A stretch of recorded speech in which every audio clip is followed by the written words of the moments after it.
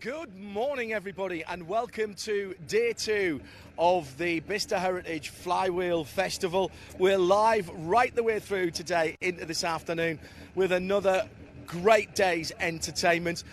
My homologator tells me that it is just before 10 o'clock in the morning, and we've got our first group of cars ready to go. The cars are put into rough groups for today, and we're starting off with rally cars.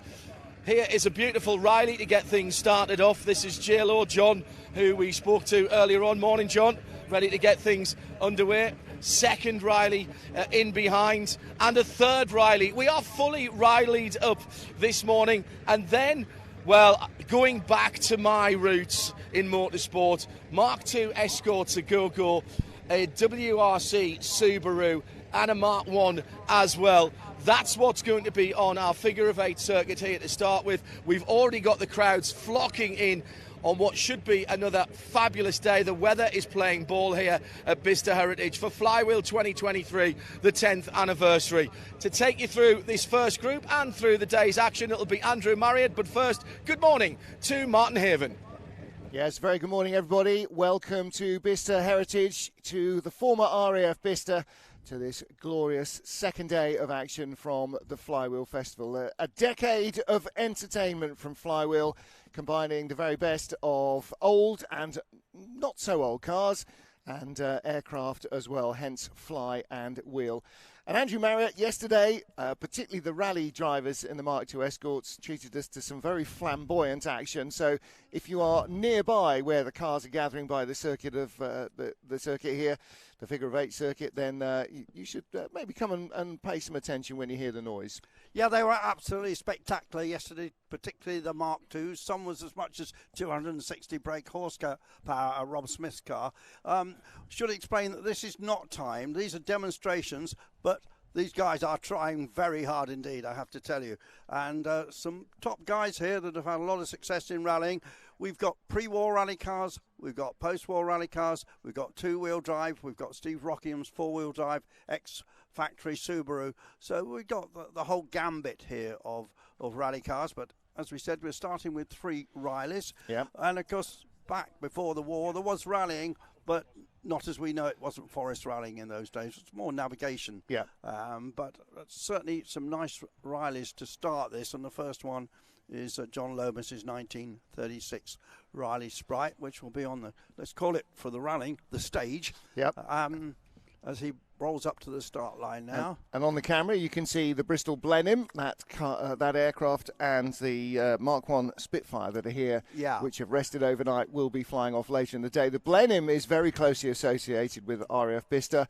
At the beginning of the war, the Second World War, Blenheims were based here and remained based here throughout. It was a bomber base. Preceding that in the 30s in Lord Hugh Trenchard's, Air Marshal Trenchard's build-up of the Royal Air Force after it was created from the Royal Flying Corps at the end of World War I. This was one of the expansion aerodromes and originally home to biplane light bombers like the Hawker Hart, but then the Blenheim was very much part of the air power that was based here. Also part of our team, of course, Steve Slater, who works here, has his own aeroplane here, and is absolutely historical expert on all things flying, and he'll be joining us in the commentary in a while to add more detail to those wonderful warbirds that we see over just the other side of this figure of 8 course. Yeah. When we say figure of 8, it doesn't actually cross over. It's well, they do, but they're on their own. But on their own, yes, no exactly. oncoming traffic. When all the carts go round, they don't. So, see the Yak fighter, which we will see in the air as well. So that aircraft, one of the mainstays of the Russian war machine during World War II. And there you are, a bit of squeal of tyres to get us underway. Absolutely bang on 10 a.m. Everything was run to clockwork yesterday. And Dave Parry in this 1936 Sprite. We thought that John Lomas would start, but I think they're not quite in order. Now, the Blue Diamond Company, which is the company that has been responsible for helping provide, source and remanufacture an awful lot of components for Rileys over the last couple of decades, is based here, and part of the infrastructure of more than 40 firms based here at Bicester Heritage, which have links to the old car industry and to future car industries as well. Indeed, yes. This is the car that we expected to go first, not John Lomas at the wheel. But this is a car that was owned by Sir Anthony Bamford of JCB fame for a while. And as you said, now David Parry is driving it from the company that is preparing these various Rileys here. I love the Riley brand. They race quite a lot at Imperial, of course, at places like the TT Rileys. Yeah. But Blue Diamond Riley services. Riley built in Coventry, so one of a number of different manufacturers. The last cars built in Coventry before Jaguar Land Rover moved out to Browns Lane were Triumphs. Triumph Standard had a big works there, which is now a supermarket and trading park, but that was the last major manufacturer before Jaguar Land Rover, before Jaguar moved out to Browns Lane and to new premises. Had a good result with this car a bit earlier in the year on the Flying Scotsman Rally, 4th overall. Now we've gone from open to closed. And again, Riley Saloons, this was sort of middle to upper market territory. Absolutely. That sort of Rover would have been a direct rival. This is not the Lagonda Rapier Zagato that we saw yesterday. That was an open car with a chronic misfire, 1100cc 4-cylinder engine, of which only about 2 wanted to work on the second run. I'm not sure I can identify this. If I had to stab, I would say this is probably a Riley Kestrel, which I think you're probably right. Which is probably wrong. I think you're right. I love the cover of the rear wheel at the back of the car. It's just chucking around a little bit. Not unusual colour scheme that didn't really have many two-tone cars back in the day, did they? Well, not bread and butter car. I mean, this is not quite an Austin 7 bread and butter car, but if you think of the really elaborate coach-built, Fagoni Falaschi and Sahuchik cars, then a two-tone. 1930s, they were big on two-tone. It was all part of the Art Deco movement. It's got that real 1930s, a sort of aero back to it, and it's just got that lovely flowing elegance that the 1930s absolutely brought to cars. A little bit of smoke coming off the tyres there as he's trying pretty hard in this. He's definitely really pushing working well, isn't he? Yeah. Lovely wire wheels and those great big headlights at the front. Yeah. You can see here the translation between something really vintage, and we'll see a few of those, like the big 4.5 litre blower Bentleys and so on, with the big separate exposed P100 headlights and separate mudguards on the Bentley. That was a racing version of the road car. The road car would have had much more enclosed mudguards, much like this. So the running boards as well, all of that helped to keep the filth out of the car, because roads in those days were not roads like we know them now. Most were not metalled, most were fairly loose gravel. Now on to another Riley, I think, here with a... Now this is a Riley Racer. Yeah. It's wearing the entry number 86, gentlemen, if that helps you. The little roundel in front of the drivers. Let me have a plump. I've got an 85. Have you got an 80? I've got an 86. Jaguar E-Type S1. That is not what it is. No, so I can say that with we have been badly misled by the numerature. Nomenclature? Something like that. Yeah. Numbers. Numeration. There we go. So they're puffing a little bit of smoke out of the back and working his way between the straw bales. I think we go back long enough for seeing lots of race meetings where the line of the track was delineated by straw bales. Yeah, my dad told me about those, Andrew. Oh, did they? Okay, all right. Well, I remember them now. In my early days at Motoring News, reported quite a lot of races at old airfields up in Yorkshire, like Rufforth and Elvington and places with the track was delineated by straw bales. They were protective straw bales. Yes, There's a great picture at Spa in the mid '60s that we used once when I was working in Autosport for a Goodyear feature and calendar, where there is a cameraman, a stills cameraman, standing at the top of Radion, and the cars are hurtling towards, and he's got a Goodyear rain jacket on, and that's why we used it. Yeah. And he's standing there right in the firing line of the cars, but he's behind a straw bale. He was safe. Fine. He was safe. It's the same as standing on the curbs on the way down to the station hairpin at Monaco. the photographers used to be allowed to stand on the curbs, so long as they were on the curb. Yeah. Well, in fairness, a 1500cc Formula 1 car, the curb would have taken the wheel off it. So yes, you were relatively safe. In a moment, we are going to go from this relatively leisurely car of the 30s to a 1970s Escort Mark II with Rob Smith at the wheel.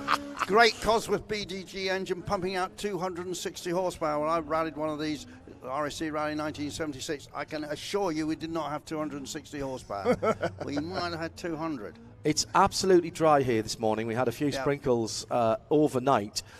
So we're evolving the circuit, the stage, as I heard Andrew calling it earlier.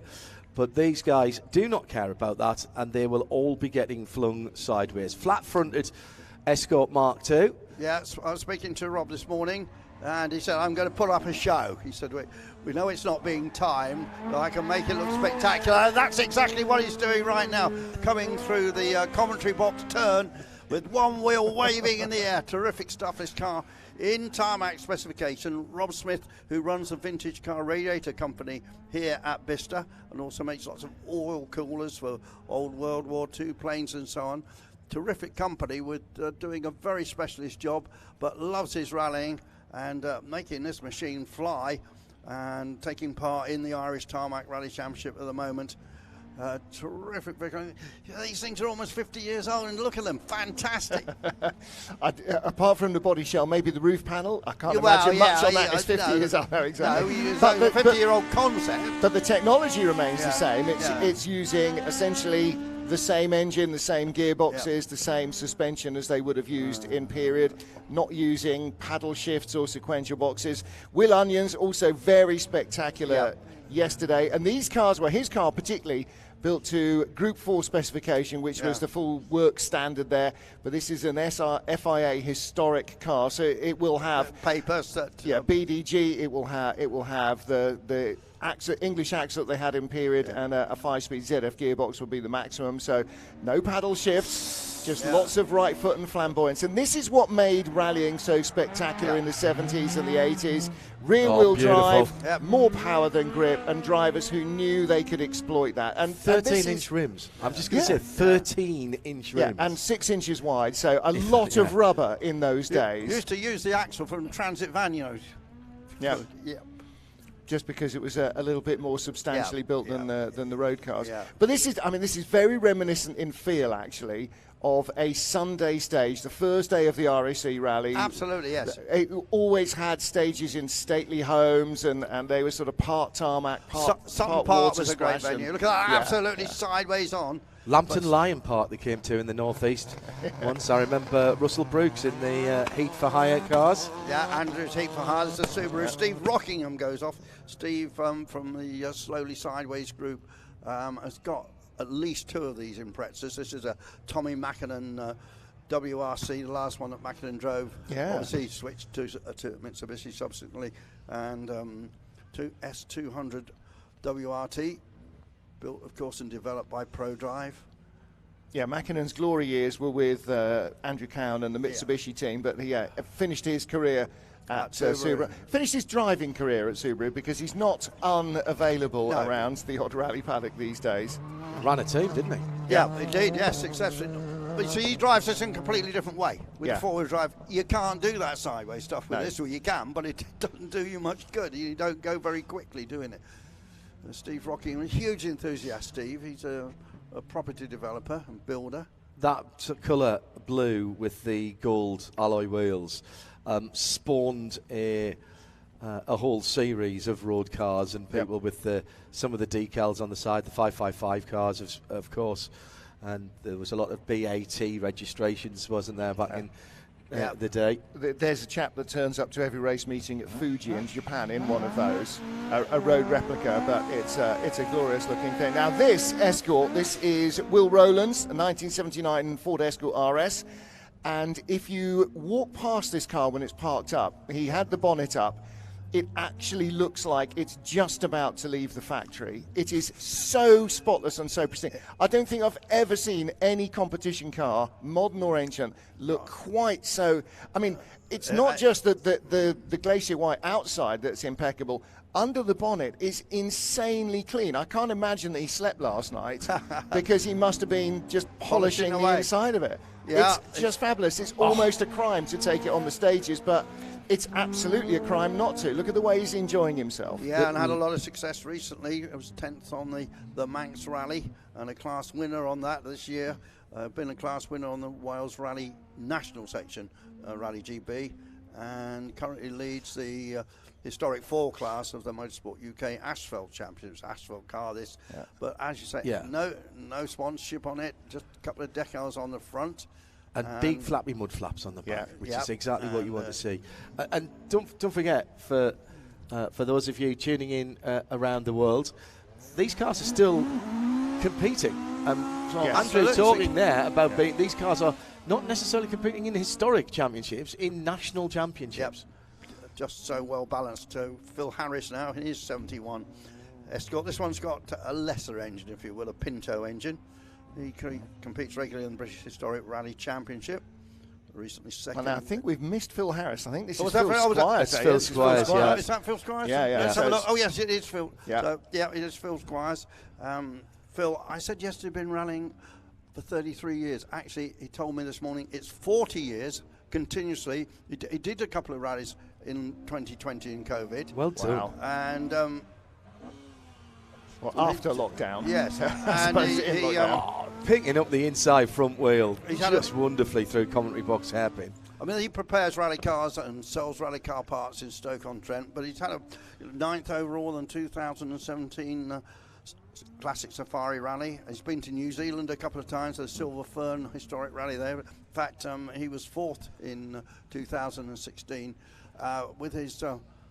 he hasn't got a co-driver with him, but normally his brother, Mick, co-drives for him. They are twins, and just great rally enthusiasts. Yeah. But telling me this morning how expensive forest rallying is getting, just insanely. Now this is his son right here. Son Chris, this is again a Mark II Escort, and again in historic spec, but this is more of a clubman's rally car. It's got a Crossflow 1600 engine. Yeah, so 1600, not the 2-litre Cosworth-built BDG or BDA. So a more affordable clubman's car. It doesn't have the big forest arches, so it's in Group 1 spec, which is a showroom standard body shape.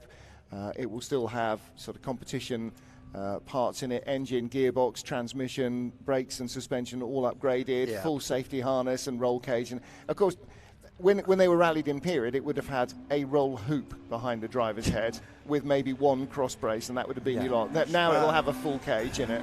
Resplendent in almost panda car blue, isn't it? I remember when my dad was driving these in period with particularly that white door square. If it was any bigger, it would in fact look like a white door. A white door, a jam sandwich. A friend of mine had a 1300 Escort, and in fact it did come with a hole in the roof and a grommet where the lights had been fixed. It was once an 1100cc police panda car. Chris is trying pretty hard. A bit of corner cutting going on. Yeah, taking a bit of curb there, as they say. Well, it doesn't have a navigator to say do not cut, so he's cutting it. I was having a word with a few of the rally guys yesterday, and they were saying, how am I going to find my way around here without somebody alongside me? It's a figure of 8, guys. No, but I'm a rally driver. I need someone to tell me. I can't go in a straight line without somebody telling me where to go. Yeah. So second go for John. Yeah. John, who is the proprietor of the Blue Diamonds on site here, Riley specialist, although branching out into other things.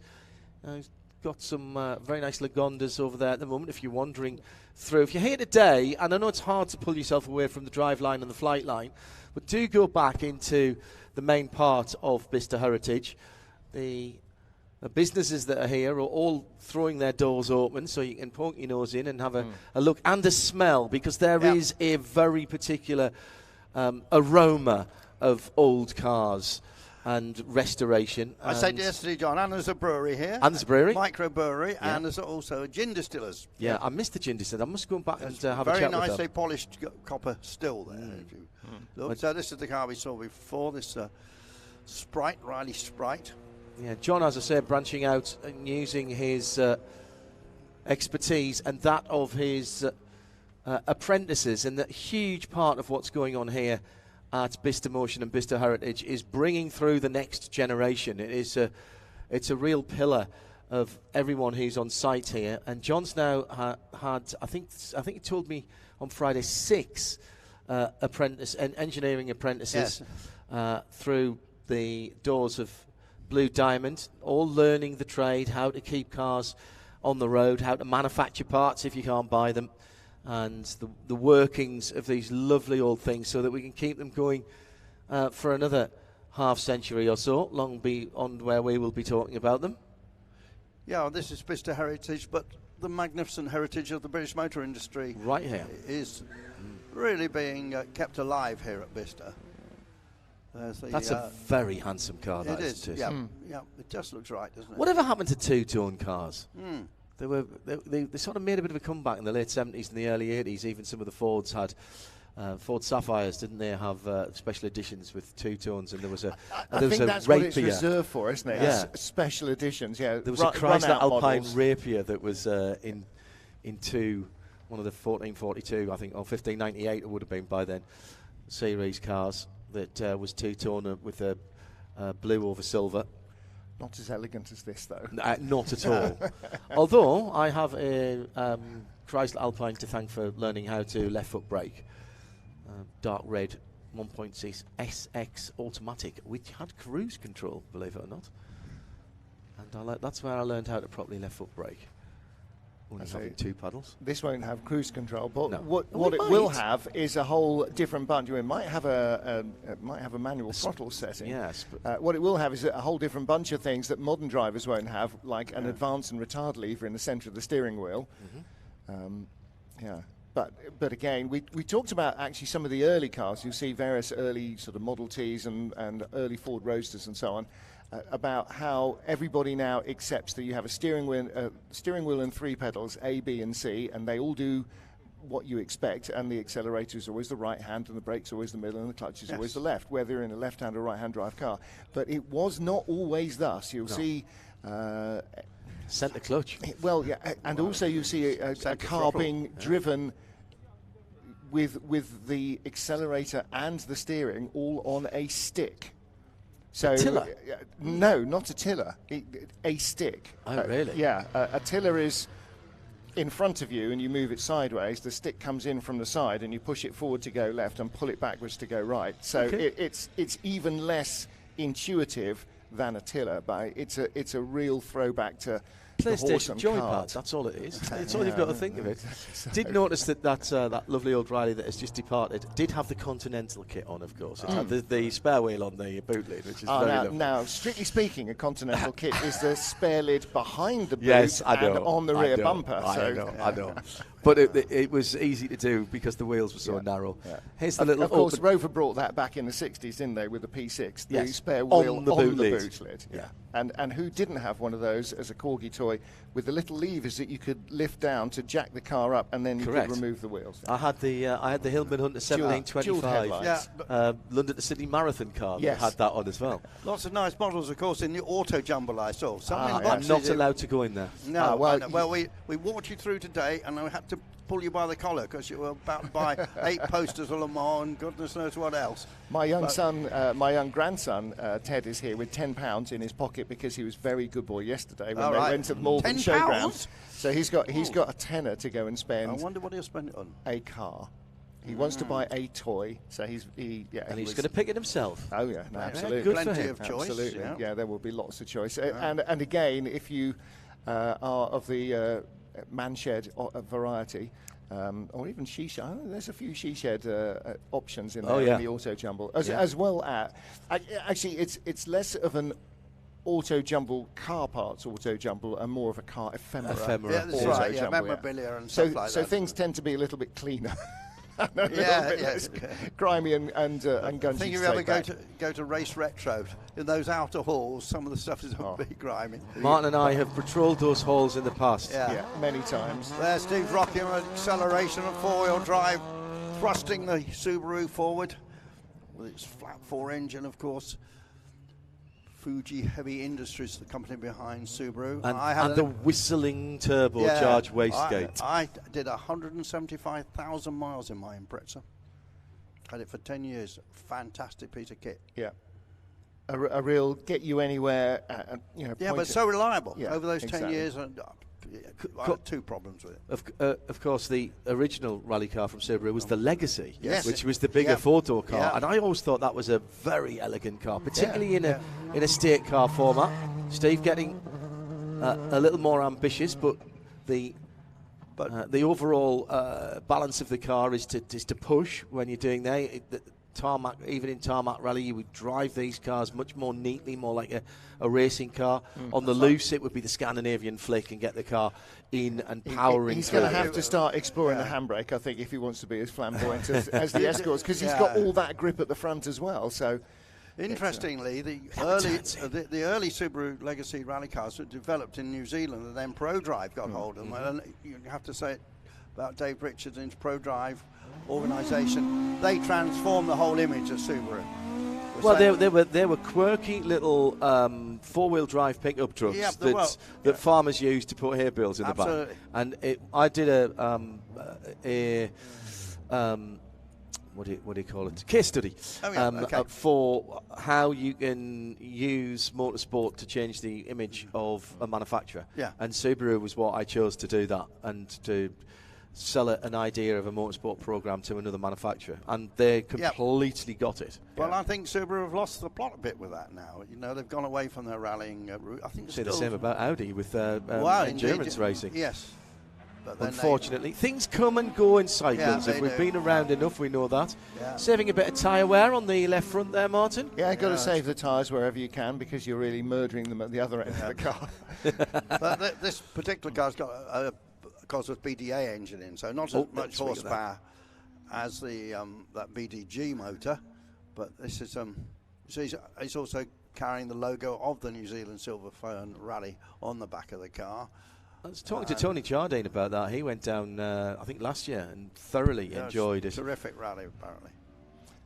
Tell me a rally Tony Jardine has not thoroughly enjoyed. Well, he's not been on the Newfoundland rally. I was telling him about the plans that Bill Adam have had and I have had for many years to go and do the Newfoundland closed road tarmac rally. I commentated on that. I'm not been, but commentated on the film subsequently. It looked absolutely terrific. Similar in character to the Silver Fern rally and numerous other closed road rallies in the Antipodes. Interestingly, I am on the list. Long list of Tony Jardine co-drivers. Are you?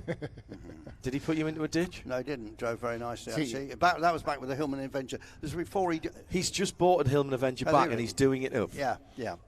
Of course he is, because that's appropriate for Hero ERA, and that's the company he works for. Him. Yeah, very much so. Age appropriate. That's what we like. I'm very envious. I had two Adventures in my early motoring days. I think Chris Squire's now very much a chip off the old block. He's driving this car really nicely. Pretty neat, but spectacular. Look at that. Just right on the apex. And unlike his dad's car, which we just saw, the red car, this blue car, 1600cc, 4-speed gearbox, so it's a 2000E rocket box. So it's basically a production box that was in the Mark II Escort, which would have been in the RS2000 as a road car. It's funny how you remember things. I told you that those top Escorts had back axle from Transit Van. It was called the Atlas axle. The Atlas axle, So it was strong like Charles Atlas axle. So two different types, the English axle, which was the Mark II Escort on Capri shared, and then the Atlas axle, which was the more heavy duty one. And again, it's essentially the same case and just a bit more beefed up. But again, with leaf springs and so on. Now then. Here we are. Now we've got three of the little car company cars together. We had them individually yesterday. I'm afraid to say that Ted's tenor is not going to cut it. Are you sure? No, definitely not.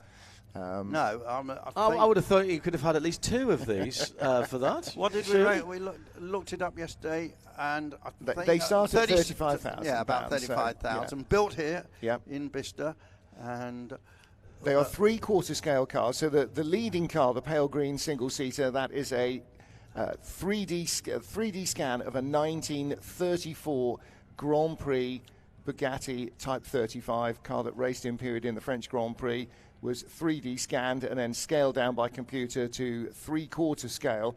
These all three are electric. The little car company based here, you can look at their workshops and see just how impeccably clean it is. It's got glass walls around the outside. Yeah, very good. And it's really fascinating to see the componentry that goes under the skin. The second car, the Aston Martin DB5, the silver car. Now, although it is a Volante, so a convertible rather than a coupe, it is a replica of the DB5 used in the James Bond Goldfinger movie. So it's got the revolving number plates, it's got the smoke laying, it's got machine guns, not actual machine guns, I'm afraid. Oh, really? No, sorry kids, in the headlights.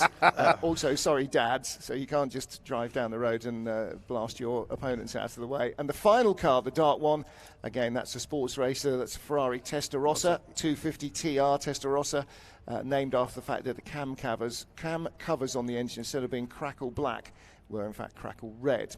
Now then, so John Hindhaugh, we're going to need your help here, because we're venturing into territory with which you are very familiar, braking Porsches. Well, that looks very much like a Porsche to me, yes. Is that Christian Jones's car, I think? Is it number 14? It doesn't have the number on it, but Maritime blue or something similar to that. Yeah. Very, very lovely colour, and that is that's a 964, and it is being driven with some verve. See, being a Porsche ignoramus, I'd say that's a 930, a Porsche 911 Turbo, but again, I know absolutely nothing. And it could easily be a 964 that has been, or 993 or 996 that has been back graded, if that's a word.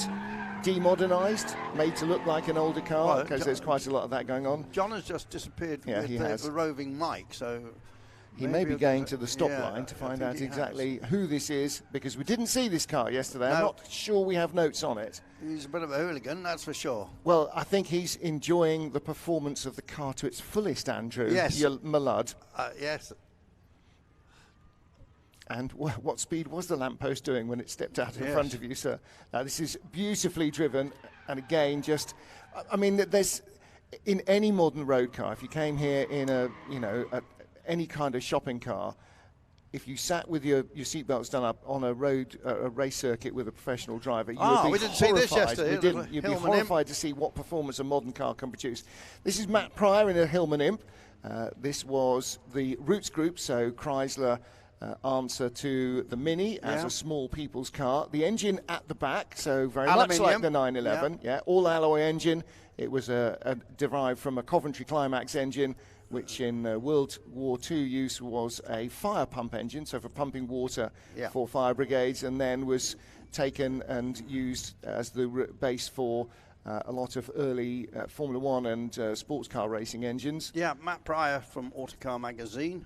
Automotive engineer, has been writing and talking about cars since 1997, and he now leads Autocar's features department, and has also been writing for Channel 4, it says here. So this is an early Imp, on a C-plate, so 64, 65? Which did rally successfully, of course, so people like Colin Malkin. Well, again, for the same reason that Porsches were successful, because the engine hangs out of the back, it's really good for traction. And light as well. So the original car, the base car is an 875. You could extend that quite simply to 998. So in the sub-1 litre class, it was a direct rival for the Mini. And also, of course, they raced a lot. Yes. The Alan Fraser racing team with Bernard Unett was one of the star drivers, and they was beat the Minis and won their class in what was then called the British Saloon Car Championship. And if you see this car up close, you will notice that the rear window isn't quite the rear window you expect. There's a handle at the bottom. The whole of the rear screen lifts up, so it's a sort of semi-tailgate, but because the engine is at the back,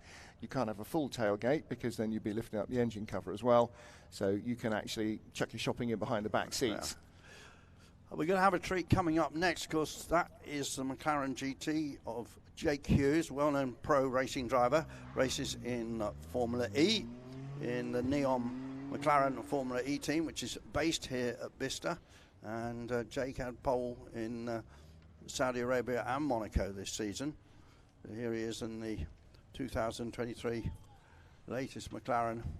Yes, just behind the big hangars that lead you onto the airfield, you'll see Neon McLaren's spotless workshop. They've got the Formula E car in there. They've got the Extreme E car in there. In fact, they've got the last two generations, the current gen and the Gen 3 Formula E, Gen 2 Formula E car. And in fact, when I was here for the scramble a little earlier this spring, they also had a Lewis Hamilton McLaren F1 car. That's not there, but there is, or there was yesterday, a red McLaren F1 road car. So the fabulous Peter Stevens design. We'll talk a bit about Peter Stevens a little later, because the man who designed that car and a whole host of others is here with something with which you might not necessarily associate him, a Lakes racer from the 1930s, but the latest of the McLaren GT range. Jake's raced in Formula 2 as well, quite recently, but now presumably earning more money racing in Formula E. Well, Formula E, the drivers there, it's a fully paid grid, so unlike Formula 1, you don't have to have 250 million quid to get yourself a seat. Obviously not quite 250 million quid, but there we go. He's also sim driver for McLaren Formula 1. Yeah, so then from the Hillman Imp to its direct rival in a car that is clearly much better known globally through its success in rallying, its success in racing, its success as a road car, but also partly, of course, because of its celebrity appeal. Twiggy had one, the Beatles had a set of them, Peter Sellers had one with wicker bodywork. I mean, every celebrity, you would see them at red carpets, either stepping out of a limousine or just as frequently a Mini. And Andrew Marriott had one, of course. Most importantly, to somersault mine. Yes. Yeah. One of the early chapters in Andrew's extremely readable book is the story of the demise of his Mini. It lived to run again. Steve Slater has joined, so we gave Steve a bit of a shout out earlier on. We'll give him the bums rush later, don't you worry. Expert, and Steve, just as the Mini goes round, maybe just give us a little preview of what we're going to see up in the air and landing on the strip here. Well, we've got about half a dozen arrivals still scheduled, although the weather is closing in further north and further west at the moment. So we're not too sure how many visiting aircraft. We did have a good lineup yesterday, nearly 30 visiting aircraft. But the weather's called off a lot of those for today. We will see the Blenheim and the Spitfire depart back to their base at Duxford. And I'm hoping that we'll be persuading John Romain that we'll get a flyby after they've departed to say cheerio to us. Of course, the Blenheim very much associated with Bicester, and that Spitfire is the oldest flying Spitfire in the world. So that is an aeroplane with a history that actually wound up on the beach near Dunkirk. Was buried and dug up. Buried, dug up and completely rebuilt, and yet actually about 60% of the airframe is still the original aircraft, so it's really amazing. Also, we've got a little Piper L4 Cub just taxiing for departure for a local flight, and Alan Vogel, who owns and operates that aircraft, Warbird Restorer, he's going off for a little local flight just because he can. But are you able to buy a ride in the plane today? Not to buy a ride in the Cub, but you can buy a ride in the Tiger Moth or an aeroplane called a Citabria, which is a slightly more modern version of the Cub. And where do you sign up for that? And that is literally just down at the edge of the airfield. You'll see the Tiger Moth there. Excellent.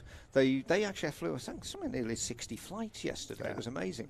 It's bright yellow, so you can't miss it. That's the one to look for. That's it, and the Citabria is a bright red one, and that is capable of gentle aerobatics as well. So if you fancy turning your feet in the air, you can do that. If you've never looped the loop, this is your chance. Absolutely, both the Tiger and the Citabria will readily loop the loop if you ask the pilot so to do. And both the pilots of those very experienced vintage aircraft pilots. Alan Vogel getting airborne briefly shortly in the Cub. When he comes back, I'm hoping we'll be able to get a camera over there and do a walkthrough, because that is an aircraft that actually flew as a liaison or observation aircraft during the Battle of France and went all the way up to the outskirts of Berlin. Wow. So it's got a great history, that. So you'll see that get airborne in a minute, the olive drab US military markings, and we'll catch up with it when he gets back.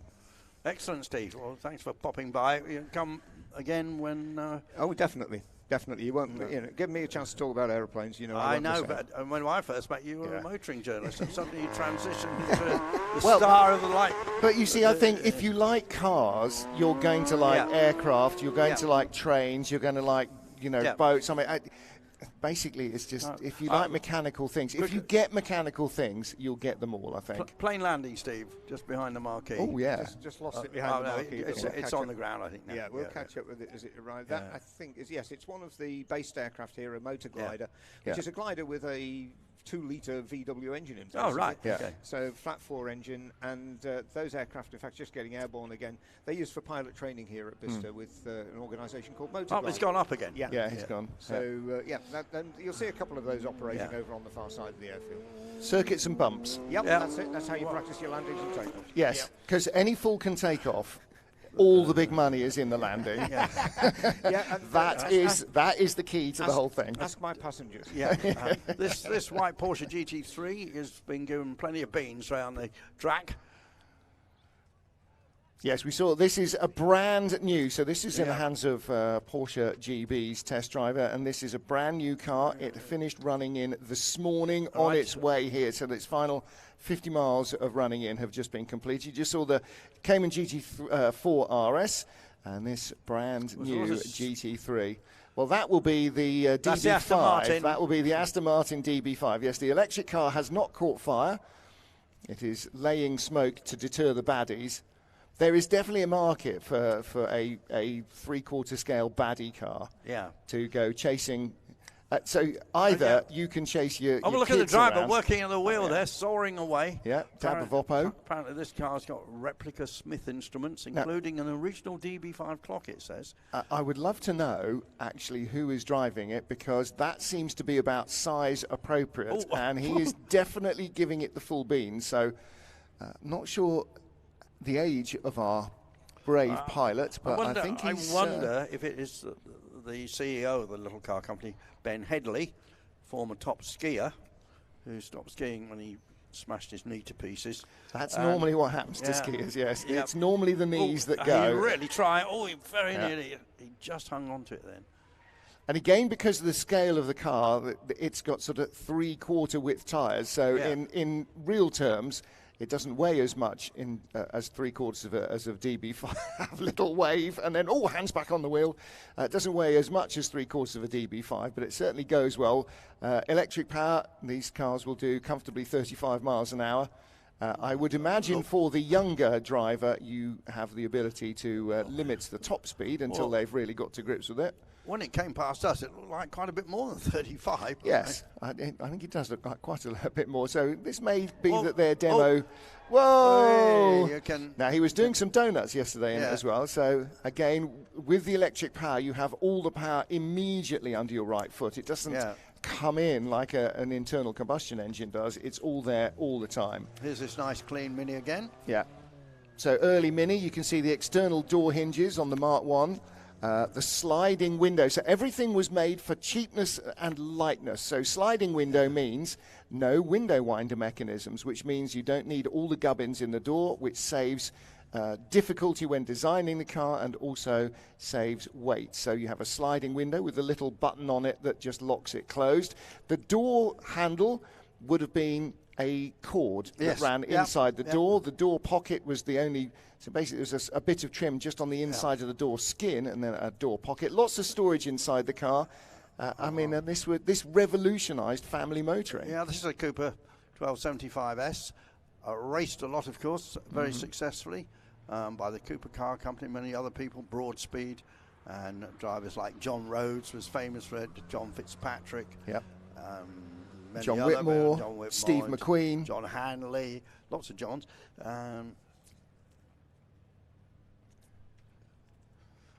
So most people getting a second run. And the thing about the Mini was not just that the packaging was so clever, that there was all of the grubby bits were in front of your feet and separate from the passenger compartment, which set the standard which every front-wheel drive car ever since has followed. And Alex Issagone's put the engine crossways, which people didn't do. To have even less intrusion into the car. But what it did is it redefined handling abilities for a cheap car, because before this they were sort of fairly leaden, stodgy, in grey porridge, really.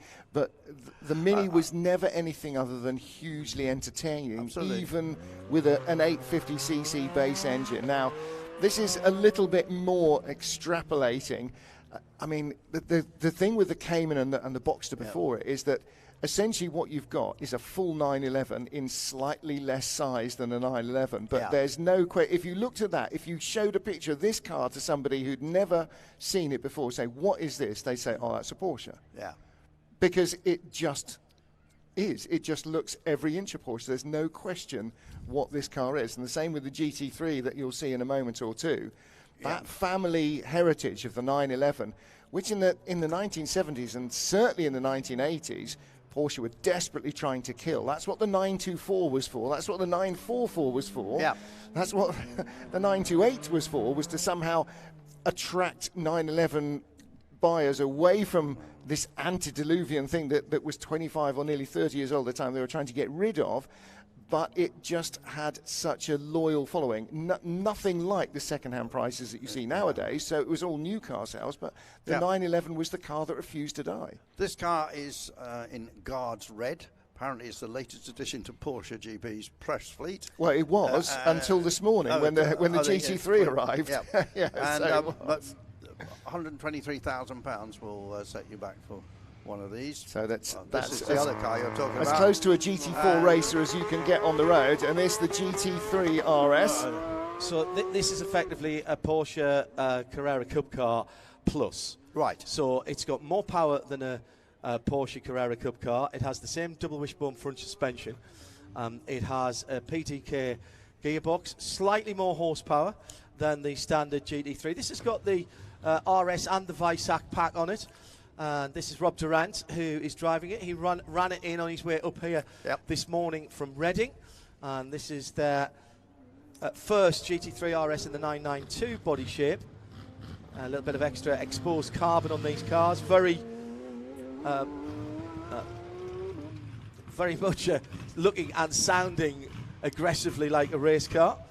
Needs to tweak that front suspension a little bit. It's bouncing around a bit. Needs to go on to the harder setting, I think, there. Well, it's only been driven on the road so far and not on a bumpy airfield, so I think you might be making a couple of little tweaks. More aircraft coming by just over the far side of the airfield, and you can actually hear Aero-engines firing up in the background as well as we watch the Porsche coming to the end of its run. We'll see that again a little bit later, and you will be able to see all these cars, of course, on display. And away goes the first of our Aero-engined behemoths.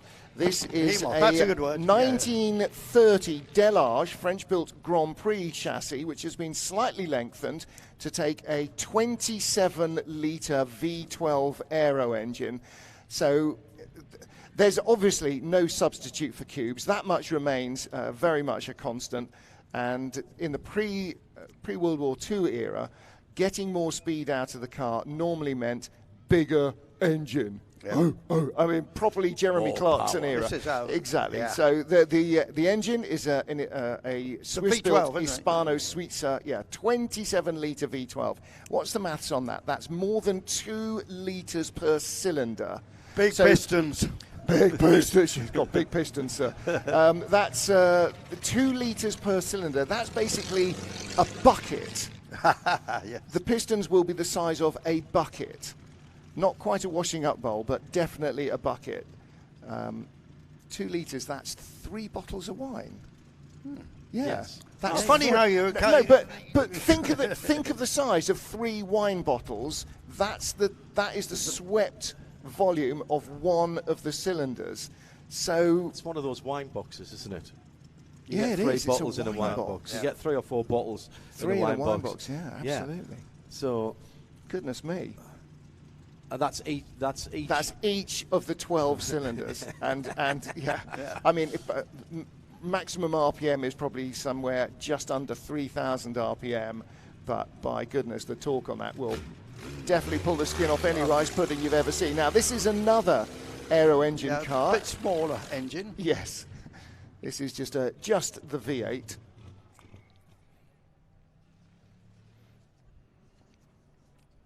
So this is another Delage.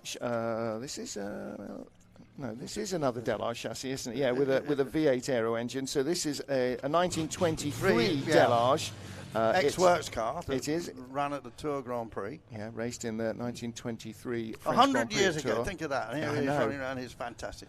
Delage, a name that may be coming back to motor racing. Yes, Martin. We saw absolutely. it at Le Mans last weekend. Well, they're definitely coming back to build road-going supercars, hypercars. Whether that translates into a racing program or not remains to be seen. But you're absolutely right. The Delage badge proudly displayed on that French team IDEX Sports LMP2 car. Yep. And has been all season. The other name that is coming back, which is also associated with this, because this is an Hispano-Suiza V8 engine, is Hispano-Suiza. They will be returning as well. There will be supercars built by Hispano-Suiza. So there all sorts of old names returning. There's a bit of a theme there, isn't there? Because he's Otto Fraschini, who last built series production cars in the 1930s and built some very lovely small engined racing cars, actually 2-litre, very lightweight racing cars. Changed the face of racing at that time with those little voiturettes. They will be coming back. Vector Sport are already testing the new hypercar, and therefore there will be some road cars to go with that. There's an extreme track day car, but they will have to build some road cars as well. This is another Riley-based car. This is a car known as the Monasco Pirate, the most successful vintage racing car of the last decade. I love the fact that cars were given names in those days. Well, we'll see a few here cars that actually bear their owner's name. This car built from original parts by its driver, Dr. Robin Tallui, who's the founder of Physics X, based here in Bicester Heritage. It's got a 1929 Monasco Pirate Aero-engined. Right on it there. Right on it. 6-litre engine, 4 cylinders. So again, thumping great cylinders in this thing. A 1500cc cylinder. So that's a 1.5-litre single-cylinder motorcycle. Imagine that. I mean, it's just 2 bottles of wine. Loads of torque as well. Yeah, 400 foot-pounds of torque, driving through a Rolls-Royce 4-speed crash box.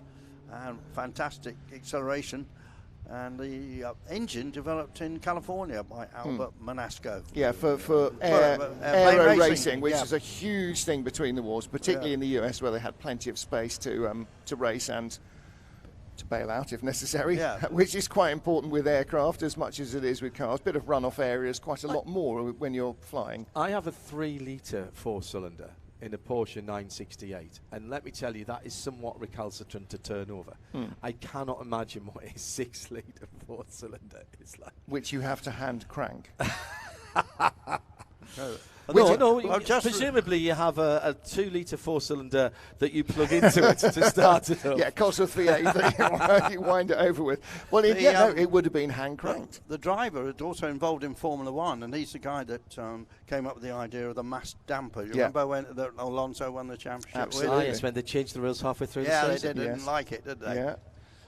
Well, and in fact, the designers of the engine, the Monasco Pirate, also moved on to more sedate bits and pieces of aircraft by manufacturing landing gear. Now, what you're seeing here is a recreation of a Japik cycle car.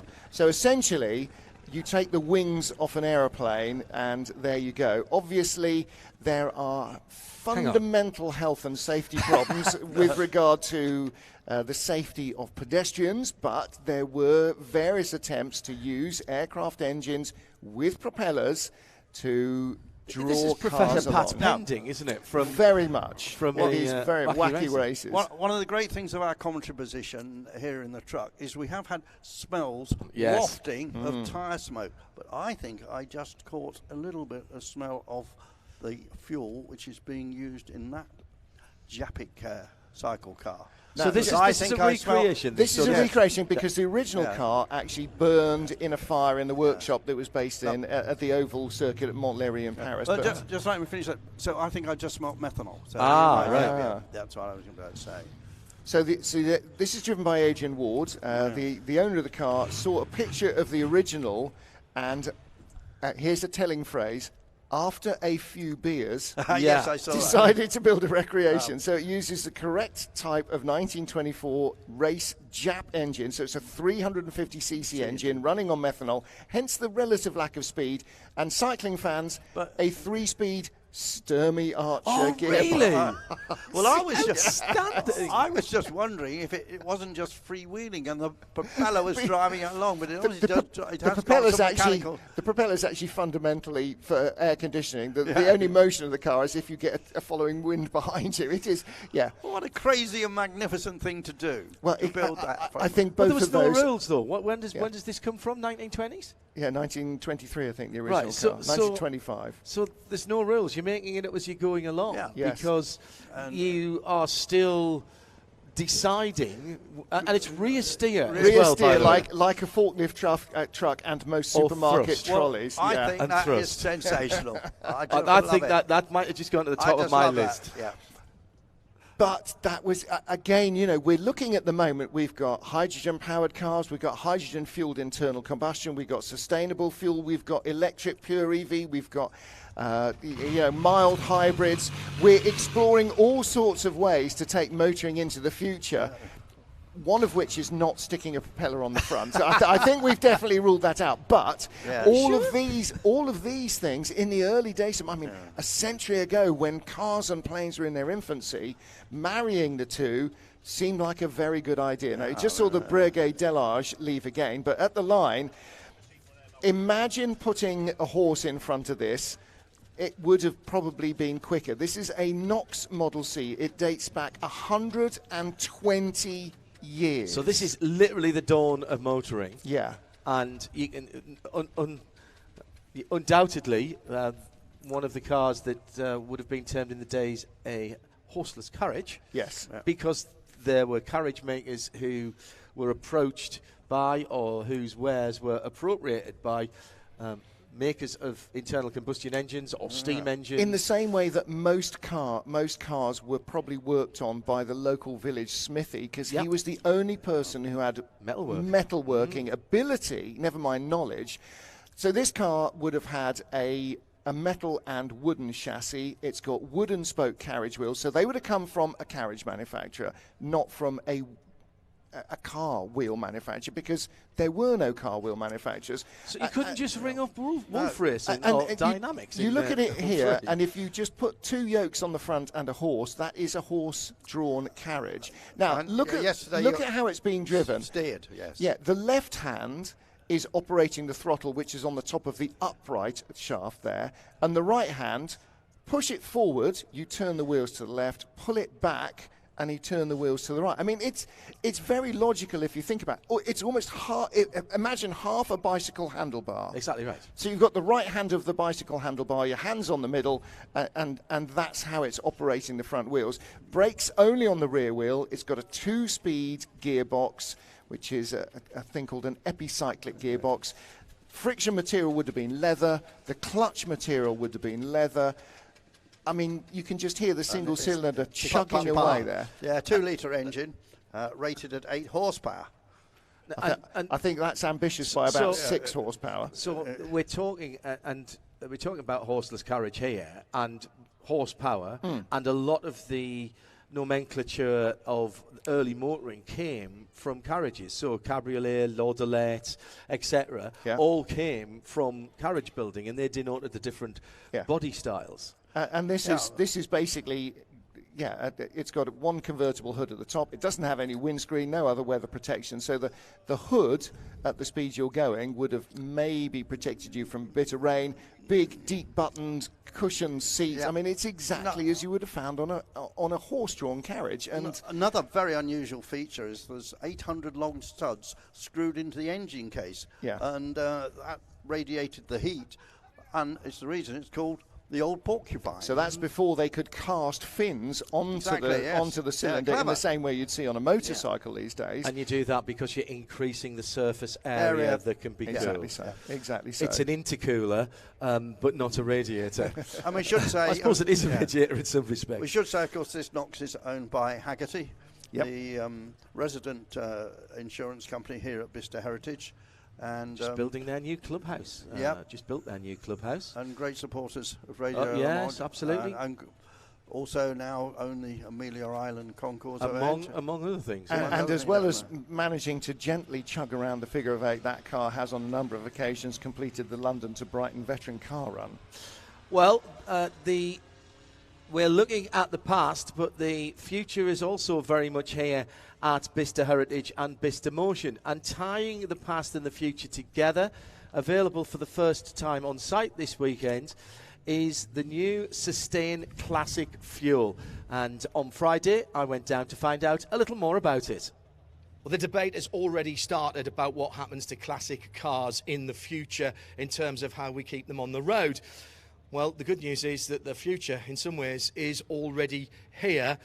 Guy, tell me a little bit about Motorspirit and what's going on here at Bicester Heritage. Well, we're called Motorspirit. My company aims to provide everything liquid or semi-liquid for anything interesting, basically. Sports cars, racing cars and classic cars.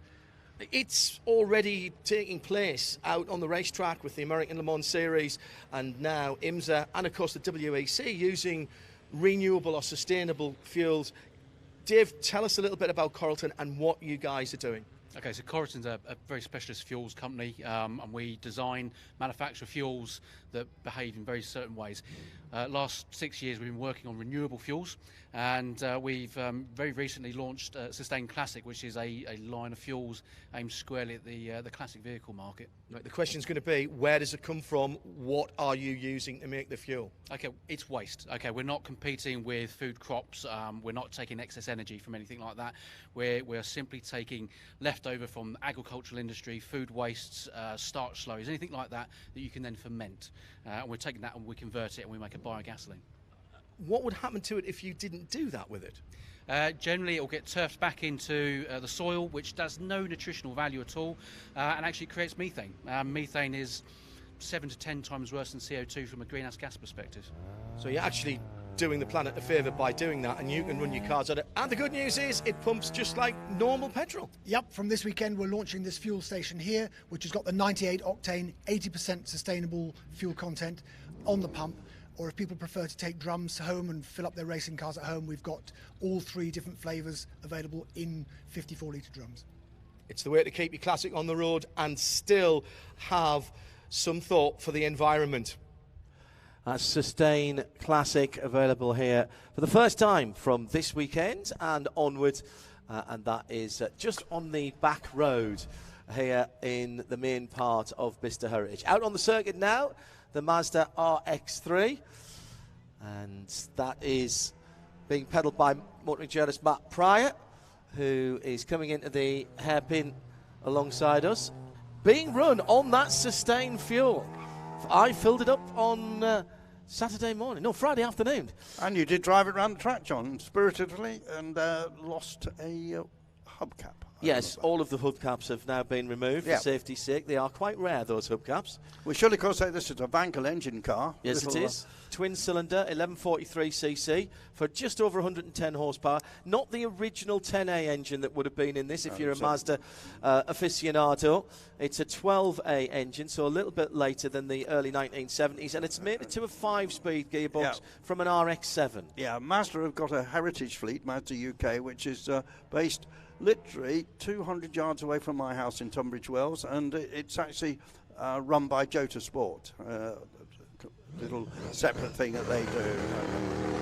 Now off onto the racetrack. This is the Felday 2. Yes, this is Jack Brabham, Rob Walker, and Peter Westbury. Peter Westbury, Hill Championship. I know quite a bit about this car. I remember it in period. Interestingly, Peter Westbury had a lot of success and won the 1963 Hill Climb Championship with Felday 1, which was Daimler powered. He built Felday 2 to compete in the European Hill Climb Championship, but before he really got that underway, he did a deal to hill climb the Ferguson P99 four-wheel drive Formula One car, driven by Sterling Moss, run by Rob Walker, driven also by Jack Fairman. Which is actually, I think that car's based here, isn't it? Yes, it is. This car was put away and was in a barn for 40 years, and Dave Melton has just finished restoring it, and what a beast it is. Look at it. Sounds fantastic. Peter Westbury later went on to race successfully in Formula 3 and Formula 2 and a little bit of Formula 1 actually. So this was a specific and bespoke chassis for hill climb, mated to that wonderful engine, and therefore nice and nimble, goes well and stops well, which is what you need for hill climb. not particularly wide. See above comment. Yeah. But it's just been finished, this car. A month ago he finished it. I think he ran it up Shellsbury or Prescott. I can't remember which. See that big roll cage. But very clever man, Peter Westbury, actually. And just another lovely example of the pioneering spirits that we are celebrating in this particular class of cars. One of the things that I love about this chap, Dave, turned up and there had been some administrative problem and he hadn't got an entry, but had a little chat, and then the great people here said, yeah, you can run it, go and sign on. And that's what he did. I was there when he was signing on, and he gets to run the car, and it's great to see it. Something really rare. Yeah, really absolutely rare. right. Harry Fraser now in the Overland 38 Speedster from 1910. Yes, this is the section we're calling Pioneers. Correct, yes. And like most of the sections here, there's room for wiggle in all of this. They're nicely broad, which I really rather like. A broad brush Pioneers. Yes, absolutely. But this, again, a car that owes its roots, as you can see, to the early days of motoring. Very much, again, carriage wheels, sit-up and beg style of driving, upholstered seat. But this with more racy body than we saw. And in the thing was, in those early years of motoring, Andrew, the pace of change was stratospheric. It wasn't just a little bit of a learning curve, it was a cliff face, and people were moving things on so much quickly. So in the space of 5 or 10 years, the look of motor cars changed. We had the engineering expertise of the UK, of the United States, of Italy, Germany and France, effectively. Now, of course, it's all changed. And it's all moving east, yes, moving absolutely. east, as you said. But Britain very much at the forefront of this. And also, of course, Britain's still dominating building of Formula One and racing Formula One cars. I think a lot of that expertise came out of World War II and all the people that worked on the Spitfires and so on. This is another large capacity 4-cylinder. This is a 3-litre 4-cylinder imported into the UK from Ohio in 1985. Harry, who's driving it, Harry Fraser, he specialises in upholstery. However, this 1910 car has not been touched by him. It has its original upholstery. And Harry's an early adopter of here at Bicester. He was here as early as 2013, and nice to see that he's still supporting the event here. Yeah, we've seen quite a lot of different cars today that we didn't see yesterday. Something a little bit more pedestrian. Right, this is the Vauxhall 1398, sorry. This is the car that is, I suppose one might say, it is the earliest sports car, one of the first examples. And this is from Vauxhall, the Prince Henry. Prince Henry Vauxhall, yes. It's got the flutes up the bonnet, which they carried on right to the Cresta. Yeah, yes, they did. Well, we had an HB Viva for a while. 1296cc, very elegant motor car for this or the Viva. Well, actually, the HB Viva with the cork bottle styling down the side was actually pretty cool for its time. OLV 223F, I suppose, if you know where it is. First 100 mile an hour capable car, and still looking a picture. Little bit transmission wine, I yes. Said there, yes. Yeah, very nice. And using all of the road. Who's that driving that? Simon Hucknall. Simon driving that. Thank you, Jack. Jack Phillips with us as well today, who's been invaluable in not only corralling and identifying the vehicles, but also making sure that we know which ones they are and having some biogs on the vehicles and the cars. So, Jack, thank you very much. Yeah, indeed. Great job, Jack. English is a strange language, isn't it? Edible, inedible, valuable, invaluable, in not making the same sense in those two words. Flammable, inflammable. Yeah. You give him his book back, but you give her book back. Why don't you give him book back?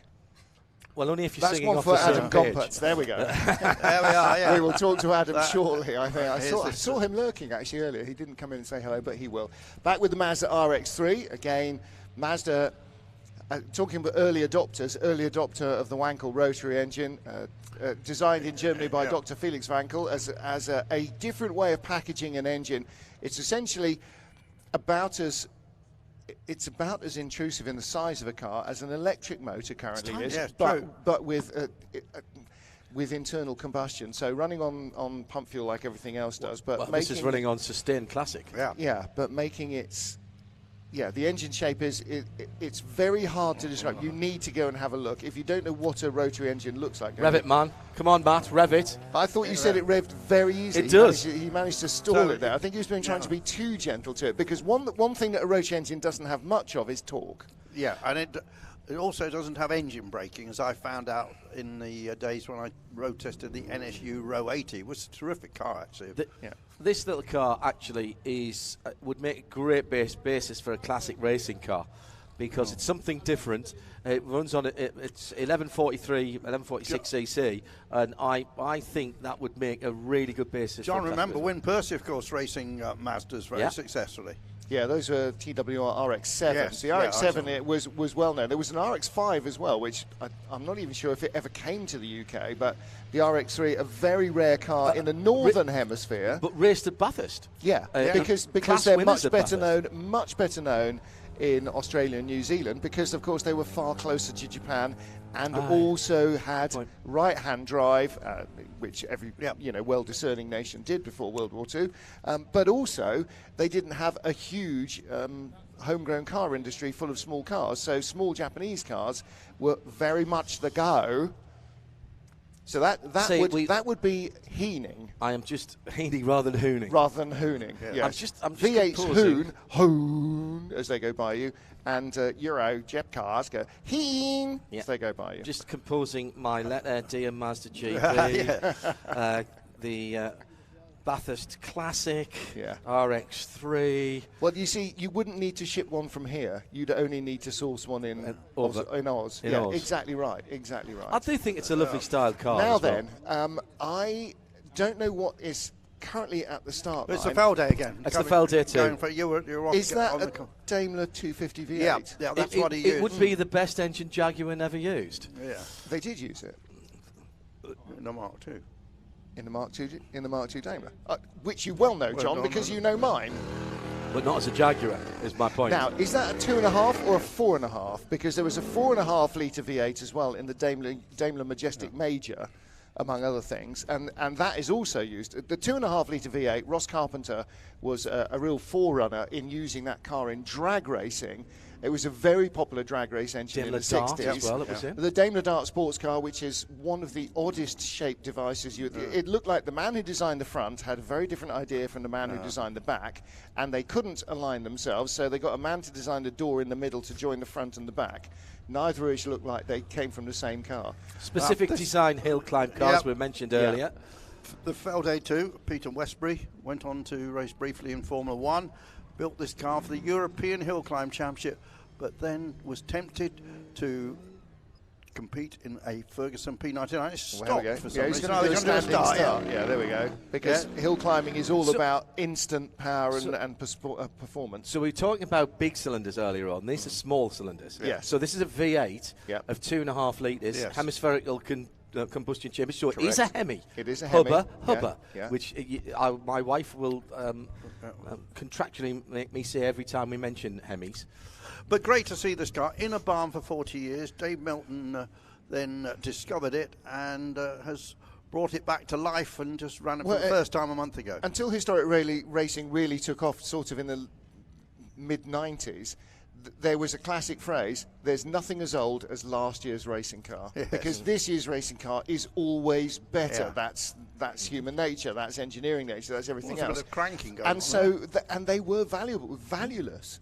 I can remember standing in a pit lane at Le Mans years ago in the LMP 675-900 era, and talking to somebody who had gone from a BK 240 Lola, the big P1 car, and bought one of the MG Lola EXP, whatever they were, the LMP2 cars. And he had been sold the small car for, I don't know, 195,000 and given 40 grand trade-in on the B2K. And I said, we're looking at watching all these GT40s and everything go past, worth 5 or 6 million. And he said, I can't believe that last year's Lola, which we raced here, is so valueless. And I said, well, for 40 grand, you should have just stuck it in a barn and brought it out in 20 years when it's worth 100 grand, which is what you paid for it in the first place. Foresight is a marvellous thing. Yeah, but I mean, he had the money to have put it in a barn, but he sold it back. Don't we all wish we had cars that we sold? Yes. No? Yeah. Martin had a collection here we go. of cars. Which is the car that you would have back above all others? Oh, my Lotus Cortina, without any question. John, you've still got them all. You haven't sold any. Probably either of my early Avengers or my Sunbeam TI, and definitely my Sunbeam Alpine, my 1725 Alpine. But I know where that is, and I can go and drive it any time I want. Yeah. What car beginning with M would you have kept? Monza. I loved your Monza. Yeah, well, I love both my Monzas. I had a Mark 1 and a Mark 2. In fact, I had 2 Mark 2s. For a while, you only drove cars that began with M. They were Martin's Marvellous, Monza Minor. Marvellous Minor, Martin's Marvellous Daimler. Actually, the Daimler is a car that I regret selling every single day. I don't, because I'm still married, but I miss the car every day. I couldn't have my Lotus Cortina back because I didn't own it. It belonged to Teasdale Publishing Company.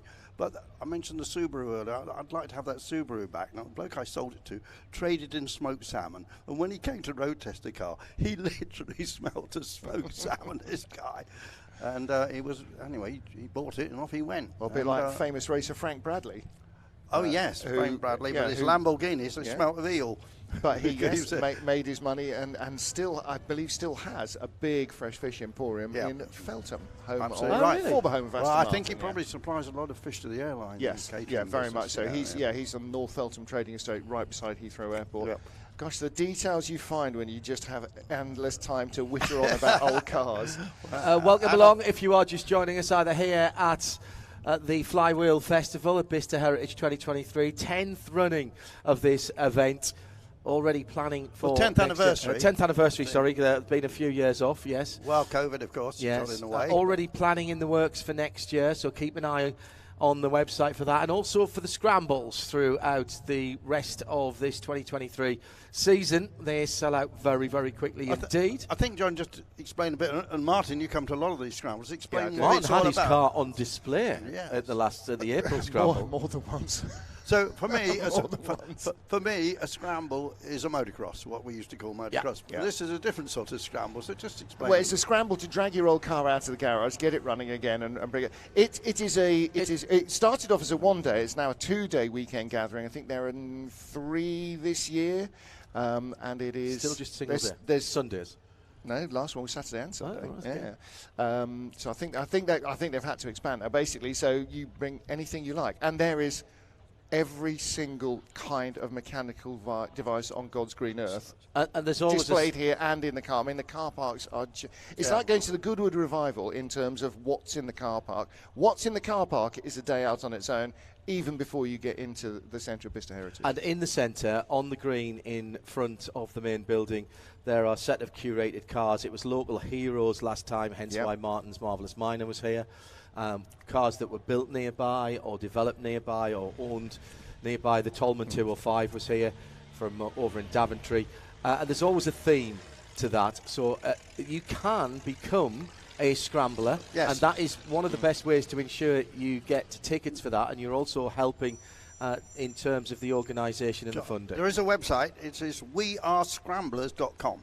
Wearescramblers.com. That's the way to find out what's happening with these scrambles, and it's a great occasion here. And if you go to the Bicester Heritage website, it's linked through from there as well. So I mean, it is a free membership. There are other memberships as well. You can pay a smaller or a slightly larger amount of money to become not a vast amount of money to become a different standard member, but an actual membership of the Scramblers Club is free. And they have other events that go on through the year, which you'll be emailed and told about as well. But the actual scramble itself, if you are into anything mechanical, you'll see this, you'll see that, you'll see everything you can possibly imagine, and a whole host of things that you've never seen before. The last time I was here, there was a big thing about British car designers. Correct. And so Pete Stevens and a couple of others were here talking car design.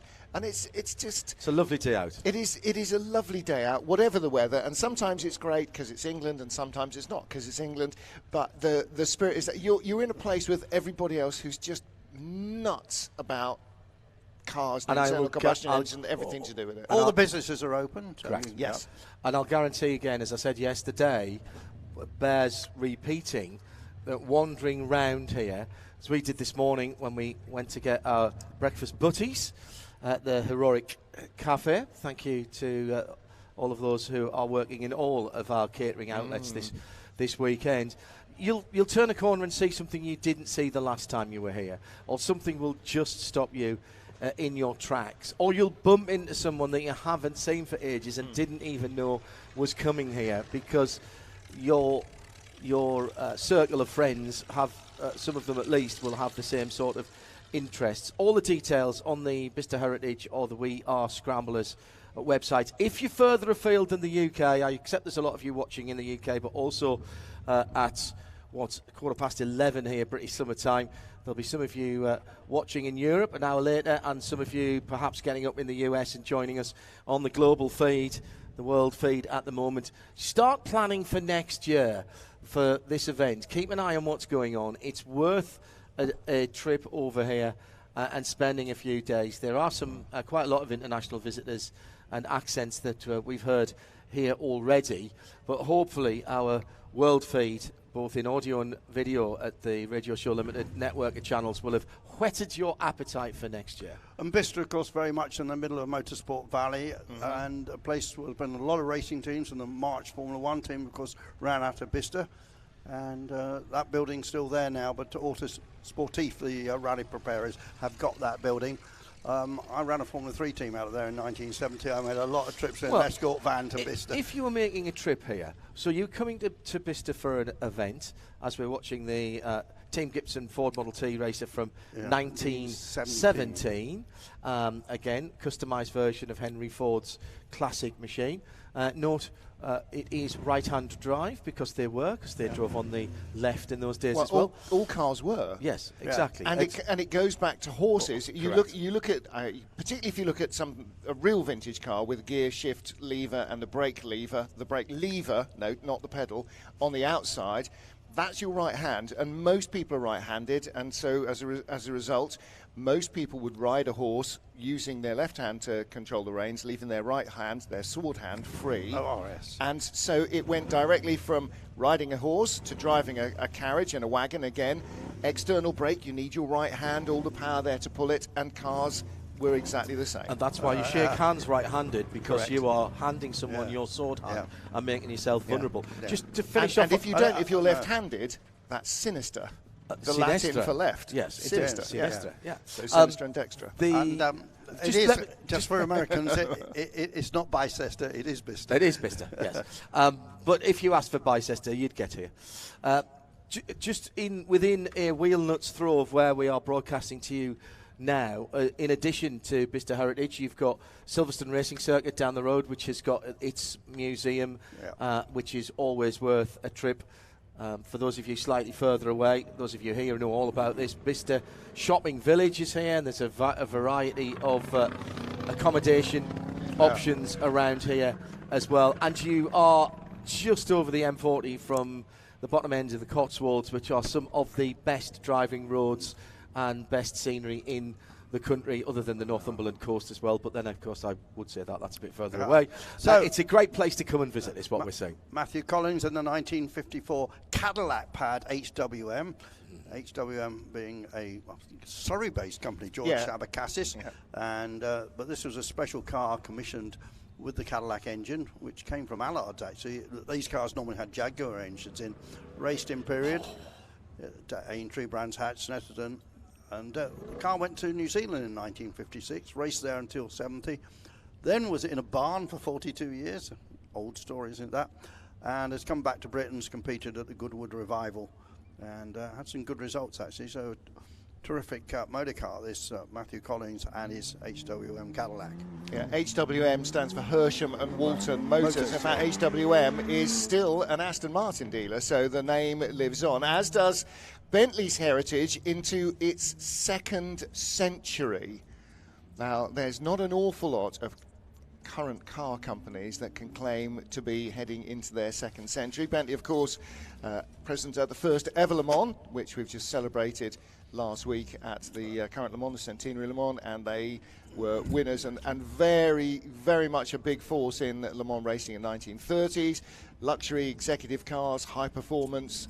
It was always comfort with high performance and elegance that was Bentley's watchword, really. Look at the side of the graphics of this car. It shows a mountain range in Colorado, where there is a mountain called Pikes Peak.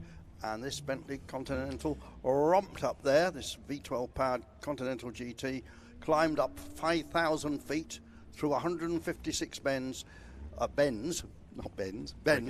in just 10 minutes, 18.4 seconds. It's a W12 though, isn't it? Not W12, I meant W12, yeah. And it averaged 70 miles an hour.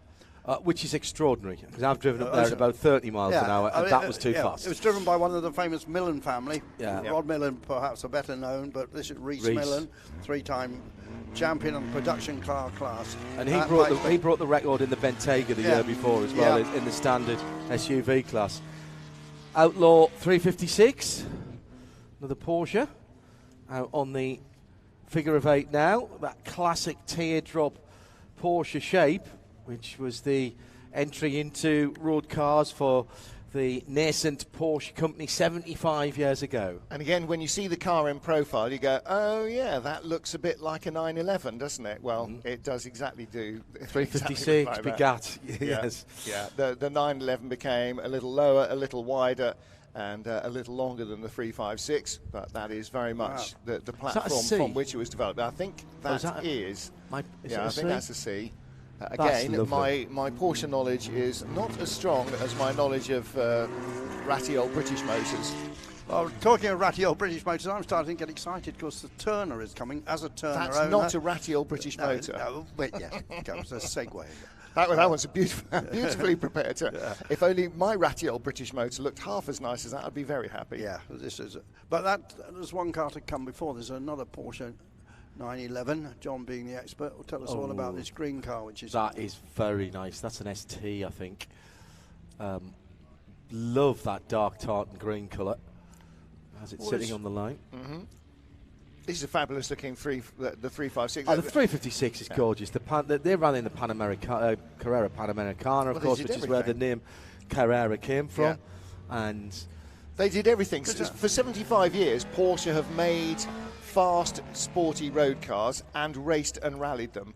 And rallycross and everything. And it's not that they sort of do it occasionally. It's what they've done from the very first days with the cars, either as factory or supporting privateers or helping privateers, developing cars for privateers.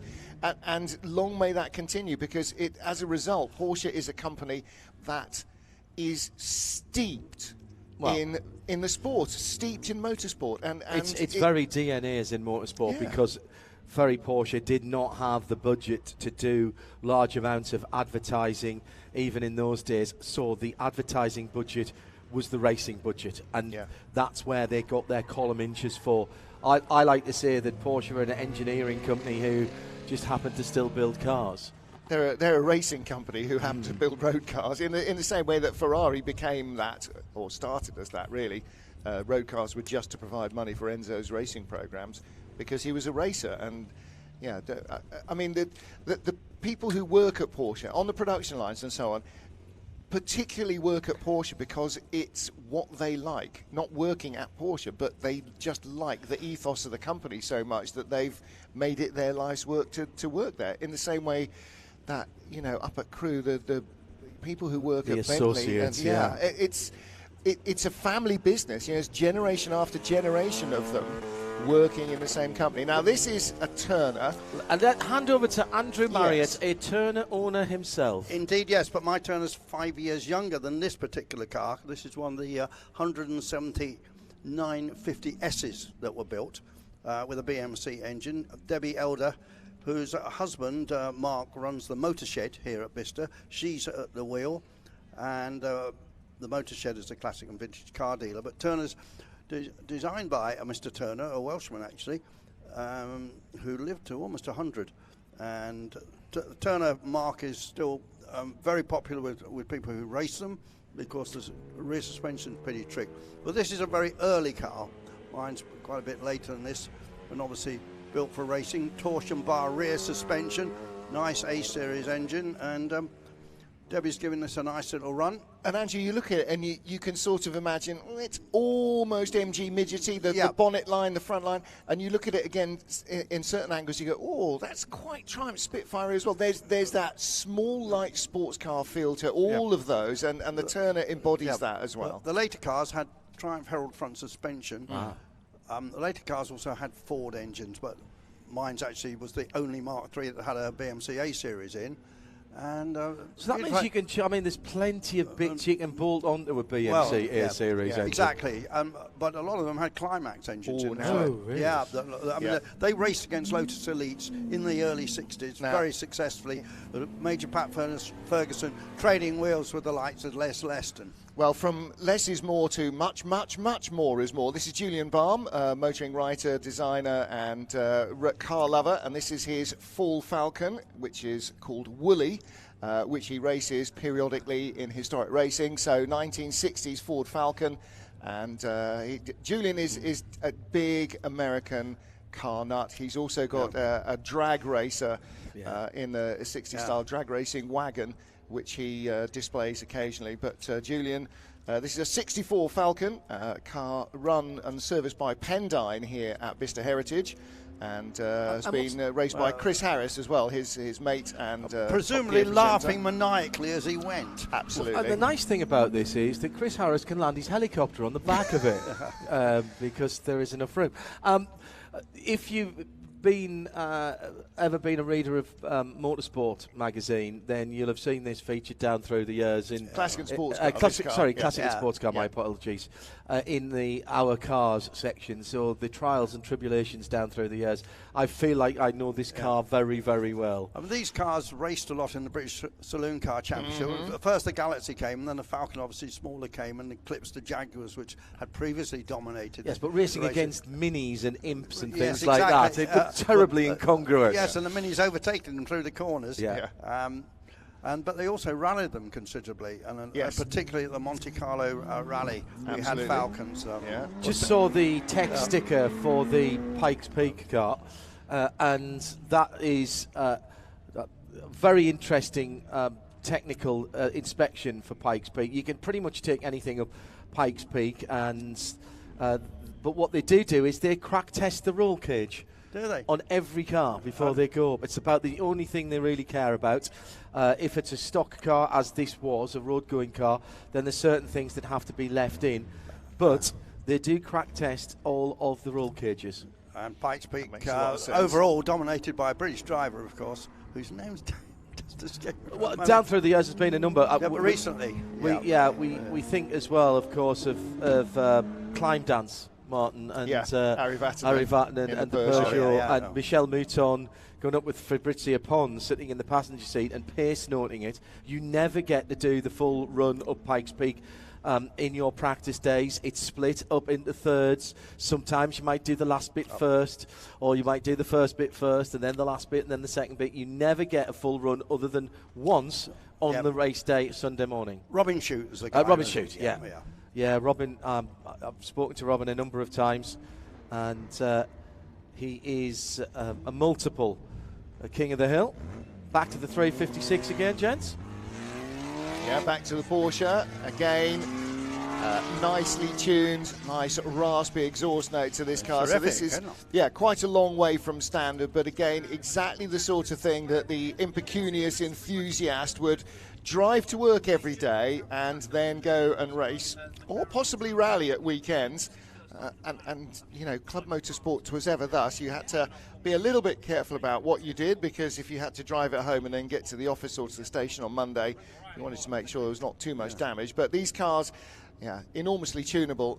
And part of part of the deal with buying a car from a manufacturer that has got such a competition pedigree is that the parts in period were available over the counter from the parts department of your local dealer, but they remain so as well now. And I think it's correct that for Porsche you can still buy almost literally Porsche, any part for any Porsche that they've ever produced. Alexander Farbig, who runs Porsche Classic, there's a new Porsche Classic parts manual comes out every year, which is a thing of beauty in itself and quite collectible.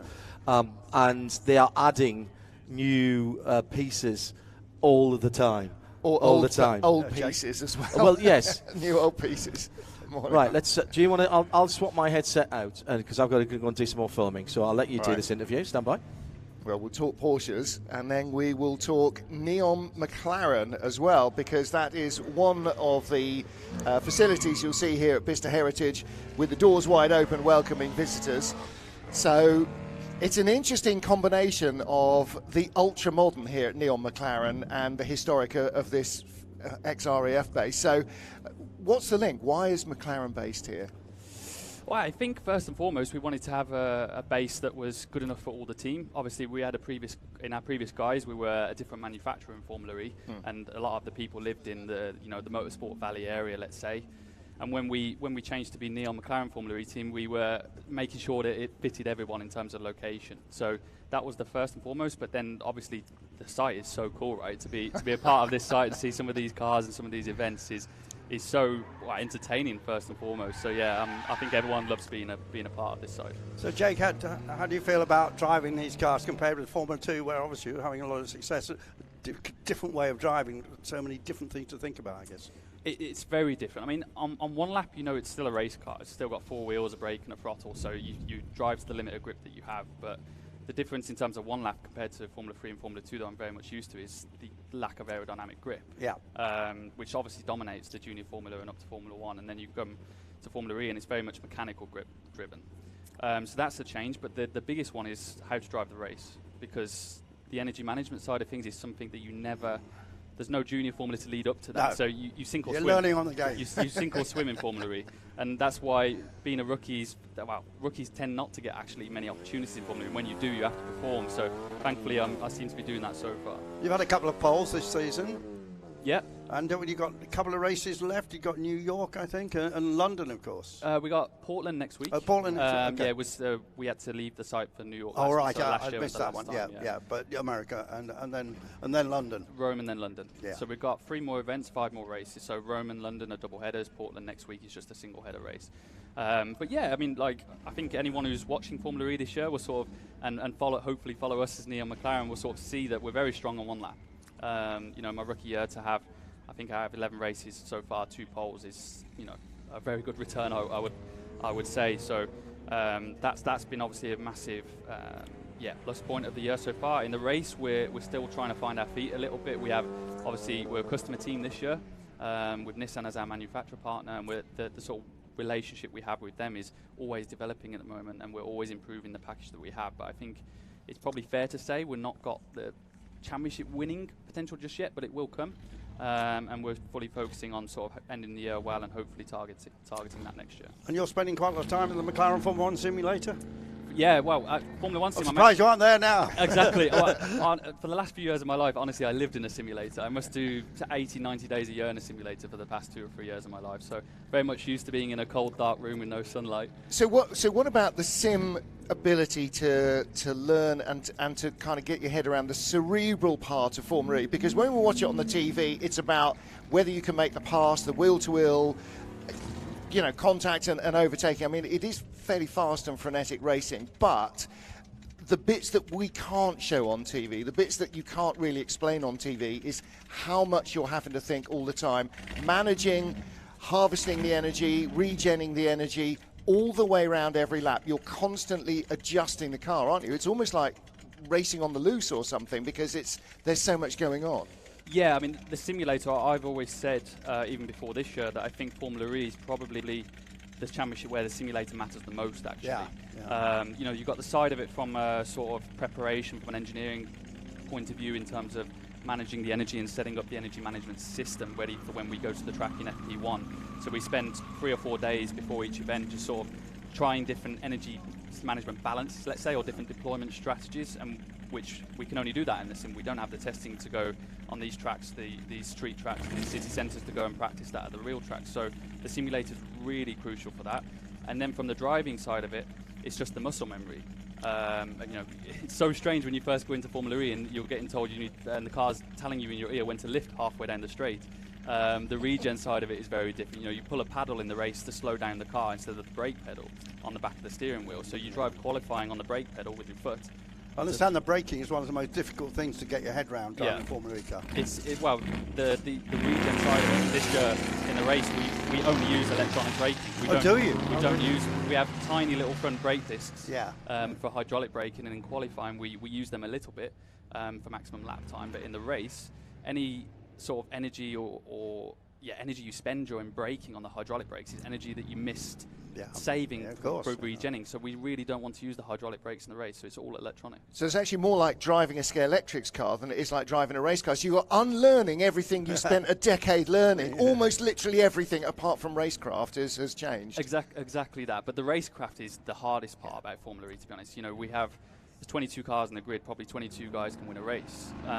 You know, the side of it with lack of aerodynamic grip means we don't have the dirty air that other champions have. So the cars follow nose to tail, and that's been the big shock to me as my first year as a race driver this year. Is, you know, I've spent 2 or 3 years preparing on a simulator. It's easy on a simulator, so to do the racing, so to speak, after a while, because you're by yourself. Everything is easy. Then you get 21 other guys in the race crashing into your gearbox and a hairpin. And of course, the race weekend's very truncated. You haven't actually got much track time, have you? And that's, again, coming back to simulate why it's so important. We have to prepare for all eventualities. You know, we get to a track and all of a sudden the track is much grippier than we expected, or vice versa the other way, a lot less grip than we expected. That massively changes the energy management, because if the apex speed is slower, we have to brake more, which means we get more charge, as we call it, on the regen, which means you've got more to deploy, and vice versa the other way around. So it's super critical, but it's a huge challenge, and I'm quite happy with how I've managed it so far. Yeah, because you've got guys that have been doing right from the beginning, like Sam Bird, who's got so much experience of doing this. Exactly. You sort of see on the grid that the guys that have been in there from the beginning in the first 2 or 3 years are generally still there. You know, Sam Bird, Jev, Antonio, Felix da Costa, Bohemi. Exactly. That, you know, that because it's so different to other formulas, the teams very much put a lot of weight on their experience, let's say. So it is difficult for a rookie, first of all, to get the opportunity and then to capitalise on it to keep your seat for the following year, which, hopefully I'm going to be able to do, hopefully. And Jake, what about Formula One sim? You're driving Formula One sim quite a lot. I'm just about to start with McLaren. So I've been with, obviously, the previous guys of our team was Mercedes. So I was with, obviously, when the Mercedes Formula E team was based in Stuttgart, I was doing the sim there. But then I was also doing the Formula One sim at Brackley for, I think, three and a half years or something like that. When it becomes McLaren, I'm not allowed to work at Brackley anymore, as you can imagine. Kind of understand that, really. As you can imagine. So no, we've been very much focused on, you know, the first part of the season in Formula E. So I haven't driven the F1 sim yet, but that will be coming soon. You still have Formula One as your pinnacle that you want to go to? Honestly, not in my mind. No. And it's not been in my mind for 4 or 5 years now. Not to say that when I started motorsport, and I started quite late in karting, that I didn't have Formula One in my mind. I would be lying. Which is what everybody watches on TV when they're kids, and that's what you see, and that's where you want to go. Exactly, and that was the same for me, honestly. And you know, I was very much realistic in my sort of I'd say 2017 onwards, that I was very privileged to be able to start racing from a financial point of view in the first place. You know, I was able to do karting as a family, and my dad had a small business, and we were able to go to Formula 4 with that, but we quickly ran out from the financial means. And you won the Formula 4 exactly. 4 championship. Won the first one, Won my first year in car racing, British Formula 4.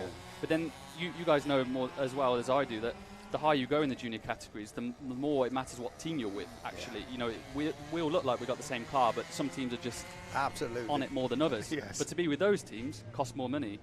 So you need the money to be with those teams. So I was very realistic from 2017-18 onwards that I didn't have the money to go and race with the top teams, let's say, to win the championship. So it was about, I recognised I needed to go through the back door, so to speak. So it meant being reserve drivers, meant being simulator drivers, and sort of proving myself in the shadows, and that's what I managed to do. But Formula E's been, my goal since 2018.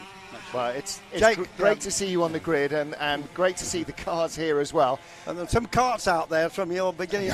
some of them are quite relatively new, and some of them are from 60, 70 years ago. I would have liked to have driven these ones coming around now. Yeah. They look cool. Well, there are some there that have got like single-cylinder Villiers engines, 4-stroke engines as well. So, quite a long way from the sophistication with which you started. Well, listen, thanks very much for coming over to see us. The doors are open at Neon McLaren all weekend, so you can go and see the Gen 2, the Gen 3 car, the current race car, and the Extreme E car. Extreme E car as well. We got the Artura and the GT outside as well. So everyone come and have a look. And yesterday there was a beautiful red McLaren F1 outside as well. So Jake Dennis from Neon McLaren, thank you very much indeed for coming to see us. We'll see him backtrack later on during the course of the day, and the karts going round at the moment, showing us the kind of evolution of kart racing from the early 60s and into from single karts, gearbox karts, up into 250cc superkarts, some of which a couple of which are going around earlier. And just a few moments before the guys came out, I nipped down to where they are and had a little chat with them to find out a little bit more about historic karting. Well, this takes me back to my very early years of commentating up at Felton in Northumberland. This is the British Historic Car Club, and Gary, Karts Club should I say, and Gary is the chairman. Tell me a little bit about why the BHCK have got back together and where all these lovely karts are coming from.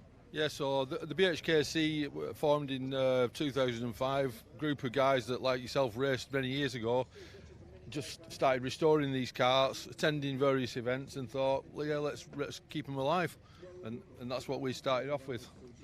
Was there literally nothing? So a lot of these will have been gathering dust in somebody's garage or up in the eaves of people's houses.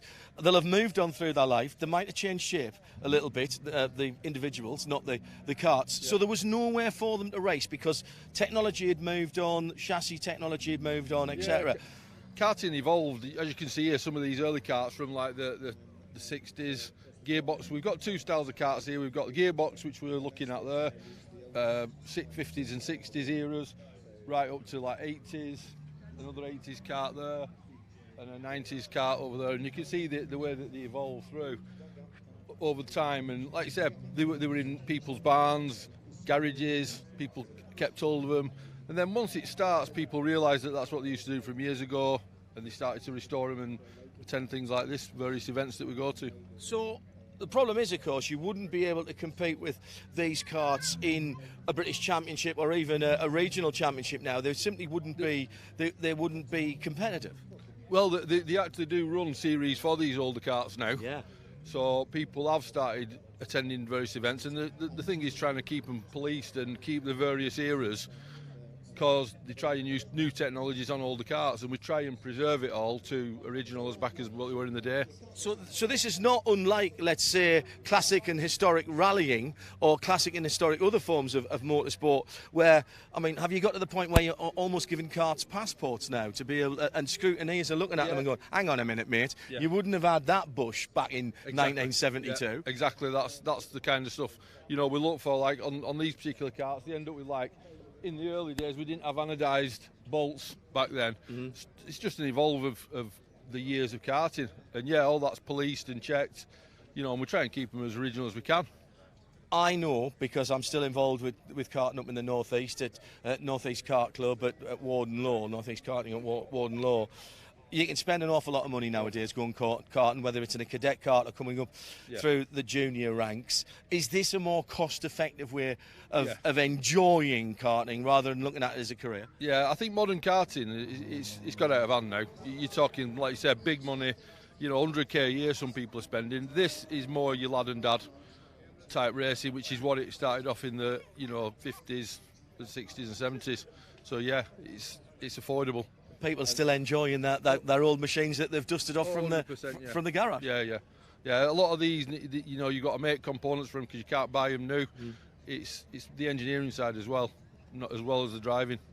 Well, I'm going to see if they've got a slightly bigger seat than that, and if I can squeeze into one and relive some of my days at the Northumberland Kart Club at Felton and down on Teesside at Langbar. Wow, this takes me back. And it's all here this weekend at Bicester at the Flywheel Festival. And if you want to come down and find out a bit more, just behind the big auto jumble hangar, come and see Gary and the rest of the team. They'd be happy to give you some advice as to how maybe you can get one of your old bits of historic karting back on the track and enjoy it. Very good story there, John. And they've given us a great display of these karts here.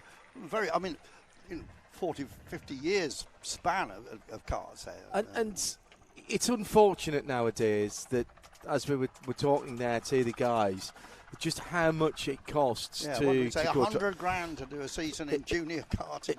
If you are doing a British Championship, then you probably need to be with a manufacturer, and therefore it's going to be big money. And this is for an 8 to 10-year-old cadet karting. Yeah. My very first commentary was at the Felton Silver Jubilee meeting, and we actually did it. We videoed it and then did the commentary afterwards, because actually I was at Le Mans when it happened. And that was my introduction into karting and into commentary. In those days, I wasn't allowed near the mic at Le Mans. I was only allowed to play records. Ask glory your days. Glory days. Ask your grandma and granddad what they are, kids. He means records. He actually means CDs. No, I mean vinyl. Did we have vinyl in the first? I did, yeah. 89? That was why I came, because I had some. With a coffin. Yes, the coffin with the 7 inches in it. Now, talking about Le Mans, you are just seeing the end of the demonstration from Bentley's Continental GT Le Mans collection. So the owner has not just sprayed a number 7 on the grille of his car to represent old number 1, the double Le Mans winning Bentley. That is a Le Mans collection, and it's Bentley Continental GT. It's got a proper ACO 24 hours enamel badge on the side of the wings. Very nice indeed. And it's got very good air conditioning, I'm told by Jack, who was driving it. And car number 7, also the winning number of the car that won Le Mans in 2003, the Bentley Speed 8. So all sorts of Le Mans echoes there. All sorts of echoes of years gone by as well, with the 427 bodied AC Cobra. In Wilmot colours. Yeah. And this is a famous car, 39PH. The only open-top Cobra to win its class at Le Mans. Finished 7th overall back in 1963. And the Shelby team had Sterling Moss as its team manager back then. So lead driver Ninian Sanderson, who was not only a former Jaguar driver, but also the designer and founder of, or builder of another car that competed at Le Mans, the Deep Sanderson. Oh, yes. This particular... Yeah, there you go. Not many of them around, sir. Not many at all. This particular car raced a lot in the UK yes. with Jack Sears. And I saw this win quite a few races. Gentleman way Jack back Sears. when. Yep. The Kevin Kivlocken is the driver of this. The development of the AC Cobra and got wider and wider as tyre technology changed. I remember talking about that many years ago with Phil Hill, and he remembers doing the European races and the Firestone tyres in particular, that the cars got wider because the tyres got wider. Carol Shelby saying, it wasn't what we really envisaged when we started, but we had to just keep doing it. But also that was particularly appropriate when they went from the 5-litre 289 Ford to the 427 Cobra Jet engine, the 7.5-litre engine. That needed as much tyre as you could get, because that had more torque than the drivers had cojones. So it needed all those tyres. So the big arches, that's always the real look of the 427. Now look here at the 250 Testarossa. This is a 2023 model. What are you talking about? Looks a bit small. Idiot. It is a bit small, because this is, again, from the Little Car Company. It's a 3/4 scale replica of the legendary Ferrari sports racer. Into the hangar, right-hander. I have to say that yesterday the drivers were being relatively conservative, apart from whoever was handling the Bond DB5 Aston. But today, they've obviously taken their styling cues and their driving cues from the Ford Escort rally cars, and they are properly pitching these cars in. Now, bear in mind, this is all-electric transmission. and these cars from £35,000 upwards, all available here at Bicester Heritage. Doesn't that show you, though, that that's proper engineering, when you can back a car into the right-hander at the pillbox like that? Here's something very rare on the track. This is a Bizzarini. Should I tell you how rare this is, ladies and gentlemen, here at the circuit, and those of you further away? Andrew Marriott had never seen one of these, and neither had Martin Haven when they tripped over it on Saturday morning. No clue that such a thing even existed. No, a rear-engine Bizzarini.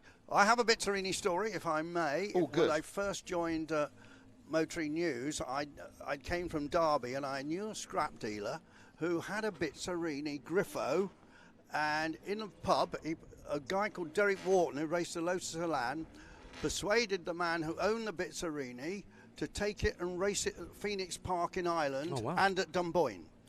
And on the road circuit? Yeah, fantastic. Yeah, and we got in this car in Derby, and we drove to Liverpool, where it was then fitted with 4 Weber carburetors, because it was on a big Garter thing, you know, downdraft. It was a 4 Weber carburetors. We drove it to the race circuit in Dunboyne, and the scrutineer walked round the car, quite literally kicked all 4 tyres, and he said, "'Tis a fine car," and he stuck a sticker on it.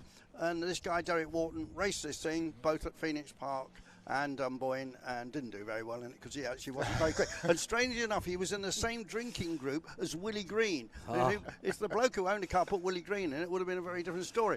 But anyway, I then, when I got to Motoring News, persuaded the guy who owned it, because he was trying to sell it, to let Mike Twite, the editor of Motoring News, on a bit of racing, to road test it. So we went to Derby in a train, we got in this car, and Mike Twite drove me back in it, and we did 160 miles an hour on the M1. And Derestricted in that those days, meant derestricted, of course. And it was great, because here I was, the new fresh-faced boy at 21 years old at Motoring News, and I delivered them a fantastic road test, so I was immediately in. But good story. And the Bizzarini was the ISO Griffo, but with a Bizzarini body, and it's all riveted. All the seams are riveted. Fantastic piece of kit. And the car you've just seen was Bizzarini's 1966 Le Mans attempt. It was a mid-engine car. All their previous cars have been front-engine, that had a 5.3-litre Chevy V8. Now, we're looking at something probably much more familiar. We have seen these before. We've even seen pictures of these before, and a lot of us may have seen these racing. This is, of course, the Jaguar D-Type. Now, there are 2 different kinds of D-Type here this weekend. This is the long-nose D-Type. It's a longer, pointier, more aerodynamic nose. The short-nose D-Type, which was the original car, you'll see parked up in the centre of Bicester Heritage as well. And again, that distinctive fin designed for aerodynamic purposes to trim out the airflow behind the driver by Malcolm Sayer, the car's designer, who was a World War II aerodynamicist. And you were pointing out to some of our hard-working marshals that is not a straight fin. Well, no, we mentioned it yesterday. Yeah, you think the fin goes straight back from behind the driver. That's a great shot. It's but in fact, it doesn't. It is angled in at about 5 or 10 degrees towards the centre of the car, so it tidies up the airflow, so it is much more balanced airflow. And of course, in those days, wind tunnels were strictly for aircraft. They would have done all their wind tunnel testing with bits of wool taped onto the car, and you see where they're blowing out straight behind and where they're moving around. You can see where the airflow. So very early kind of fluid dynamics. That was the penultimate D-Type was built, wasn't it? But fantastic. Just one of my favourite shapes of all time. And again, if you get a chance to take a look at this blower Bentley, this is sitting in the paddock as well, right in the centre. And also, you can go and see the Bentley racing workshops that are here. Cars, big vintage Bentleys in all sorts of states of build and rebuild. And you can just see the absolute massive heft. I mean, the engine block itself is the most enormous thing you've ever seen. And to imagine how on earth you get it into a car, you can see why they've got, block and tackle for lifting these things in. Because there's not a single thing on this that is not substantial and weighty, and then you look at the outside brake lever, which has been drilled for lightness, and you think that's the single most redundant thing on the entire car. And where these cars are prepared here at Bicester is one of the old engine sheds, and it still has the original overhead crane in, which they still use, which they have to use. You for moving the engines around. Can't lift it manually. This car's got a great heritage, because this was one of the ex-team cars, and was raced by the Honourable Dorothy Paget, amongst others.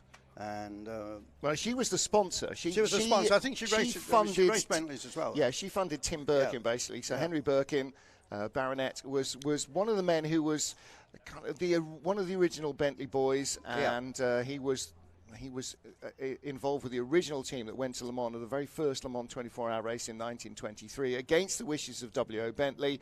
But the car was fast, reliable, and successful, and that then persuaded Bentley that going racing at Le Mans might not be a bad idea. And that begat the Bentley Works program. Started with 3 litres and then 4.5 litres, and then the blower Bentleys, which were fast but fragile. But it is that blower with the open bodywork that is the epitome of a Le Mans style Bentley. That particular car was then raced by a bloke called Bernard Rubin, who managed to crash it in the Ulster TT. He rolled it and presumably got thrown out. It then had a new chassis, and Tim Birkin did subsequently race this car. Yeah, we're seeing here the Bentley Continental GT, the Le Mans edition car again. So all these cars going around for a second bite of the cherry. And Bentley, you can see a big display from Bentley High Wycombe actually just behind us as you go from the airfield into the main body of the event. And an event partner here at Flywheel Bentley. It almost looks black, doesn't it? This is typical Bentley, very dark green. And there's, just a lovely feel to these cars. I always think that the Bentley's Continentals in the 50s and the 60s, fastback saloons, real continental crushers, and this car doesn't look anything like them, except it sort of also does. I mean, it hasn't got exposed headlights or anything else, but it definitely evokes the feel of those fastback S5s, S6s, and so on. So, just a glorious looking car, as is this, and driven with commendable flair and aplomb. The 250 Testarossa 3/4 scale evocation. Do you think the Ferrari badge is 3/4 scale as well on the side? I bet you it is. It's absolutely, yes. Everything is absolutely in scale. And this car designed and built with the full cooperation of Ferrari, so it is an official licensed product. Not everything. The driver. No. We needed to find a little 4'10" person to drive it. Yeah. But these cars, you'd be no good in it. You'd be sticking out of it, I thought. I'm not entirely sure I'd be able to fit in it at all. It would either be permanent throttle or permanent brakes. And as you can see, these cars whistling along, full electric powertrain, and I have to say, they're being made to look even more fun than I thought they would be. They're really great little things. And the detail is exquisite as well. When you see the cars up close, it is a real car, which sounds like a silly thing to say, but it is a real car. And it's just, the labels, the wash was hot, but the label said not. It's a 3/4 scale full replica of a 250 Testarossa. I'm not sure what historic livery this is, if it is a historic livery, but it works really well, that dark blue with the nose band on it.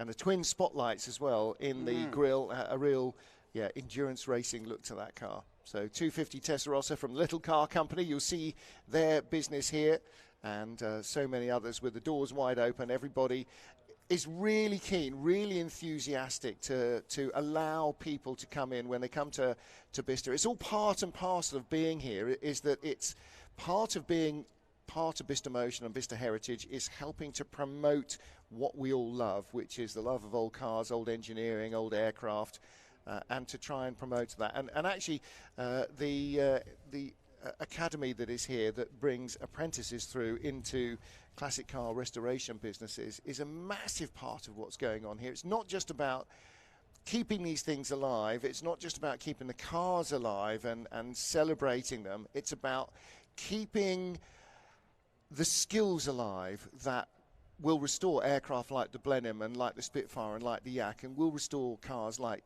the Bentleys and the cycle cars and everything else that we've seen. But it's also about just the joy of celebrating all of these petrol-heady things. And if you like aircraft, you'll like cars. If you like cars, you'll like aircraft and trains and planes and buses and all the other stuff that you see around here.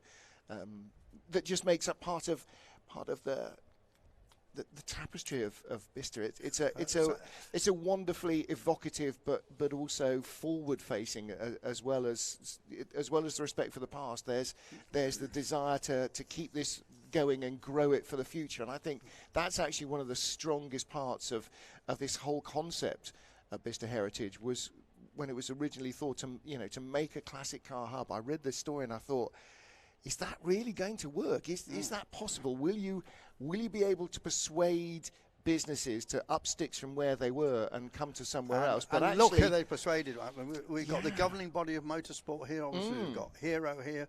We've got all these different companies doing upholstery, radiators. Everything. And down at the bottom of the shot, you can see our course car, the Polestar 2. Polestar's UK headquarters is here as well. So that's not an old car manufacturer with history like Bentley. That is a new car manufacturer who very much got eyes on the future, and they're part of the fabric of this here as well.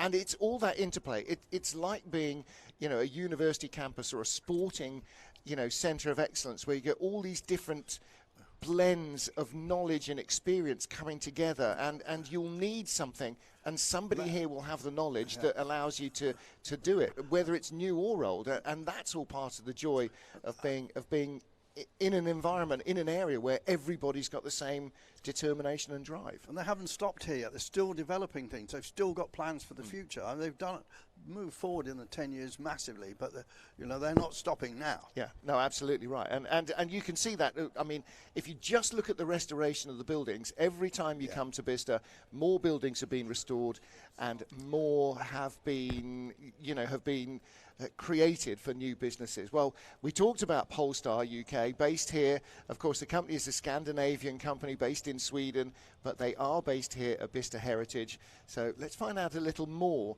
about Polestar and their products. Well, it would be easy to think that Bicester Heritage and Bicester Motion are all about looking into the past. And whilst that certainly is true, that's not the whole picture. Here's another side of the story. We're at Polestar with Kim Palmer. Kim, this is the future of automotive and of personal transport. Why are you here at Bicester Heritage? Well, look, Polestar here at Bicester Heritage is our global headquarters. We moved in here December last year. And, Polestar is all about the thrill of the drive. We're a performance brand. And when you look around Bicester, you can see other enthusiastic brands that are all here for the thrill of driving and passionate about cars. So we feel it's a great fit to be here at Bicester. There's no doubt, Kim, that there is a particular design ethos for Polestar.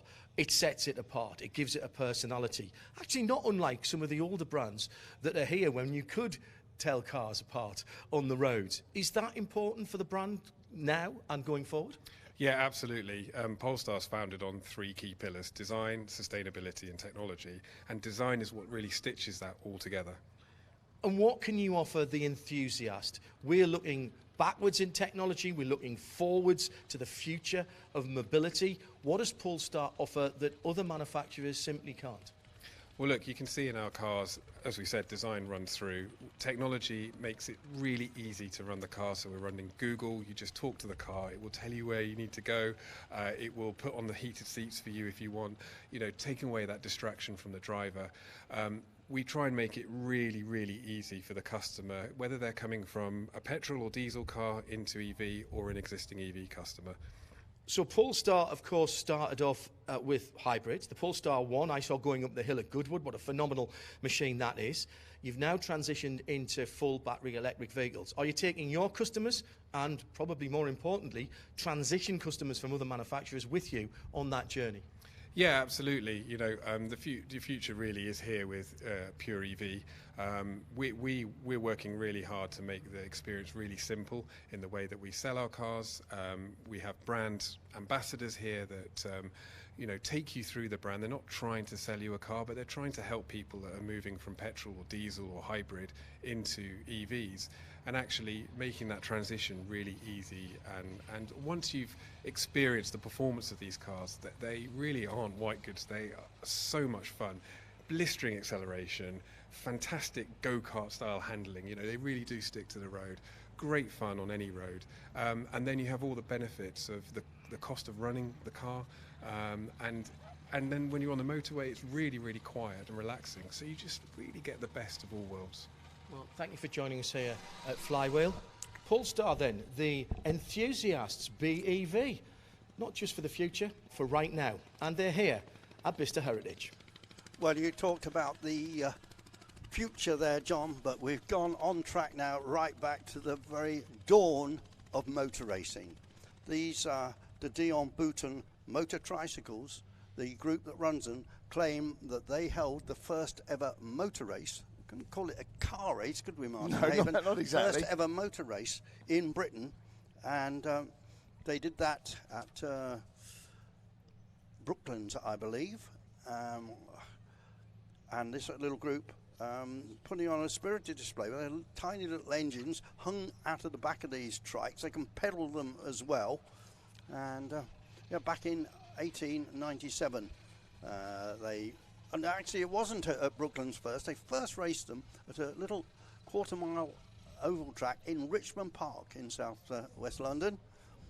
And a man called, I think he was called Tim Jarrett, was behind this. But now we've got Team Jarrett, and they race these in quite a lot of places. And you see that just coming past us, the style, Martin, you have to hang out to, I suppose, keep the inside wheel on the ground. I would like to imagine that in period they raced with a top hat on. Yes. I sense possibly more a cloth cap might have been the go, well, less likely to blow off. I'm just looking at the Daily Telegraph did a story on this a few years ago. There was a marvellous picture of the event director and creator of Team Jarrett called Nick Pellet hanging off one with a cloth cap backwards, of course. Yeah. Here they're having to wear crash helmets. Yeah, well, yes, cycle helmets as much as anything else. Kids, wear your helmet. You only have one brain. You only often get one opportunity to damage it. So if you're on a bike or on a horse or on a motorbike or anything else, wear a helmet. So anyway, they're claiming that these ran the first ever motor race in Britain. Generally, it's considered the first motor race or car race in Britain was at Bexhill along the front, and it was a sprint, Martin. Yeah. Two cars side by side. A lot of big names came from France and took part in that. Yeah. And that was about 1904, 1905. Seaside towns had a history of that, didn't they? Well, because and Brighton Speed Trials still happening now. Land speed records used to be held on the front in wherever it was in Belgium, but on the seafront. I mean, you think that that's where the Beast of Turin did, or according to the French officials, didn't break the land speed record. Yeah. But yeah, Pendine Sands, of course. Seaside towns. The beaches obviously gave you that expanse of speed, and Daytona Beach was famous for land speed record breaking as well.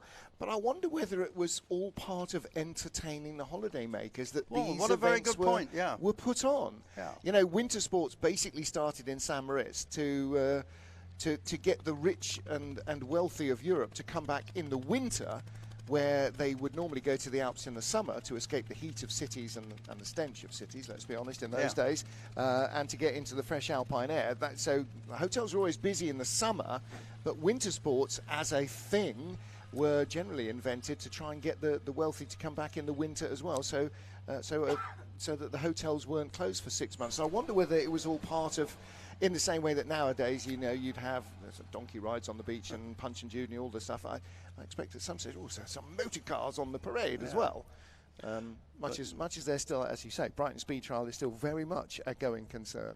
I believe other companies other than the Dion Bouton built these trikes, but they were the predominant manufacturer, and they operated from 1883 to 1953.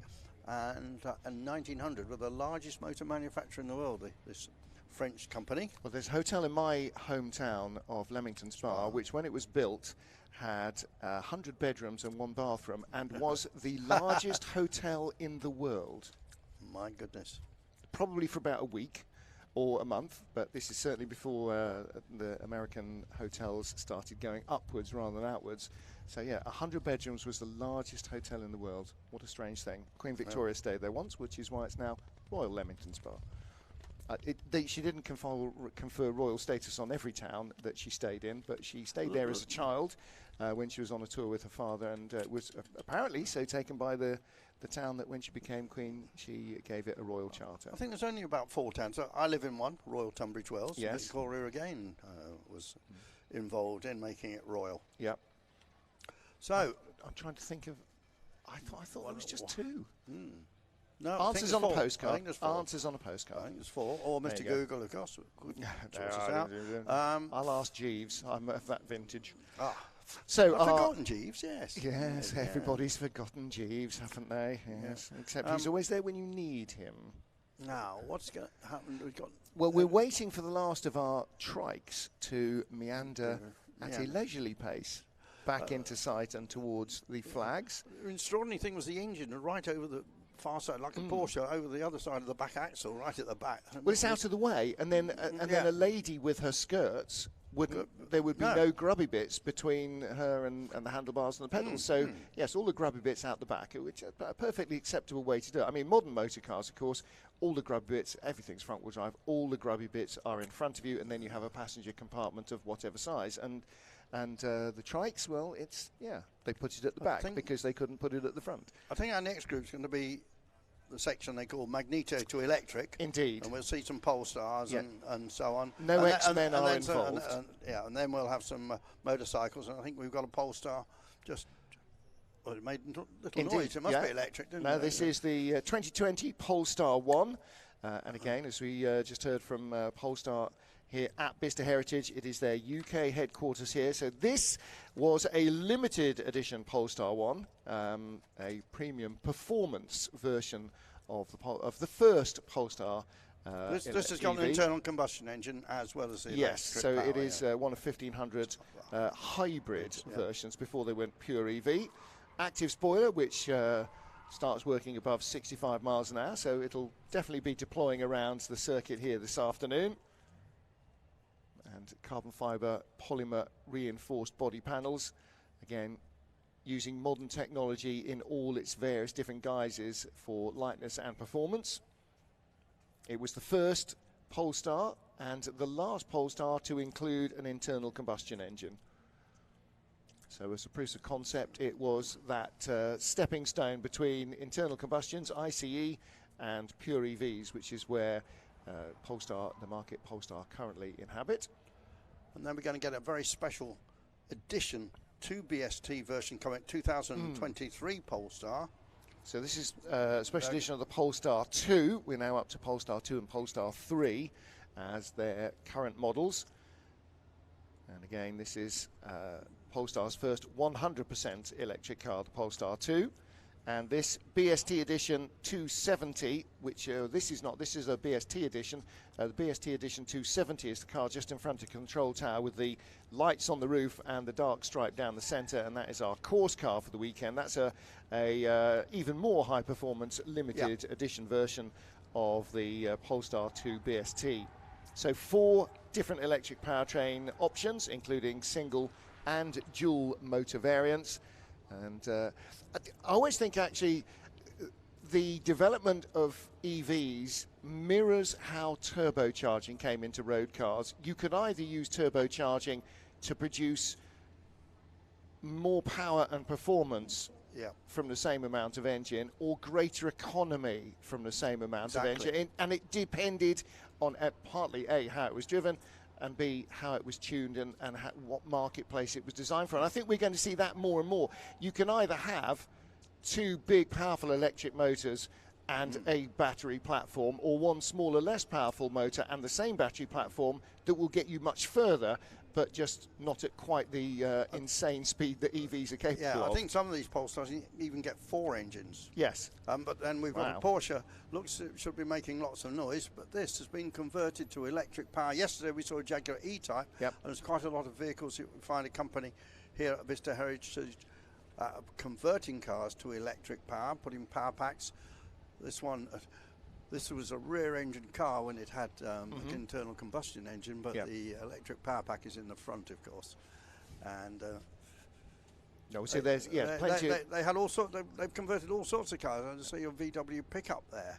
Yes, a Type 2 VW pickup. There's Land Rover Defenders and those. Essentially, anything that's got an internal combustion engine, you can remove that and replace it with an electric motor and drive the same end of the car or different end of the car. In a car like this, the engine compartment originally at the back, so you can put the electric motor and inverters and battery packs and controllers in there, and have more battery packs at the front where the fuel tank would have been, because you don't need that any longer, so you can replace that.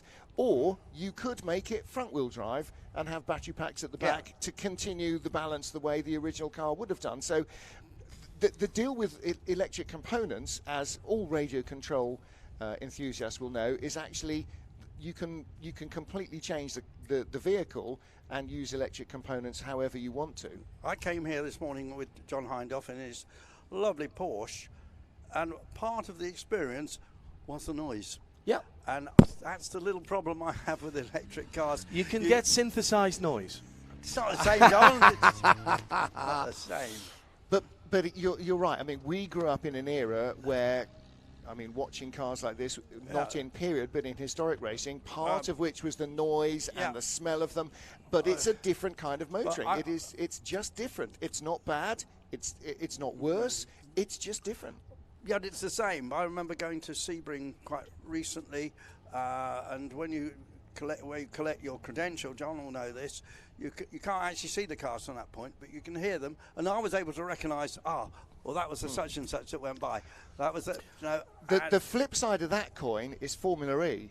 Formula E can race anywhere in any city where you could not possibly have a Formula One race indoors, because of the noise, including and indoors, the pollution and everything else. Exactly so. So there are benefits to all sorts of different technology, and all sorts of different technology has its downsides, has its upsides. I mean, for instance, if you owned this stunning Bugatti, you would basically think that anything with a roof and a heater was not proper motoring, and you would be right from your viewpoint, But if you were driving from here to Calais and on to Spa and then on to the Nürburgring for a fortnight with all the luggage you need and all of your radio equipment, you would think that a Polestar 2 would be the perfect device. And you'd be absolutely right for that as well, which means that, as you know, the cycle cars and the tricycles and everything, everything is constantly shifting. It's constantly developing. And every time we think, right, this is the apogee, nothing can possibly get better than that. That was the McLaren F1 road car 25 years ago. Well, I think everybody would accept that actually the next great thing, I mean, Gordon Murray believes that things could get better than the McLaren F1 road car, and he designed the damn thing. So everything moves, and the more technology advances come along, the more we will incorporate them into our fun as well as our more prosaic needs. That journey that you talked about, to Spa and then to the Nürburgring with all your radio equipment, when I did that, I did it in a Porsche estate car. Yeah. Except it wasn't really a Porsche estate car. It was a 968 with the back seats folded down. And that was the absolute best thing that I could think of to use. But you would have to be quite a long way out there to try it in this, the GN Anzani cycle car. Yeah. But in the 1920s, it was a state-of-the-art device. Yes. Lightweight, does everything that a modern car does, apart from maybe keep the weather out. And don't forget, in racing in those days, it tended to be town to town, and again, that was proving the potential of the newfangled automobile. So you had city to city racing. Racing circuits were still very unusual. Brooklands was built as a racing circuit, much as you would have built a horse racing track or something like that, because it was part of the season, wasn't it, to go there, the right crowd and no crowding, and it was an event, whereas the particularly in Europe, the big races were town to town, much as we still see in cycling. Yeah. So you've still got Paris-Roubaix, you've still got all those big single day events. yes, you've got the Grand Tours as well, but that's what motorsport started with as well. But if motorsport, like cycling, had been confined by the bicycle of 1923, we would still be racing cars like these. This would still be the zenith. You would be pumping up your fuel pressure and pumping up your oil pressure and using the external gear selectors and the external handbrake on the rear axle. And your Sturmey Archer. Sturmey Archer 3-speed gears. Yes, you wouldn't have had your derailleurs, would you? And again, you know, this is a stripped down and rebodied version of a proprietary road car, because that's what racing cars were. You might find as is still the case, as is the case with my Morris Minor, you might find a more powerful engine from the same manufacturer, the same product range, or somebody different, or from an aeroplane that had crashed handily nearby. You know, I mean, or was being broken up post-war. You know, there's no amount of new technology is going to stop petrol heads wanting to fiddle with what they've got, and that's just the way. Now, the Austin Ulster, yes, with a special body. Look at that, looks like a torpedo on the back of it. It really does. Now, most people thinking of an Austin Ulster will think of a little Austin 7 with a low-slung two-seat body. So this is not based on an Austin 7. This would be a Big 10 or a Big 16 or something. Is that...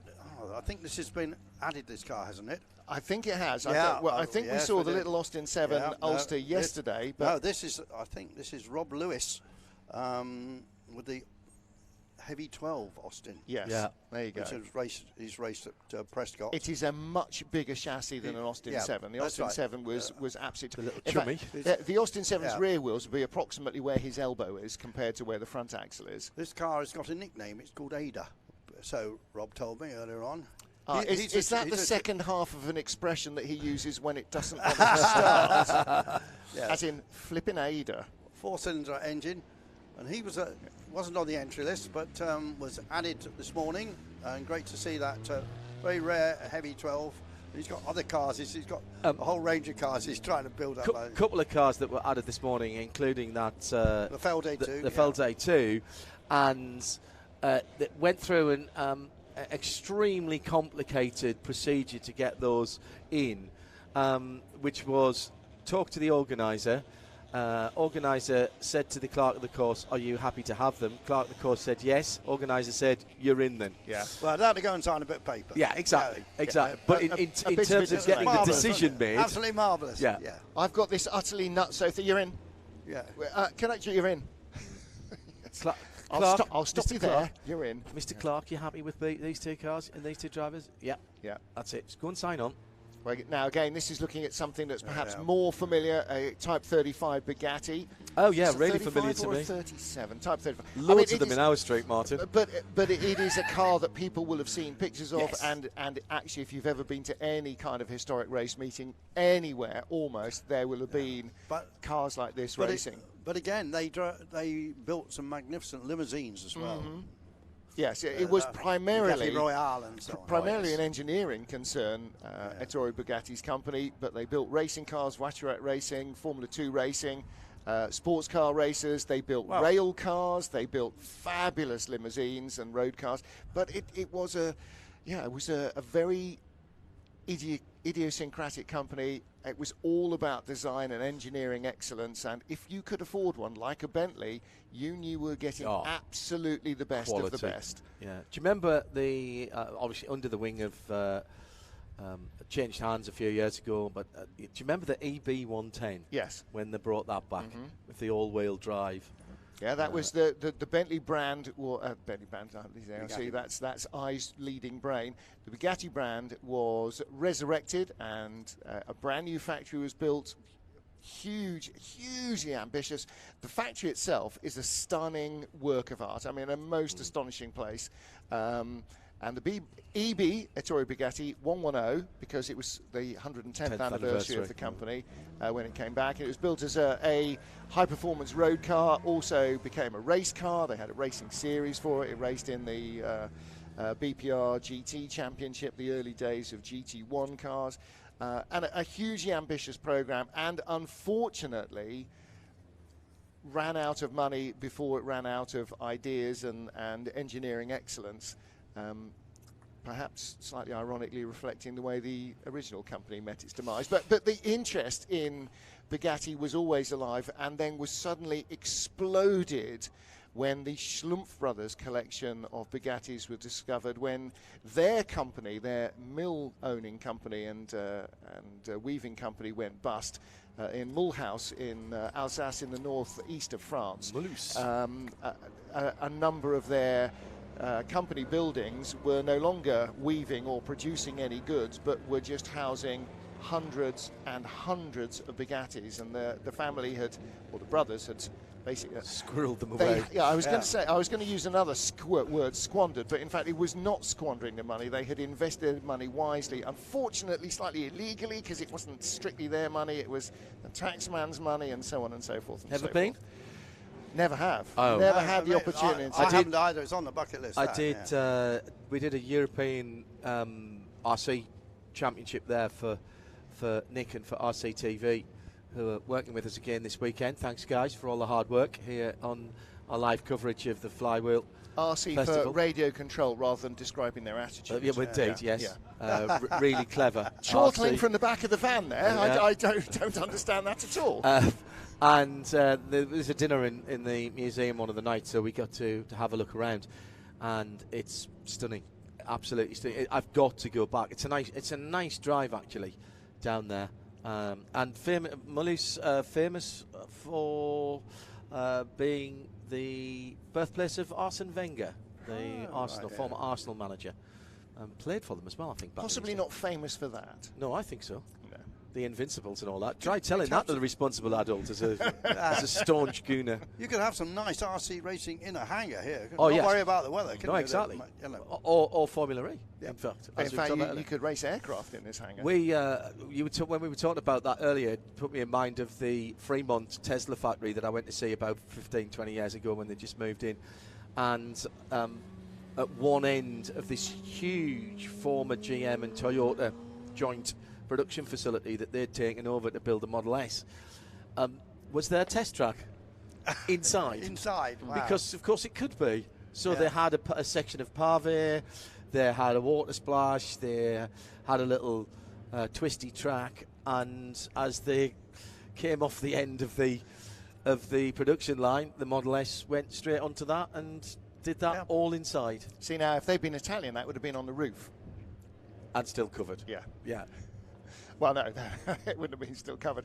That's another bucket list, by the way. Got to go to the hotel on which that. Now, the one thing we haven't seen yet is the motorbikes, and I can hear the distant roar of. We were just looking at the Riley TT Sprite again, and here to round things off. Well, we've seen the original 1-to-1 scale Bugatti Type 35.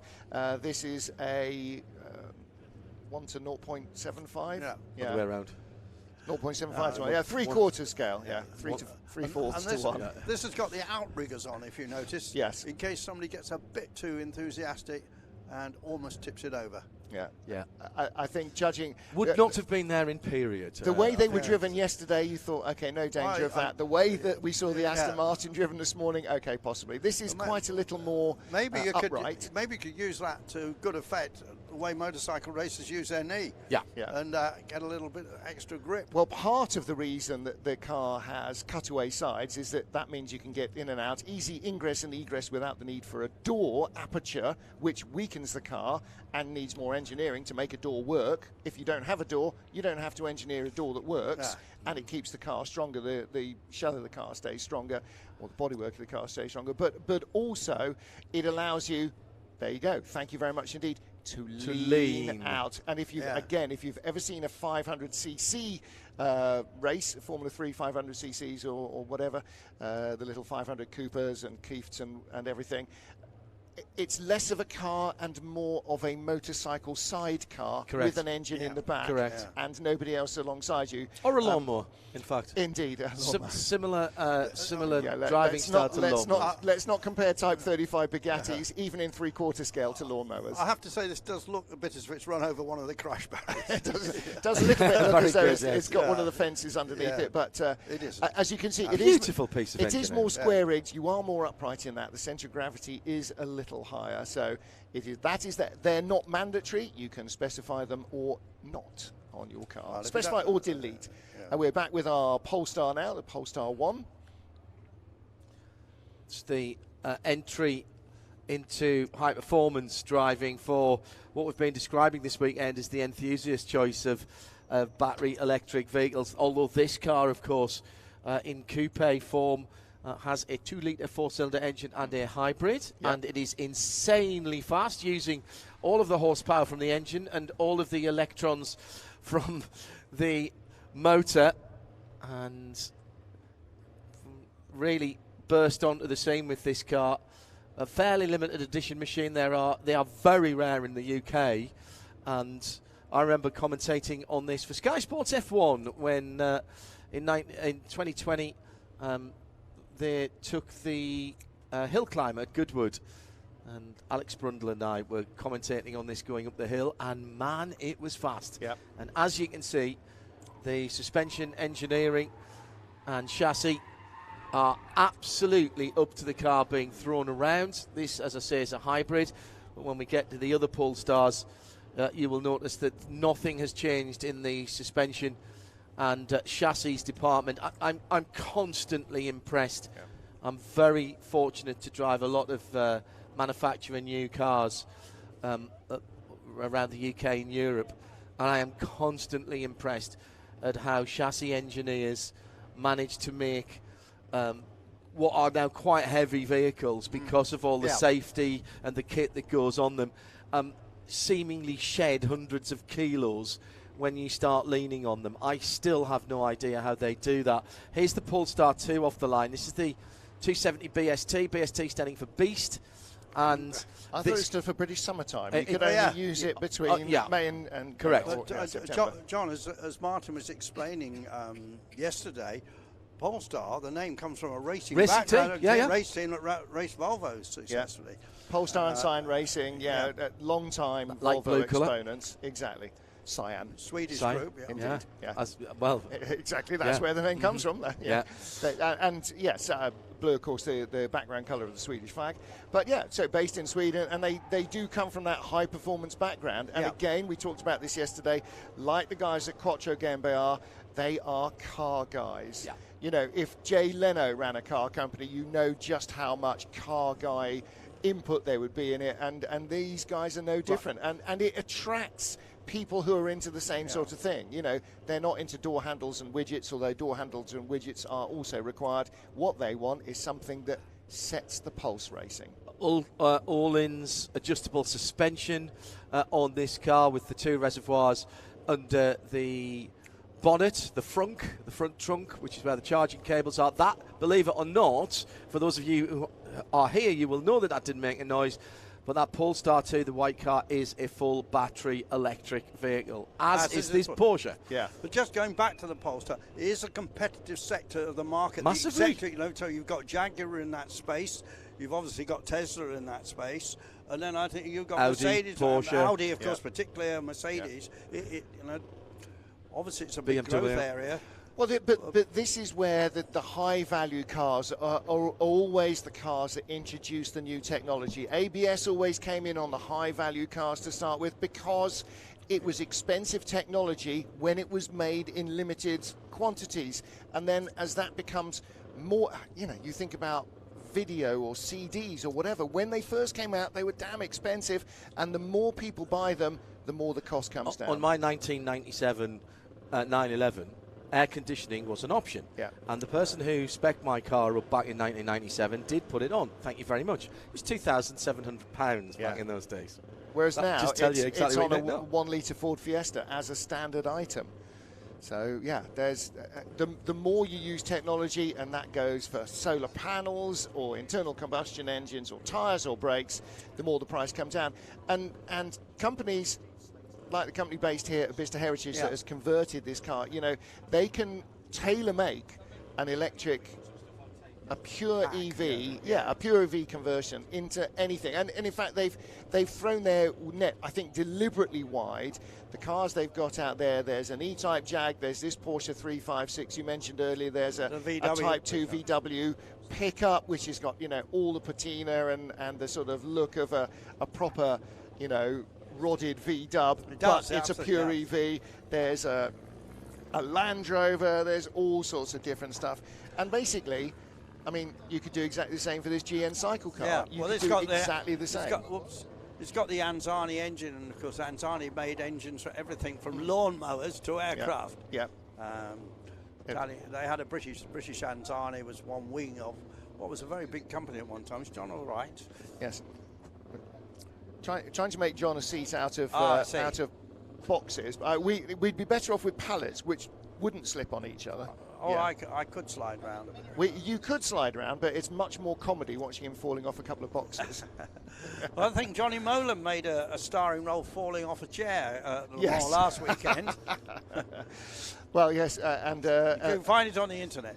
A glib comment, a throwaway comment that I made at 2:30 in the morning in last year's Le Mans continues to circulate as my most infamous moment on TikTok. This GN cycle car. You're on TikTok? Yeah. My goodness me. A grandfather on TikTok. I know, it happens to us all. Magnificent. This GN cycle car with Zanzani engine, again, a performance-orientated version of what was a two-seater, rather than a family car. It would have been just for the driver himself. Not an awful lot of spare room for a passenger. You'd have to be fairly well acquainted. As you can see, the driver's already 2/3 of the width of the car. I'm interested to see he's got a modern UK rather than GB sticker on the back. Well, he must have taken a car abroad. He has been abroad since the dreaded B word. So yes, absolutely. Yes. I mean, and that's one of the things that delights me so much about enthusiasts that own and drive cars like this, is they'll go, oh yeah, I went to Montlhéry in it, or oh yes, I've been to the Nürburgring in it. Really? Yes, why not? And in particular, it's a car. It's made to be driven. Yeah. I mean, as anybody who drives old cars will be very well aware, whether it's a 60s or 70s or 80s car or a 20s or 30s or 40s car, the age of the car defines the amount of preparation that's required. A modern car, the preparation required is open front door, lock front door, get in car. And as long as it's got fuel, it'll get you anywhere. With the older the car, the more prep needs to go into it. Nothing like the levels of preparation that's required to fly any kind of aircraft, because when you run out of fuel in a car, you're already on the ground. When you run out of fuel in an aircraft, the bit between you running out of fuel and being on the ground is quite a worrying moment. And fairly important. I would imagine, Fairly important. This is the Austin Heavy 12, a late entry, driven by Rob Lewis. So this would have been a big four-door and four-seater saloon with a big, fully faired body. The only bit that's recognisably Austin on it is the grille, which is a very familiar shape. But other than that, this torpedo body, it's a very 1930s racer look torpedo body. Heavy 12 being 12 horsepower? 12 horsepower. Yes, it would have been a big old cylinder. In fact, if you go to the far side, if you're looking towards the airfield on your right-hand side, I'm really sorry, forget the name of the company there. There is a company that deals almost exclusively in 1930s cars. And some of the cars in there, you just think, oh my goodness, how glorious is this? Isn't it interesting that we've come full circle in terms of naming of cars? Because we have, the 12, which was 12 horsepower, 7 horsepower, etc., etc. We went away from that, and people would talk about a 2-litre or a 3-litre or a 1.6. Yeah. But Audi, a couple of years ago, went back to naming their cars not with the engine size, but with effectively the output. So it's 40, 45, 50, 55. I found it extremely confusing. What is that? Because that's not their output in horsepower or PS. What is it? The pressure in the washer bottle? It's because it didn't matter whether it was an e-tron or a diesel or a petrol engine. So they're just numbers that are as relevant to the car's performance as 911 is. Yeah, they're just numbers. But everybody's confused because you see an Audi A3 45. Well, what does that mean? Nothing. It means it has a power output between 190 and 220 horsepower. But we knew what an Audi 4 was, A4 was. We knew what a 4RS was. Yeah. I didn't understand that marketing. No. I mean, it's still just good, trying to look at the back of it. What the hell is that? What engine's that? I think that's a blind alley that may disappear. Meanwhile, on two wheels. On two wheels. Now, it's thoroughly entertaining to see our two-wheeled companions with us. And also thoroughly confusing because we're having a little bit of trouble. They're not in the order we were told. I think we just enjoy them, don't we? Yeah, I think that's... By the way, I just pop along...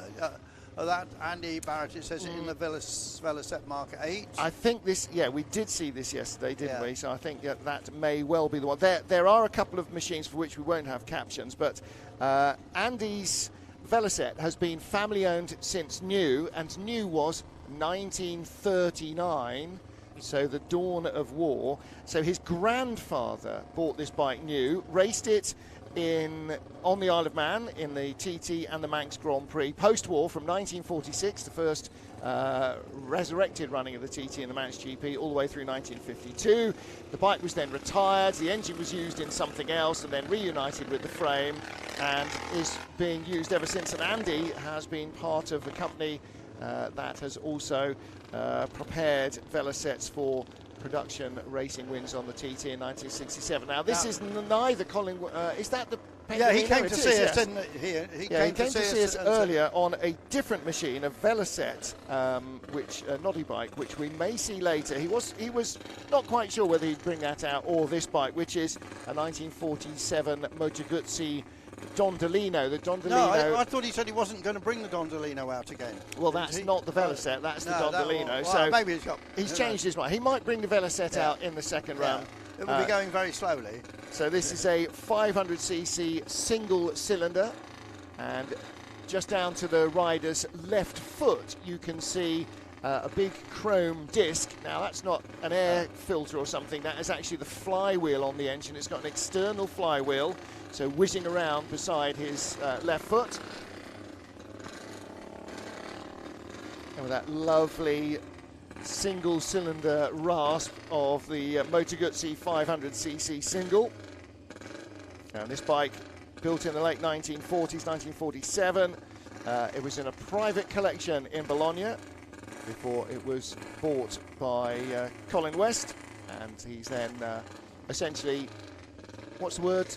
Well, when you resuscitate a car or a bike and get it ready to go back on the road. So changed all the fuel lines, checked it all over, tightened everything up, and got it MOT'd essentially. So beautiful looking thing, 500cc single.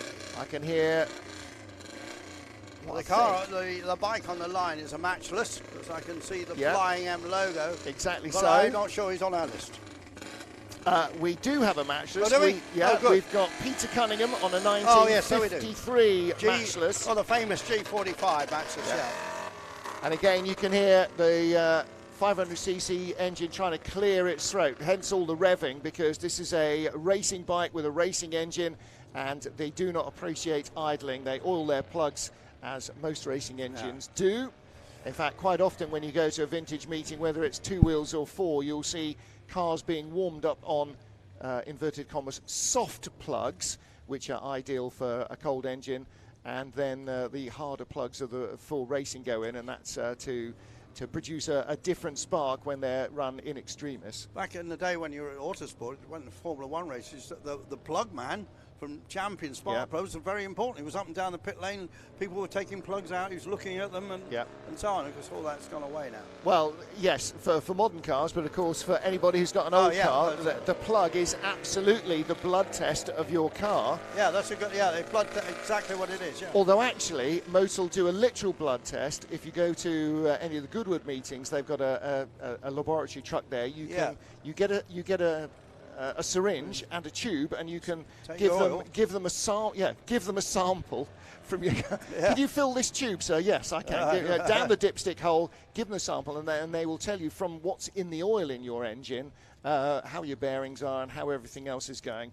Mine has too much fuel in it and too much water in it, which I know because it doesn't get used half enough and gets thrashed a little bit more than it needs to. But you can hear the matchless starting to wind itself up on the quicker bits of the track, and a great looking, great sounding, big thumping 4-stroke single, and you know, just a classic pre-fairings, drop handlebar, beautiful machine. Now, blasting, we've got a Harley, haven't we now? Or yeah, throbbing away from the line is a classic Harley WLC. Now, this is again built between 1939 and 1944. In fact, probably built a lot later. This actually is an ex-Canadian Army 750cc dispatch rider motorcycle, and hundreds of these and Royal Enfields and all sorts of other machines would have been used by the military throughout World War II for conveying messages from frontline back to command and command back down to frontline when other forms. Walkie-talkies were in their infancy, didn't always work, kind of needed line of sight, didn't really work in forested areas or hills. A bit of a disadvantage in Northern Europe, you might have imagined, but a motorcycle outrider or a messenger would definitely have been used by every single unit to convey messages backwards and forwards. And it was rugged machines like this that did that. You can see no rear suspension, hence it's got a sprung seat. So that's the classic hard-tail Harley, which would have been, again, you know, so many of these would have come onto the market, ex-War Department, ex-US military, ex-Canadian military, and yeah, bikers just snapped them up. They were so cheap, they were almost given away, and they would have become the basis for many, many custom motorcycles, and just for means of transport, particularly for those who've been freshly demobbed, returned from service, the bikes and their riders. And again, it's just got, you know, everything a classic Harley needs. That V-twin, 750cc, the slightly drop handlebars and the hardtail rear. Yeah, today, I don't know if that's still Douglas Chapman riding it, who was yesterday, but he's gone a little bit easy rider today with the helmet and the fringed jacket. Now then, this is a machine that we did not see yesterday, I believe. What have we got here? You're not seeing at the moment. Right, we're going to have a bit of a stab in the dark at this one. Well, we're told it's Lloyd Dixon and the Honda RC from 1968. I think that's probably correct. I think that may well be correct. We certainly didn't see that machine yesterday. So what do we know about this? So it's the same bike that Mike Hailwood rode to victory in the Isle of Man TT races. Top speed around 170 miles an hour, which must have been quite something on the island circuit, with a 6-cylinder motor, magnesium carburetors, and you know, these things were absolute jewels, built by Honda Motor Company.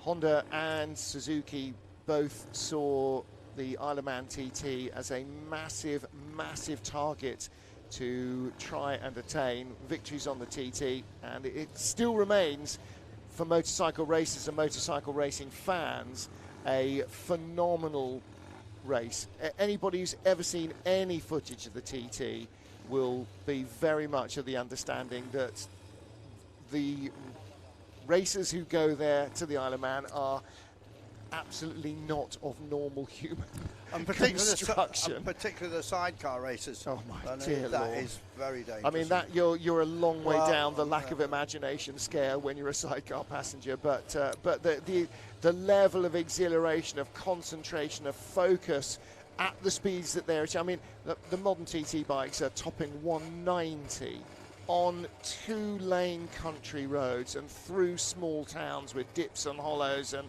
manhole covers and all the other nonsense, in all weathers, with high visibility, low visibility, and never anything other than extremely high risk. It's an astonishing thing, and for many, many years, all the big motorcycle manufacturers, from the 30s through to the 80s, when it stopped being a world championship event, really targeted that.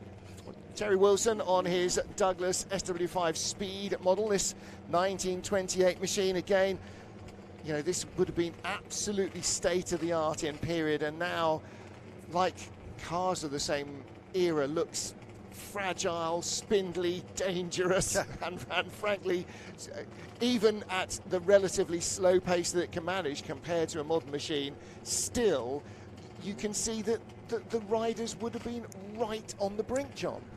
Just a quick update on the fly part of Flywheel. You may have noticed if you're on the flight line that our two hero aircraft, the Mark 1 Spitfire and right next to it, our twin-engined light bomber, the Mark 1 the Bristol Mark Blenheim, have turned their backs on you. They are going to taxi over to the far side of the airfield for refueling in a moment or two. That's where the petrol pumps are. Yes, correct. I love the smell of avgas in the morning. And they will be then returning to stand where they are at the moment before a scheduled departure. I feel like I should have a bing bong. Scheduled departure at 15:30, 3:30. Scheduled departure for Bristol. Yes, exactly right. Air Bicester will be taking off at 15:30 British Summer Time. So there's still time to go and see it.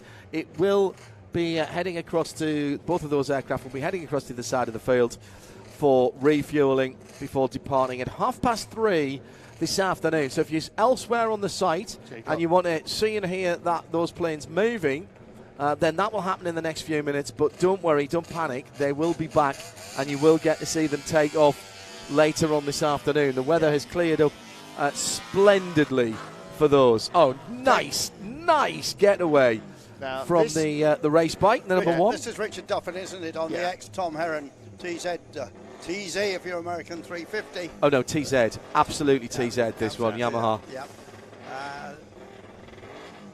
First liquid-cooled racer introduced by Yamaha, which they then introduced into their road ranges with the 250 and 350 LCs. Yeah, these cars are bedrock of club racing in motorcycles in the 70s and 80s. These TZ 350s. Obviously, there's the TZ 250s as well, and in the Yamaha red and white colour scheme, the typical Yamaha. Keith Ewan used to ride one of these with a bit of gusto. Was that a slightly later one? TZ Slightly 250, later. A much bigger bike than that, But again, you know, this would have been the absolute bedrock of club racers after after the factory introduced and then moved on to the next level or the next model. These machines would have been in a slightly less extreme state of tune. And the sound we don't hear so much, two-stroke. You know, there's a few two-stroke cars around, of course, like the DKWs and so on. It's not a sound we hear much these days. Interesting as well. Two-stroke technology almost got a little bit of a revamp. Ford were working on a two-stroke engine for motor cars up until probably only 15-20 years ago. Down to emissions, just couldn't get the emissions. I mean, makes a lot of sense, less moving parts. Yeah. And Detroit Diesel produced truck engines that were two-stroke. Yes. And sometimes you're in the States, you still hear them on the freeway. So that's one of those old two-stroke lots of two-stroke diesels were truck engines. You think of the famous Jaguar Acura transporter.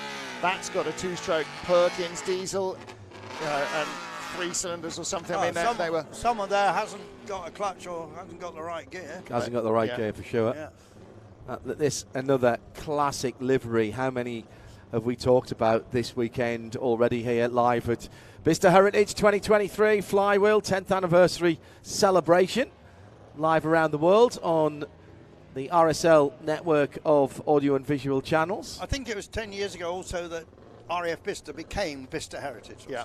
I was here for that first event, and I can only say that the changes have been legion and very, very noticeable, particularly on the site itself. Pretty much all of the buildings were still in fairly parlous condition. Yeah.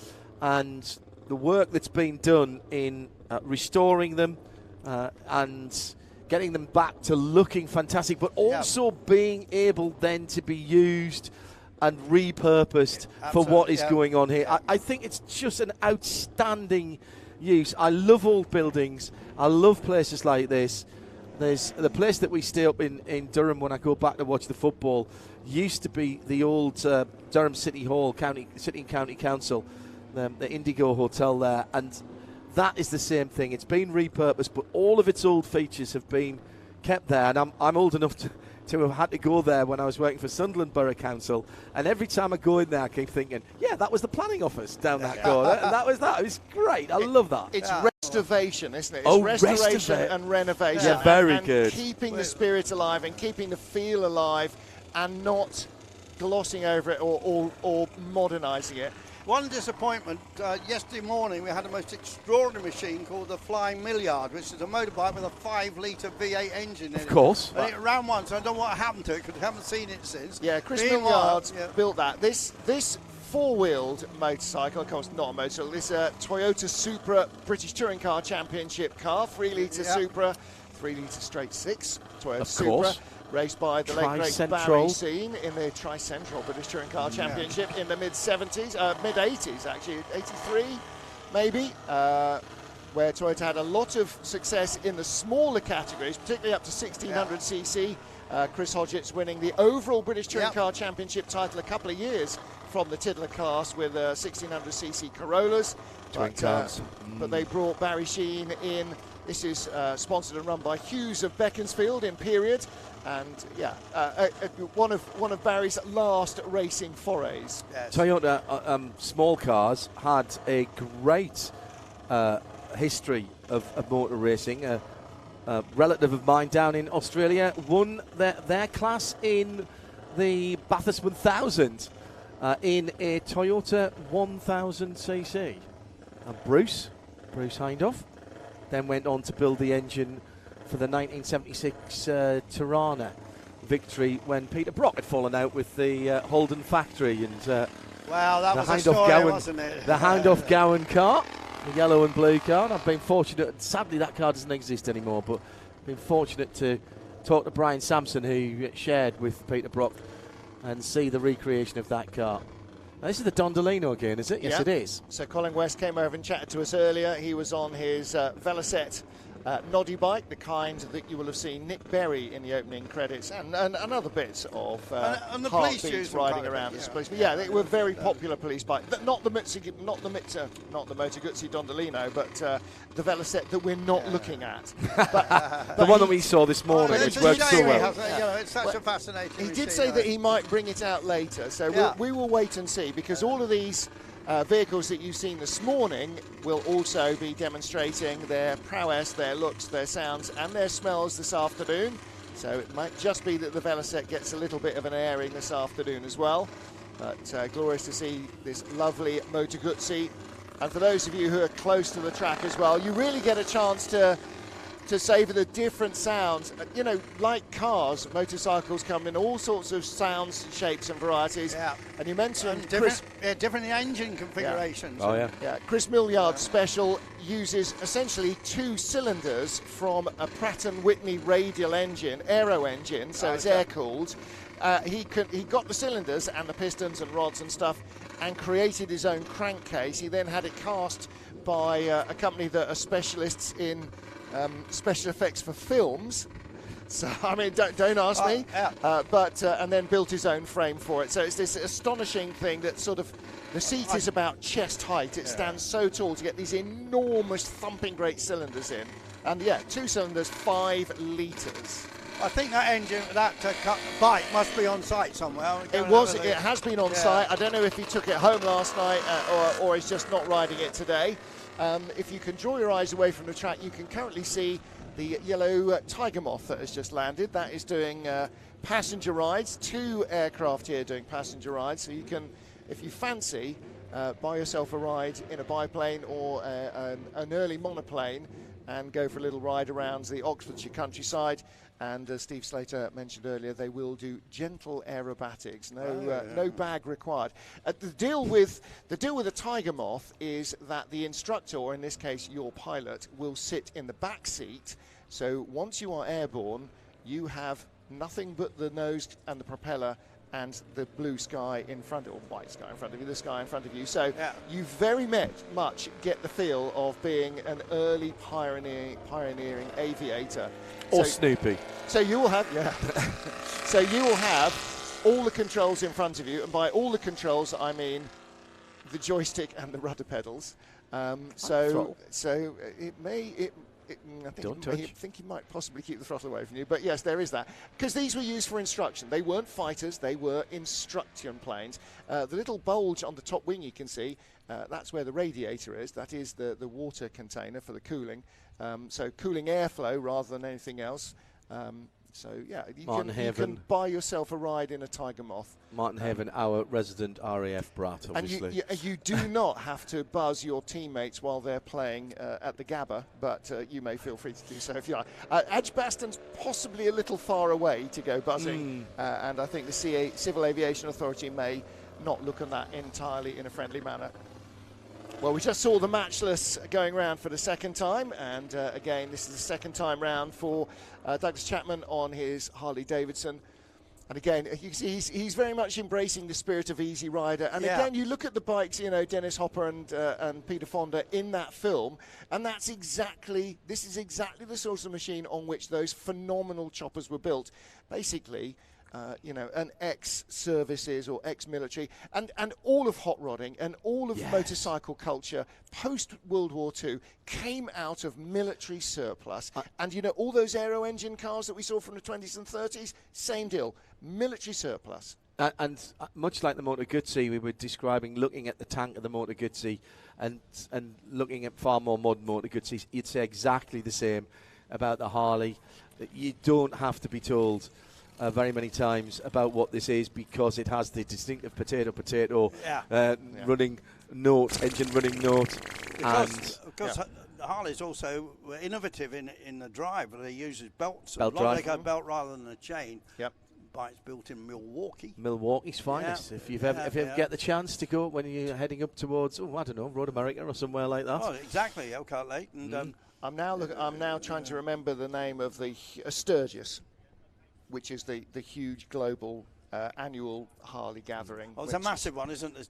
Yes, it's Harley's do sport as well with flat track bikes, and Buell is their sports brand. Flat track bikes, and of course the Harleys for years and years and years, decades and decades and decades, have been raced on oval on tracks like Daytona, and they used to come over in the Battle of the Twins and race Transatlantic Challenge here.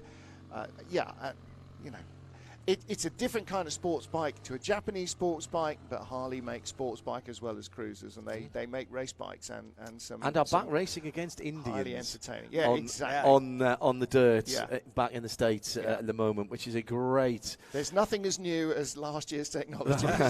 But it's a great re-upping of a rivalry that goes back to the start of both of those companies. This is almost like we hadn't had an Ashes Test match for 50 years, and then suddenly somebody said, "Hey, why didn't we do that again?" Oh yes, that's a very good idea. Can we revive the Transatlantic Trophy while we're on about it? If we're talking about motorcycling, that'd be good stuff. Well, the problem nowadays is that calendars are so big and so expansive that there's no room for things like that and non-championship races. I was the press officer for the Transatlantic Series for about 5 years, and the great thing about it was that then there was lots of 750 Formula 750 bikes that Americans and Britons both had, and it was easy to put them all together. And you'd do it on superbikes now, wouldn't you? Because you'd have to do it on superbikes. But even that's not standard, because World Superbikes and British Superbikes don't run exactly the same spec, and the AMA Superbikes, maybe super stock. Maybe you do something on super stocks. They're fast enough, as Peter Hickman proved at the Isle of Man when he brought the outright lap record. But would the big names want to race those? So the great thing about the Transatlantic is you had Kenny Roberts, you had Gene Romero, you have Dade Aldana, who rode in white leathers with a skeleton on. It's quite extraordinary. But we had some good times at the Transatlantic Series. And one of the best was I told a story yesterday about a transatlantic press conference. So this is another one. There was a famous Daily Telegraph motorcycle racer writer called George Turnbull, and he liked a drink or two, and he got a bit abusive to Dave Aldana at a press conference. And it was in the evening in the Royal Garden Hotel, and Aldana finished up decking him. But he gave him the big punch on. George fell down, he didn't really know what had happened. A writer that liked to drink and a motorcycle racer that liked to fight. Now, who would have thought? So that's a better getaway for this time. You sorted it out this time. Well, I think it was in the wrong gear. It's not easy to get the right gear on This was not built to run around at 30 miles an hour. This was built to run around at 130 plus miles an hour. So we're on very long gearing and on a fairly recalcitrant engine. By the way, just to bring you up to speed, it is lunch on day 3 of the first Ashes test. England declared on day 1, halfway through the afternoon session, on 393 for 8. Remember that number, because Australia are all out for 386. They were all out 7 runs behind. It is lunch at Edgbaston. Monday and Tuesday. I mean, today's going to be epic. Monday and Tuesday. This is going to be a 5-dayer. This is going to go all the way. It will not be all over until stumps on Tuesday. So, yeah, Australia all out 7 runs behind. Mind you, it took them 116 overs for those 386 runs. It took England 78 overs for 393. It's the shortest amount of time any first innings team have batted in any Ashes test and then declared. Who declares midway through the afternoon session? Well, it was about an hour. There was an hour to go exactly. to stumps. But initially to 6:30, but because they declared, they could put the Aussies in, and then there was an extra hour of play available. So that was some very aggressive thinking, and that's going to be the hallmark, I think, of this Ashes series. So what do you reckon? Of aggressive thinking. What do you reckon, March? Do you reckon they'll go out and try and get another 400, and then declare again straight away, and say to the Aussies, chase it, don't chase it, your choice? Well, it's the final session yesterday sort of slipped back into the Aussies' hands, but Stuart Broad was saying, we just don't want to be batting last. We must make this work. This is our game plan. We are going to go out and attack. Now, there was a little comment I read yesterday on Twitter from at Fred Boycott, who, as you imagine, might have had a slightly different approach. He said, the first job of every cricket team is not to lose, whereas, of course, the first job of every cricket team is to win, and not losing and winning are not the same approach. Okay, you're talking about. I have to talk. Oh, about you're going back tennis. to tennis. We're going to Andy Murray wind up won very the Nottingham quickly. tournament so he's won 2 tournaments in 2 weeks. Right. But so now starter motor.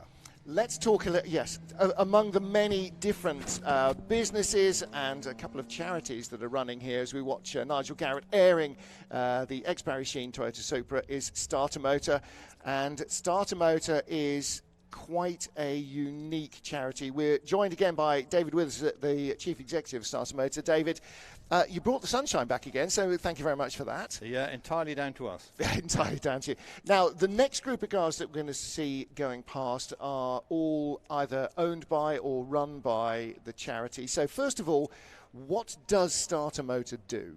Well, the very short way of putting it is putting young people in old cars, but we do 3 things.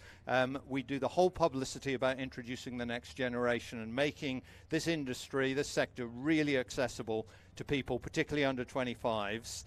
Next thing we do is huge amount of education on careers at schools. So we visit thousands of kids, and even today there's over 500 Bicester school kids coming on Starter Motor complimentary tickets to see what it's like to be part of the classic car world. And the third thing we do is we run a fleet of cars so the young people who are now moving out onto the track can actually have a go. So you're basically a drug dealer. You're trying to get kids hooked nice and young into this passion of ours. Oh, that's a very good way of putting it. We think this community is really inclusive. It's very warm. We've got this variety of really special cars. They're ever so interesting. And we can ensure someone from 17 years old with a driving license to drive these cars, borrow them for a couple of weeks, and really understand the joys of everything that we do. But you don't, Dave, you don't just lend them. They have to make a case for why they should be lent the car, don't they? Yes, it's a little bit of a case. We say, come and be an ambassador. If you're involved, you love all this business of old cars, you're under 25, why don't you come and volunteer for the charity? Come to lots of special events with us, drive the cars there and drive them back again, and then you become part of the sort of alumni of young people who are regularly representing that generation to all of their peers. Well, I always say whenever we're at events like this, go and talk to anybody standing by any car who's brought a car here or runs a business here or indeed any other event, and they will talk to you until their hind leg drops off about their passion, which is their car or their particular brand or area of their industry. But a lot of them are, let's be frank, not in their first flush of youth, because we've been into these cars all our lives, but we're now, parents, grandparents, whatever. So having teenagers and passionate enthusiasts in their late teens and early 20s is a phenomenally relatable way to get the message across, not to convert younger fans or younger visitors to events, because the virtue of them being at the event means that they are already sort of leaning in our direction, but it's to give them somebody to relate directly to. And also, I think, the big part of it is what you do in trying to present the fact that actually, if you like these as much as we do, you could make this your living, and here's the way that you could possibly do it. And I think that's actually the real core of the whole business. Yeah, the careers thing is really important. It's a sector really hungry for young people. And there's so many things that people imagine that they can do, but if it's not presented, this classic car, well, they'd never see it. And we think it's so important that they become part of the community. They don't just look in on it, hence having the cars that they can drive, enjoy, and put their mates in. And we have lots of smiley faces with young people. You've got an eclectic mix of motor cars out there, but particularly talk about the one at the very back, which looks like virtually a bare chassis with just an engine in it. Well, yes, it is. That's almost unique. That's a Model T Speedster that's been built by the driver. His name's Simon. He's under 25. He works at Kingsbury Racing. And basically, he worked one summer holidays and spent all the money he earned on all the bits and pieces, proper Model T parts, and he's built that from scratch. So he's involved in the industry, but he also volunteers for Starter Motor. So it's a demonstration, a show and tell of what young people can do, and there's a lot of fun to be had when you sit in that thing, because it goes very fast around corners. But it dates from 1910. So it's a bit special. You've got there at the front of the queue, you've got an Audi TT Cabriolet, so that's, touchably recent. You've got an Austin 7, which is in the dim and distant past. You've got the Ford Model T. You've got, the S-Type Jag, the old English white Jag there from the 60s. You've got cars from every era. The MGB V8 Roadster from the 80s. I mean, all sorts of different cars. Some are donated, some have been loaned, and and they're all maintained in fully roadworthy and perfect condition. So whatever particular little avenue of the business you're looking at or you're interested in, Starter Motor seem to have pretty much any era covered. Yes. Yeah, we like to do the lot, and for people to have a very wide experience. A lot of the ambassadors are apprentices. Some are working in different businesses in different roles, from Formula One right the way through to Austin 7 specialists. And the cars all have their own charm, but we find with the young people that they get in the new one like the Audi and they want to go back real quick to the Austin 7 of the 1920s. And they're really good drivers. They don't have, like old people like me, have muscle memory. So when the pedals are in the wrong order and the gears have a different sequence, they adapt to it really quickly, and they're very, very good drivers. This charity is growing pretty quickly, Dave. I believe you won an award quite recently, High Sheriff Award. Yeah, we got the Oxfordshire High Sheriff Award for services to young people in the county, and that was a real joy to get that, a real surprise as well. But with any charity, you've got a mission, and you've got to be giving, and you've got to say, what does success look like? And when we started, we worked really closely with Heritage Skills Academy. They had 30 students. And today they've got over 200. So we're working with them. We had one car on the road, and now we've got 11. And we had 2 volunteers, ambassadors, and now we've got 37. And it's growing. We're really encouraged. But if you want to donate, just go to our stand, because cars are slightly expensive to run, as you can probably imagine. Absolutely so. And also we point out that the cars that we have seen just going around are just a few of the cars that are available through Starter Motor. So you will see the cars down the main avenue here, and you will see all the Starter Motor volunteers in their bright blue polo shirts. So for David Withers, thank you very much indeed for bringing the cars to us and telling us the story. Again, so much of what goes on here at Bicester is about keeping the enthusiasm alive, keeping this hobby alive, and providing young blood, not just to own and drive the cars, but to work on them, to fix them, to be the future of maintaining these cars. And some of the vehicles that we've seen here, 70 years old, 80 years old, 90 years old, 100 years old, 120 years old. We're looking at real restoration, real preservation skills that are currently existing, but that the workforce that knows how to do those jobs is aging, and so we need the young blood. We need young blood to come in and own these cars. We need young blood to come in and work on these cars. Now, looking at some of our Brit contingent here, this is from Land Rover Classic. This is Land Rover Classic Defender V8 Works Isla Collection. Yeah. You see, that's why it's so wide. Essentially, it is reconjuring the spirit of the original Land Rovers, and the reason it's named after the island of Isla in the Outer Hebrides is that's where the original Land Rover designers came from, and so it's that nod to the heritage. The car, Land Rover was originally created because Rover designer and his brother on their farm in Anglesey were using an ex-War Department Jeep for towing things around and getting things out of muddy holes and so on, and thought, why can't we build something like this? Yes. Right, we're going to build something like this, and starting with the then current Rover 75, not the one you'll see more frequently, but the 50s version, 40s version, they proceeded to do exactly that, working on a hack Jeep chassis, and then designed the first ever Land Rover, and who knew how successful that could become? Yesterday we commented on how flatly this particular Land Rover is cornering. Very fast Land Rover, this, isn't it? 0 to 60 in 5 seconds, apparently. It's not your standard 2.2 diesel. But we're going to have something sensational in just a minute, because for the first time today we're going to see that 620R Caterham. There we see it on screen now, and just watch this leave like a scalded cat. First, second, third. Smoke still coming out of the back tyres. And lifts off before we get into fourth gear. So wheel spin, you can wheel spin a Caterham in any gear. 310 horsepower, Martin. Yes, in a 500 kilo chassis, hence the 620 brake horsepower per tonne. There are two models available. The 620S for street, I suppose Stradale if it was Italian, but coming from Caterham, so it might be S for Surrey, who knows? And the R, which is the race model, the track tune model. So this is a real track day special. Of course, if you are a Caterham fan, you will know that there are a multitude of Caterham racing series, from beginners, where you start with circuit races and sprints and hill climbs in the scholarship, and then working up through road sports, right up to the 620Rs. Exactly, and no aerodynamics, of course. Well, aerodynamics and brick outhouse. Yeah, but exactly complete raw suspension, travel, and marvellous seater. And some very good drivers come up through Caterham series as well. Huge numbers. And a lot of them never leave, because if there are fewer than a dozen lead changes in a lap, it's frankly quite a dull Caterham 7 race.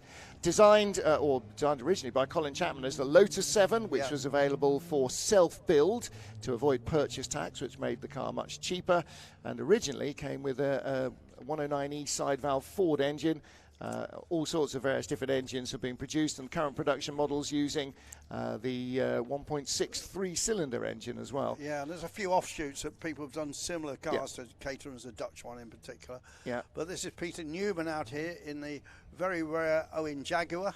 Yes, again, a car neither of us have ever seen before. Until yesterday. So, built by a gentleman called Freddie Owen, who was a coach builder who started in London until having to move out after the Blitz. He raced motorcycles in Brooklands in the 30s. This car was built in 1958.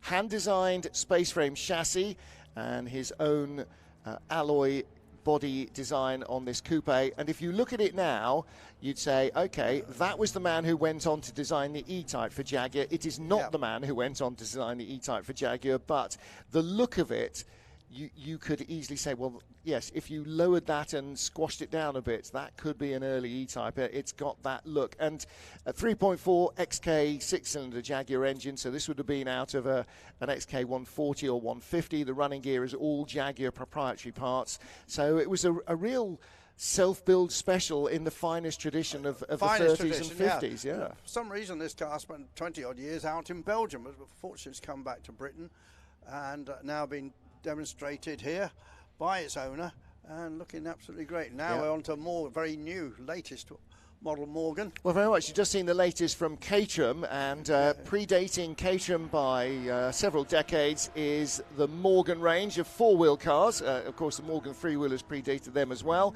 So a lovely flat rad plus floor coming in this morning, didn't we? We did. Plus 4 and plus 8 are the familiar Morgan nomenclatures because of the 4-cylinder or 8-cylinder engines they bear. Guess what is the reason for having this as the plus 6?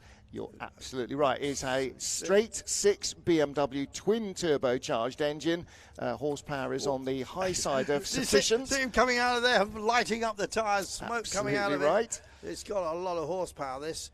But you still see that car we saw coming in this morning was probably from the 50s. Yep. Still see the same DNA, don't you, in the shape of the car? 100%. There's, you could never deny that was your child if you were a member of the Morgan family, because it is exactly, not exactly the same, but echoes every four-wheel Morgan ever built, basically. And you'll see a few of those around here as well as out on the roads during the summer. So 6-cylinder twin turbocharged engine, top speed 166 miles an hour, so that'll be a limited top speed, not just by aerodynamics. 8-speed ZF automatic gearbox, and it looks on the fun to miles per mile ratio-ometer to be very high up there.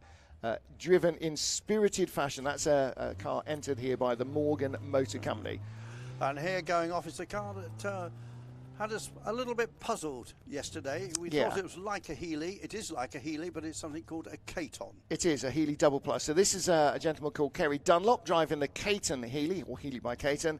It's an original big Healey, so a 104 Healey, reimagined by Caton Engineering with modern mod-con. So 185 brake horsepower, 4-cylinder engine, 195 foot-pounds of torque, so capable of going well above the original car's 100 mile an hour top speed, a more modern 5-speed gearbox, but retains a lot of the original ride features because it's got semi-elliptic rear springs as original, but better damping and a whole lot of when we saw it yesterday, technology. We thought, well, it's a Healey grille, but it isn't quite, you know.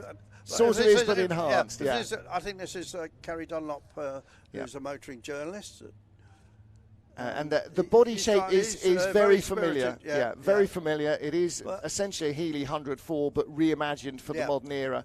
So better damper technology, which is so much of the ride quality of modern cars. It's not the springing, it's the damping that makes the difference. But here again, Martin, at Bicester Heritage, we're seeing a rare car that we didn't know that much about. We're learning.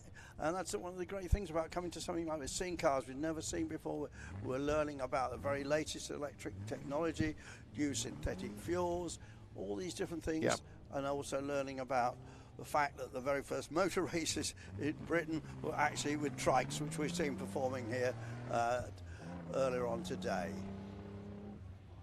So that is the Caton re-engineered Austin Healey. It's a Lister Jaguar, a very early Lister Jaguar, isn't it? Yep. Exactly. Guy Broad, who is based here again at Bicester Heritage with the 1957 Lister Jag. So it's got the shovel nose look to the Lister. Now, later Listers, perhaps more familiar Listers, were the Lister Knobbly, which had a much lower centre section in the body, which swept up over, and the wheels, again, you can see that's already developing here in this shovel nose. The front's very similar, isn't it? Yeah. But then, of course, we had the Costin version, which was smoothed out. So this is a 6-cylinder XK Jaguar engine, and again it will have Jaguar engine and running gear. So originally with a 4-speed Moss box, and a chassis built, of course, in Cambridge. Yes. So Brian Lister, ex-racer like Colin Chapman, found that his talents actually lay in a slightly different department and a different way of reaching the checkered flag first, and created his own series of predominantly sports races, predominantly Jaguar powered, but then went on to small block Chevy power in their later iterations in the mid-60s, just for a little bit more grunt, because who doesn't need more power as a racing driver? The racing driver who said, no, it's got plenty of power, has yet to be born. Next on the line will be another Jaguar powered car, but this will be the XK120. I think this is this Adam Gompertz, who is the station chaplain. Well, he certainly drove it yesterday, didn't he? Yeah. We were chatting to him earlier. I think he's probably driving that car again. This car owned from new, and that was in 1958 by East African Safari Rally winner David Beckett. It's a 3.8 straight six, the XK engine, and in a not entirely common colour, Cotswold blue, so particularly appropriate here. Yeah, but that was an XK 150 colour, wasn't it, lad? And again, Guy Broad has been involved with this car, and so it's been a bit breathed on, as you might imagine a Safari Rally winner would want his Jag to be breathed on, and Guy Broad has returned it to what they believe was its period specification. So up the compression ratio to 9:1, 3.8 litre crank with uprated oil pump. So from the longer stroke engine, fully balanced and lightened, and later spec conrods. A genuine C-type head rather than a production XK head, and D-type cam shafts, so longer duration, higher lift, and a larger 2-inch C-type style SU carburetors mated to a modified XK120 manifold. So again, hot rodding your Jag. When they were racing C-types and D-types, if you knew somebody who knew somebody, you could get those parts and they would fit on your XK engine, because that's what the basis of a C-type and a D-type racer was. You mentioned Adam Gompertz, and a storied career. Started as an automobile engineer, then became a vicar, also a well-known motoring artist, and just on that theme, quite a lot of motoring art displayed around the whole site today. I saw some nice paintings by Paul Oz, who does some very attractive faces with heavily using oil paint, but there's lots of prints obviously in the hangar. Lots of stuff to buy around here this weekend. And Adam also, as well as being the station chaplain, has a Revs Art social media group, but he's also created a charity here for helping supply local food banks with food. The charity Souped Up raised collected over 170 kilos of tins and cans and packets of food and toiletries and so on for the Bicester Food Bank at the January scramble with the help from their friends at Pistonbroke Social. So they are going back again for a second helping. So another food collection vehicle will be in Hangar 113. So if you have the option or the availability to donate some food, or particularly some money to buy food, then those guys will be very pleased to see you. And again, another little facet of what's going on here at Bicester. Lovely Fraser Nash here out on track, late Fraser Nash. This is the Fraser Nash Mille Miglia, dates back to 1953. And Archie Fraser Nash founded the company. He was an engineer and enthusiastic racer. And of course, the chain-driven Fraser Nashes, the early chain gang cars, a very familiar vintage staple. This is a much more modern post-war car. And as the name denotes it, these cars were used for racing on the great road races like the Mille Miglia in Italy. I think this is one of the last Fraser Nashes that built. Fraser Nash Company in Britain then took over distributing Porsches in the UK. Yes, the and AFN company. Yeah, in Isleworth, AFN is still the same company that was founded by Archie Fraser Nash. That car has been prepared and entered by Pendine Cars here at Bicester Heritage, and it had plenty of competition history, including racing in the Goodwood 9 Hours in August 1953, and it was a new car. So there's the Blenheim look. I just noticed. There we go. Oh, did you see how the pilot slid off the wing? Magnificent. Yes. So, a twin-engined light bomber, very lightly armed. You can see it's got a single machine gun in the upper turret. Not much good when an ME-109 was coming in with all 4 cannon blazing, I have to say. However, this one does have the belly cannons as well, so there's 4 more cannon underneath. Yes. Unfortunately, that was more for ground attack than for defence. They were definitely a very vulnerable aircraft. And you can see the huge glass house around around the pilot. I mean, that's the thing that strikes you most. The pilot is sort of sitting out on a little cantilevered arm almost, just surrounded by glass. Well, what about the gunner in the back there? They were the fastest thing in the air when they came out, and they very quickly got lost overtaken. That race. And again, you can see all the glass on the top. I mean, you must feel phenomenally exposed in that car, in that aircraft. They were, however, quite manoeuvrable with those short wings, and they were they ended up being a great training aircraft based here, of course, at what was then RAF Bicester. The two Bristol radial engines, 900 horsepower apiece, and a really lovely aircraft. This one of one in terms of flying machines left in the world. It's just been to be refueled, and we are told that it will be disembarking in about 2 hours' time. Now, I wondered, because the engine wasn't running before, he's only got one running. I wonder if he's actually now about to go off for refueling, because I hadn't seen it move. They just turned it round on its wheels. I think, it's Bristol. One radial is running. I think that's enough to taxi. On the track at the moment, we see the Aston Martin DB4 GT, and this beautiful pale Wedgwood blue. Again, a great light colour on such a pretty car. Shows off the coachwork very, very nicely. Sorry, I sound like Swiss Tony there, don't I? And this car, one of the last DB4 GTs. This was bought from the stand in the Earls Court Motor Show. When you could do such things. And things like a shorter wheelbase on the GT, which then have been used in the DB4 GT Zagato, and things like fed-in headlights, which sort of previewed the look that the soon-to-be forthcoming DB5 would have. And we've seen, although we haven't seen a one-to-one scale DB5, we have seen a three-quarter replica. Okay, so he's got both engines running. He's now taxiing off down in the Blenheim, to the gas tanks. Note the cockpit area. This is the front end of a much later version of the plane. It had been that cockpit area that had been used as an electric car at one stage. That's why it was left. There's some element of aerodynamics on the front of that. I actually glanced across yesterday, and particularly when it was parked overnight, and this morning they took off the cover on the cockpit, but left the covers on the two engines.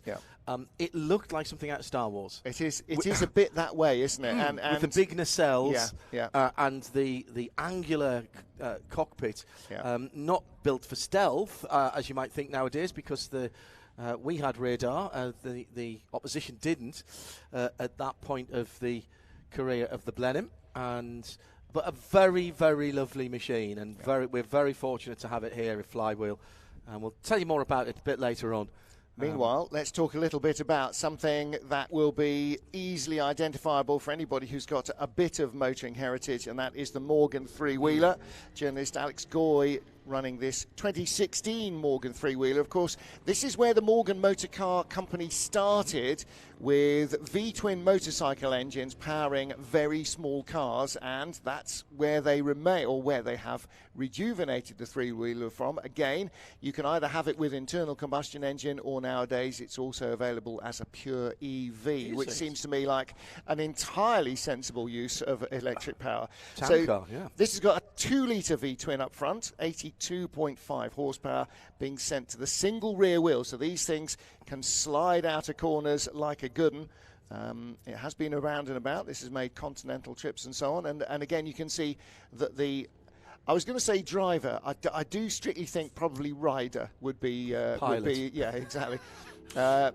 Not of the highest stature, I think, able to tuck down below that aero screen. But when you're in a three-wheeler, you are very, very low to the ground indeed. Not the case with our Land Rover Classic Defender Works V8 Isla Edition. So this is a brand new, rebuilt Land Rover Defender, because, of course, no more of this shape Land Rover Defenders come off the production lines. The new shape car does. But as with Jaguar Classic building new E-types from old, then Land Rover Classic are building new Land Rovers from old as well. So the Classic short wheelbase is an 80-inch Defender with a V8 engine, 5-litre V8, not the supercharged, but straight forward fuel-injected engine.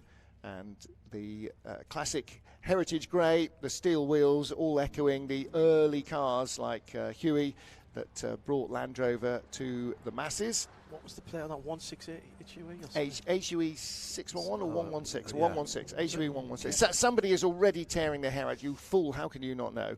But yes, that was. And again, those steel wheels, which I mean, Land Rover was built to be basically a tractor with some seats, and that the utilitarian aspect of it is what made it so successful. Wherever you go in the world.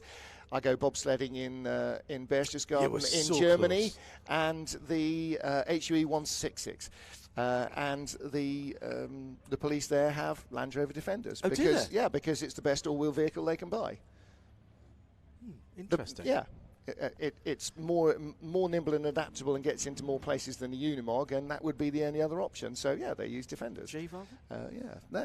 No, not good enough. It doesn't have the angle of attack. Talking of angle of attack, this is more angle of the dangle. Oh, it missed a shift there into second gear, so broke wheel spin rather than broke traction. The Caterham 620R. Again, 500 kilos, which is about what a stripped-out racing Mini weighs. In fact, a little less than a stripped-out racing Mini, but with 310 horsepower, so 210 more than a racing Mini. So it's an awful lot of power, very little weight, and a huge amount of fun. Do you still have your Mini? No, it's out racing again. Oh, good. Yeah, out racing again.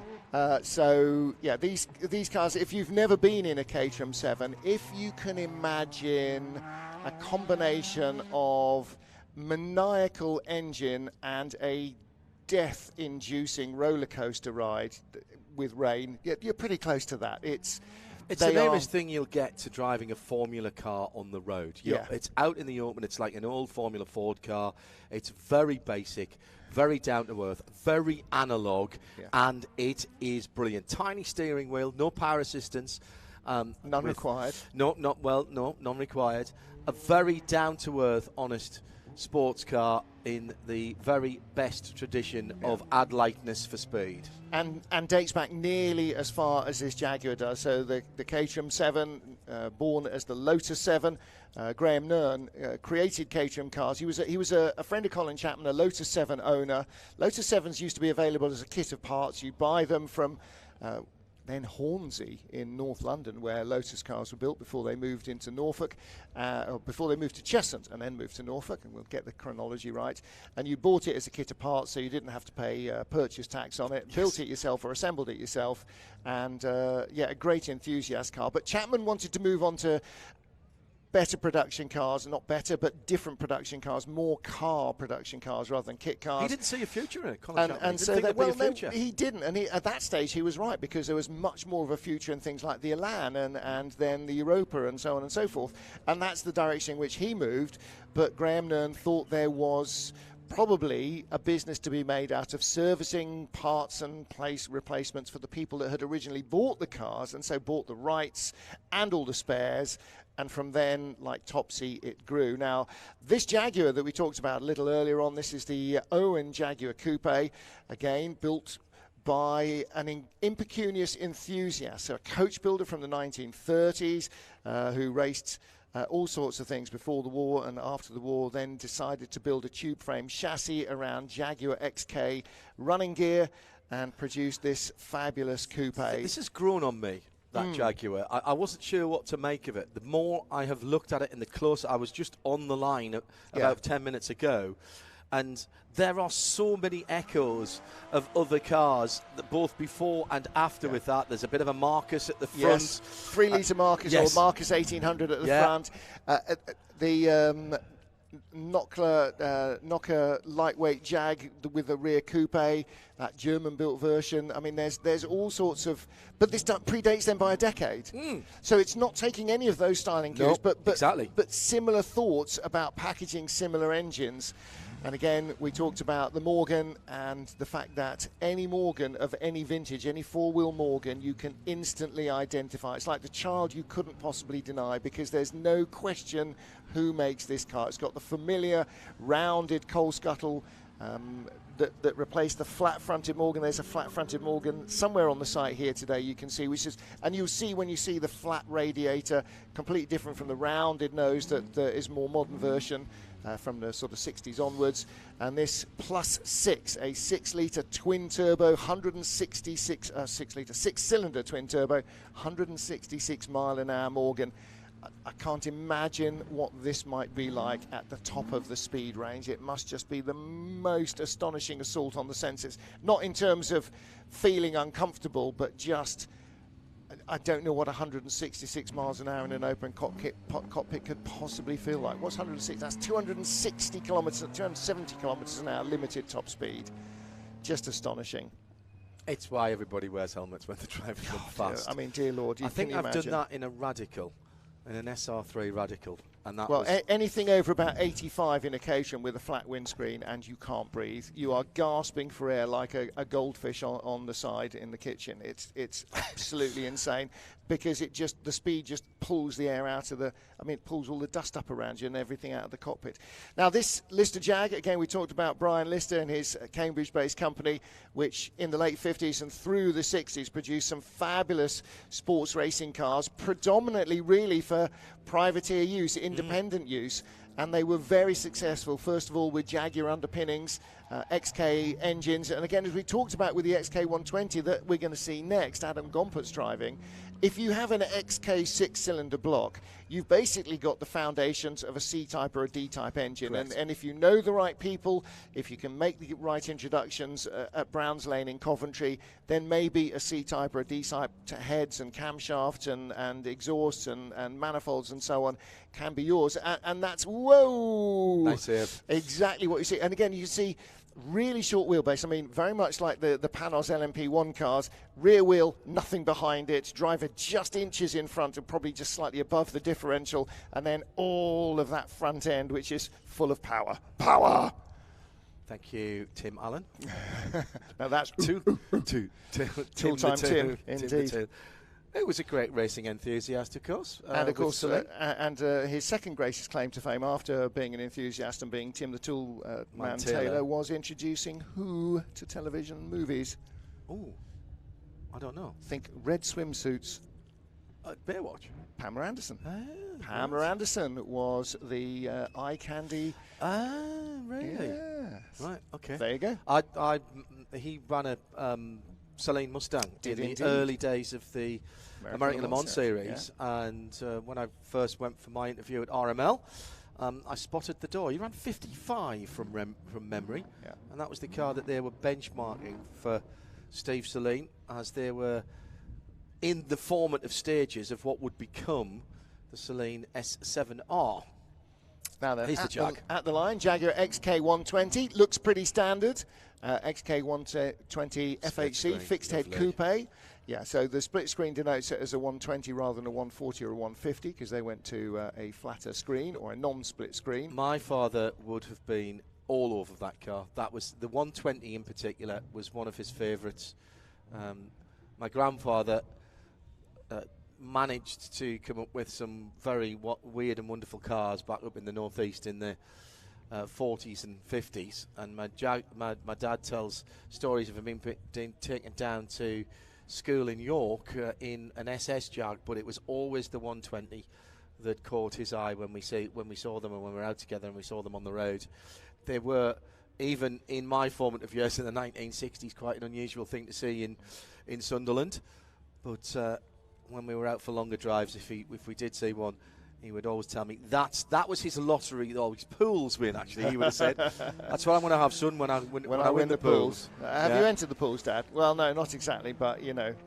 No, we're religiously entering the football pools. In those days when people used to come round and pick up your coupon on a Thursday night, and then you'd tick them off the results on a Saturday, and this would have been standing on the drive at Hindhaugh Towers had my dad dropped, 10 score draws or whatever it was in those days. Now, talking of religiously doing the pools, I'm not sure if this is the Reverend Adam Gompert's driving the car this time round, actually. He drove it yesterday and this morning.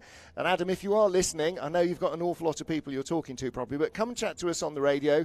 and we will talk a little bit more about his work here, his artwork as well, his life as a vicar, and also the charities that he's helping from here at Bicester Heritage. But this Jaguar, owned by a gentleman called David Beckett, who was a former winner of the East African Safari Rally when it was one of the world's great endurance events. It's a 3.8 litre XK120. The colour is Cotswold Blue, which was a later colour used on XK150s and E-types in their early days, and rebuilt and restored by Guy Broad here at Bicester Heritage.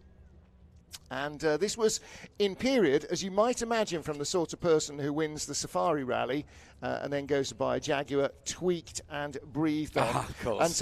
And so Guy has sort of restored it to what they believe was the original spec.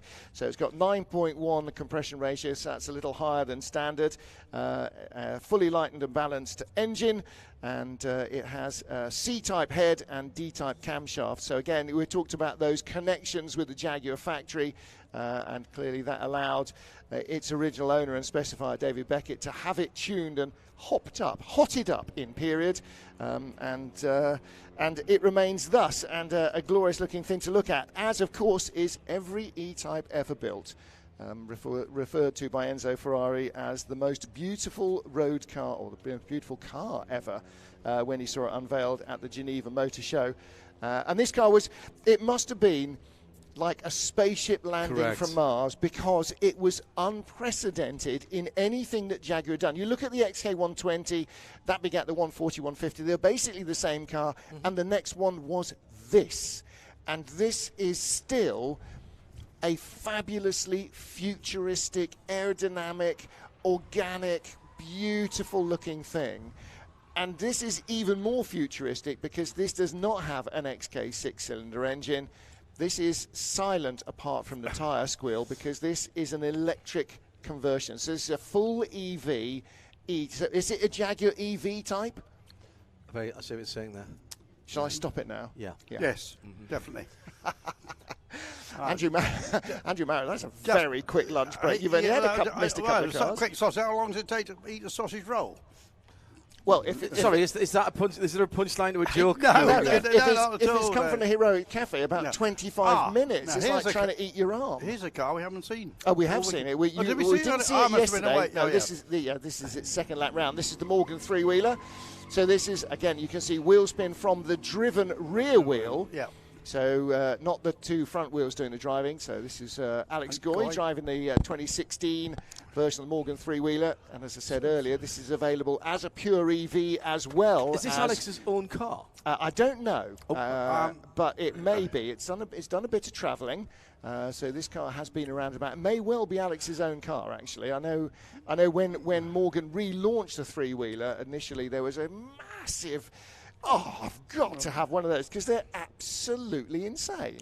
And you can tune them as well. Yeah. There's a lot. There's a company down at Silverstone who do carbon fibre bits and tuning for them. There's a really big aftermarket for these cars. If you do want to personalise them even further, they lend themselves to quite funky liveries as well. There is a woman called Sue Derbyshire who races one of the old ones. Yes. And goes extraordinarily quickly. Interesting to see both her and her husband, who race the cars, they wear motorcycle leathers. I don't know if you've ever seen Sue in a car. She is. Well, that's because she's leaning out of it lower to the tarmac than Marquez on a hot lap. Worried she might fall out, of course. But no, you need skid resistance, not necessarily fire resistance. Yes. In that, it's the same. Exactly. It's the same as wearing fireproofs when you go karting. And what's the other reason that you wear leathers on a motorbike?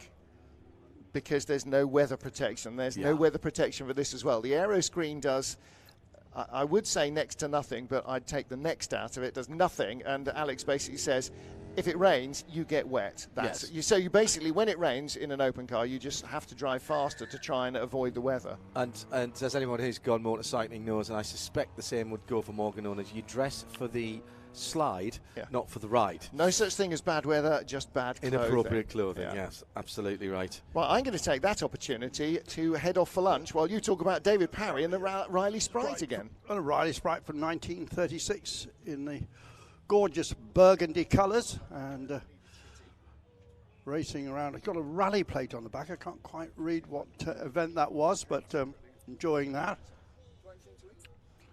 So here is this car, which is the first, I think, of the section we call rally, but this is a car that was rallied not in the forest, but in effectively regularity events before the war. And very nice motor car, Riley Sprite. About 51 of these Sprites were produced by Riley in Coventry, and considered to be Riley's finest hour. So John Hindhaugh, yeah, hello. Joining me, yep. So lovely Riley here. I heard you talk about the dark red colour. That is, there is a part of me that thinks that older Italian racing cars should be this darker red colour. Yes. More sanguineous than the bright post box red that we often get on Italian cars nowadays. It's lovely, and it shows off the lines of this car particularly well. Riley, a brand sadly that we lost some years ago and was diluted before its eventual demise, and became a badge engineering part of British Leyland, or at least its forerunners. Here's another Riley, but here we've got a saloon version. This one has got a pre-selected gearbox, John. Which nice. is not anything we talked about this weekend. But he will select a gear, and then he won't use a clutch. You just press the pedal down, and then he'll select the next gear, and then he press the pedal down again. When you need it, yeah. And believe it or not, I had a scooter with a similar, a French scooter called a Terret, and it had a similar pre-selected gearbox. I drove a double-decker bus with a pre-selector gearbox, and actually it's a fairly sensible way of going around. Very sensible way, I think, yes. And again, you know, we were talking earlier, weren't we, about things that have sort of disappeared. Pre-selected gearboxes have sort of disappeared, except in some ways they haven't, because Porsche and their PDK box is sort of sort of like it is, because it's already getting the next gear ready for you. You don't have to push a button for it. But it basically, as you pull the paddle to change up on the PDK, which is it's a long German compound noun, PDK, that stands for double clutch, basically. And basically, it's ready for the next gear for you. This two-tone car being spiritedly driven, it was this morning, certainly exercising it nicely. Well, these cars would do rallies, of course. Oh, yes, cars similar to this would do the longer distance rallies. And, and again, we were talking about this earlier on in the weekend as well, but events that would go from a place through a place to another place. Absolutely. Well, I think this would be a very nice car to own and drive. A little puff of smoke, but it's been driven really quite quickly around the circuit here. And those great big headlights, of course. Now on the line. Now, is this the... I think this is this Richard Snyder, I think, American driver. I think. Is this the Lagonda? Yeah, I think it is, But limping away a bit, Richard Snyder. He's come from America to drive this. Spoke to him earlier on the weekend with his wife and his daughter. Oh, it's a Riley, isn't it? No, it's another Riley. Excuse me. I think it is Richard, but I think he's obviously switched cars. Yeah. And great shots, him soaring away at the steering wheel. Leaning out as well, getting a bit more pursuit on us. Yes, this is I led you up a cul-de-sac there. This is another one of the Rileys in the rally car category. Yep. And then just a moment, because we've been moving on to the various Escorts, which have given us so much entertainment. They started off yesterday morning, didn't we, with terrific action from the Escorts. If you aren't on the drive line at the moment, or the flight line, I think this is the time. I just see the Blenheims taxiing. Yeah, I think that's just coming. Is that just coming back? It might have just come back from me. I think it has. Yeah. Not due to leave till 3:30. Am I right, John? The Spitfire's gone, has it? I think can't see it anywhere. That taxied over to get fuel as well. Oh, right, okay. They were both meant to be leaving around about the same time at 3:30 is the information that we were given. So this gorgeous Riley. Riley's very successful in racing pre-war, and a lot of racing at Brooklands. The Riley TT.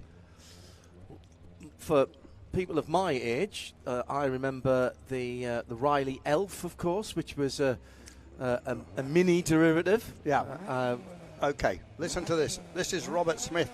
260 horsepower, powers him away off the line. The BGG engine, perfect gear change, up into second. This car in the Ari Vatanen colours, the Black Beauty Shell Oil livery. It's not a Vatanen car. This is just a replica livery. But Robert Smith, who owns the vintage car radiator company here at Bicester, but loves his rallying, and this is an Irish Tarmac Championship spec car, and getting it nicely sideways, John, there. Yeah, brilliant stuff. Great noise, though. Kick it in, little flick to the left. The Scandinavian flick, they called it, yep. All you're doing there is doing exactly what every track racer is told not to do. You are unsettling the car. He's driving this for effect, getting the rear end to spin and get it sideways. Beautifully committed again past the pillbox chicane. Yeah. And into the far side of the circuit. This car is relatively new. It was built off with a shell from 2014. Obviously, the shell was earlier, but built by RSR Engineering. And he's competing in the Irish Rally Championship. He gets it completely sideways again. 45 degrees. And it flicks back immediately. That's one of the great things about these Escorts. Just the handling, either on tarmac or on the loose, equally brilliant and controllable.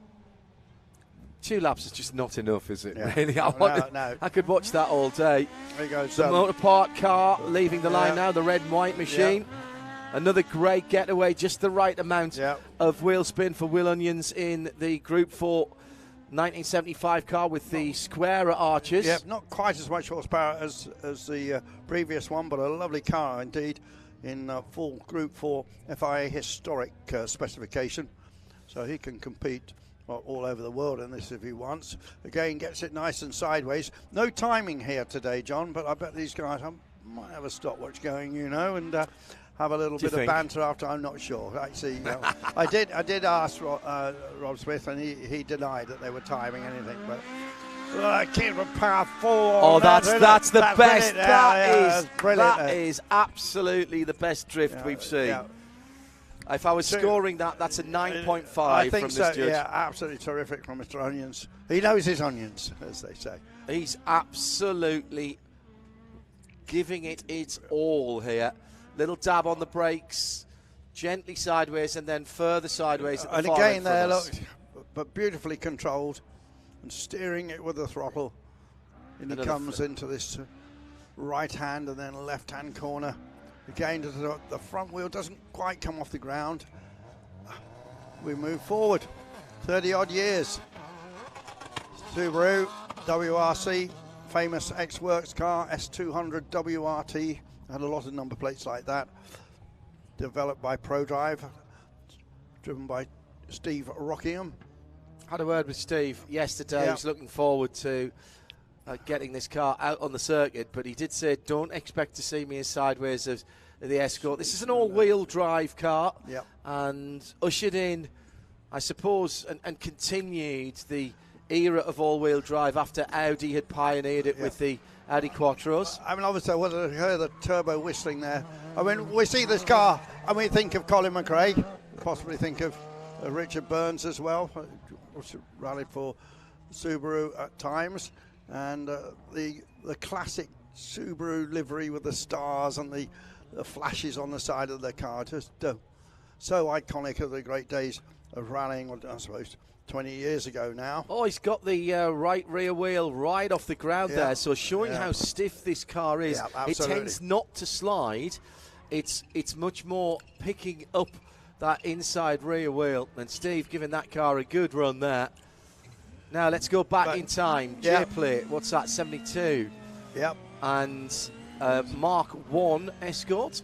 Yeah, Will Rowland's at the wheel of this car, class winner on the Manx, with a sponsorship from Cinch. Is it Will or is it Phil Harris behind the wheel? Or is it Phil Harris, this one? Yeah, I think this is Phil Harris. You're right, John. Yep.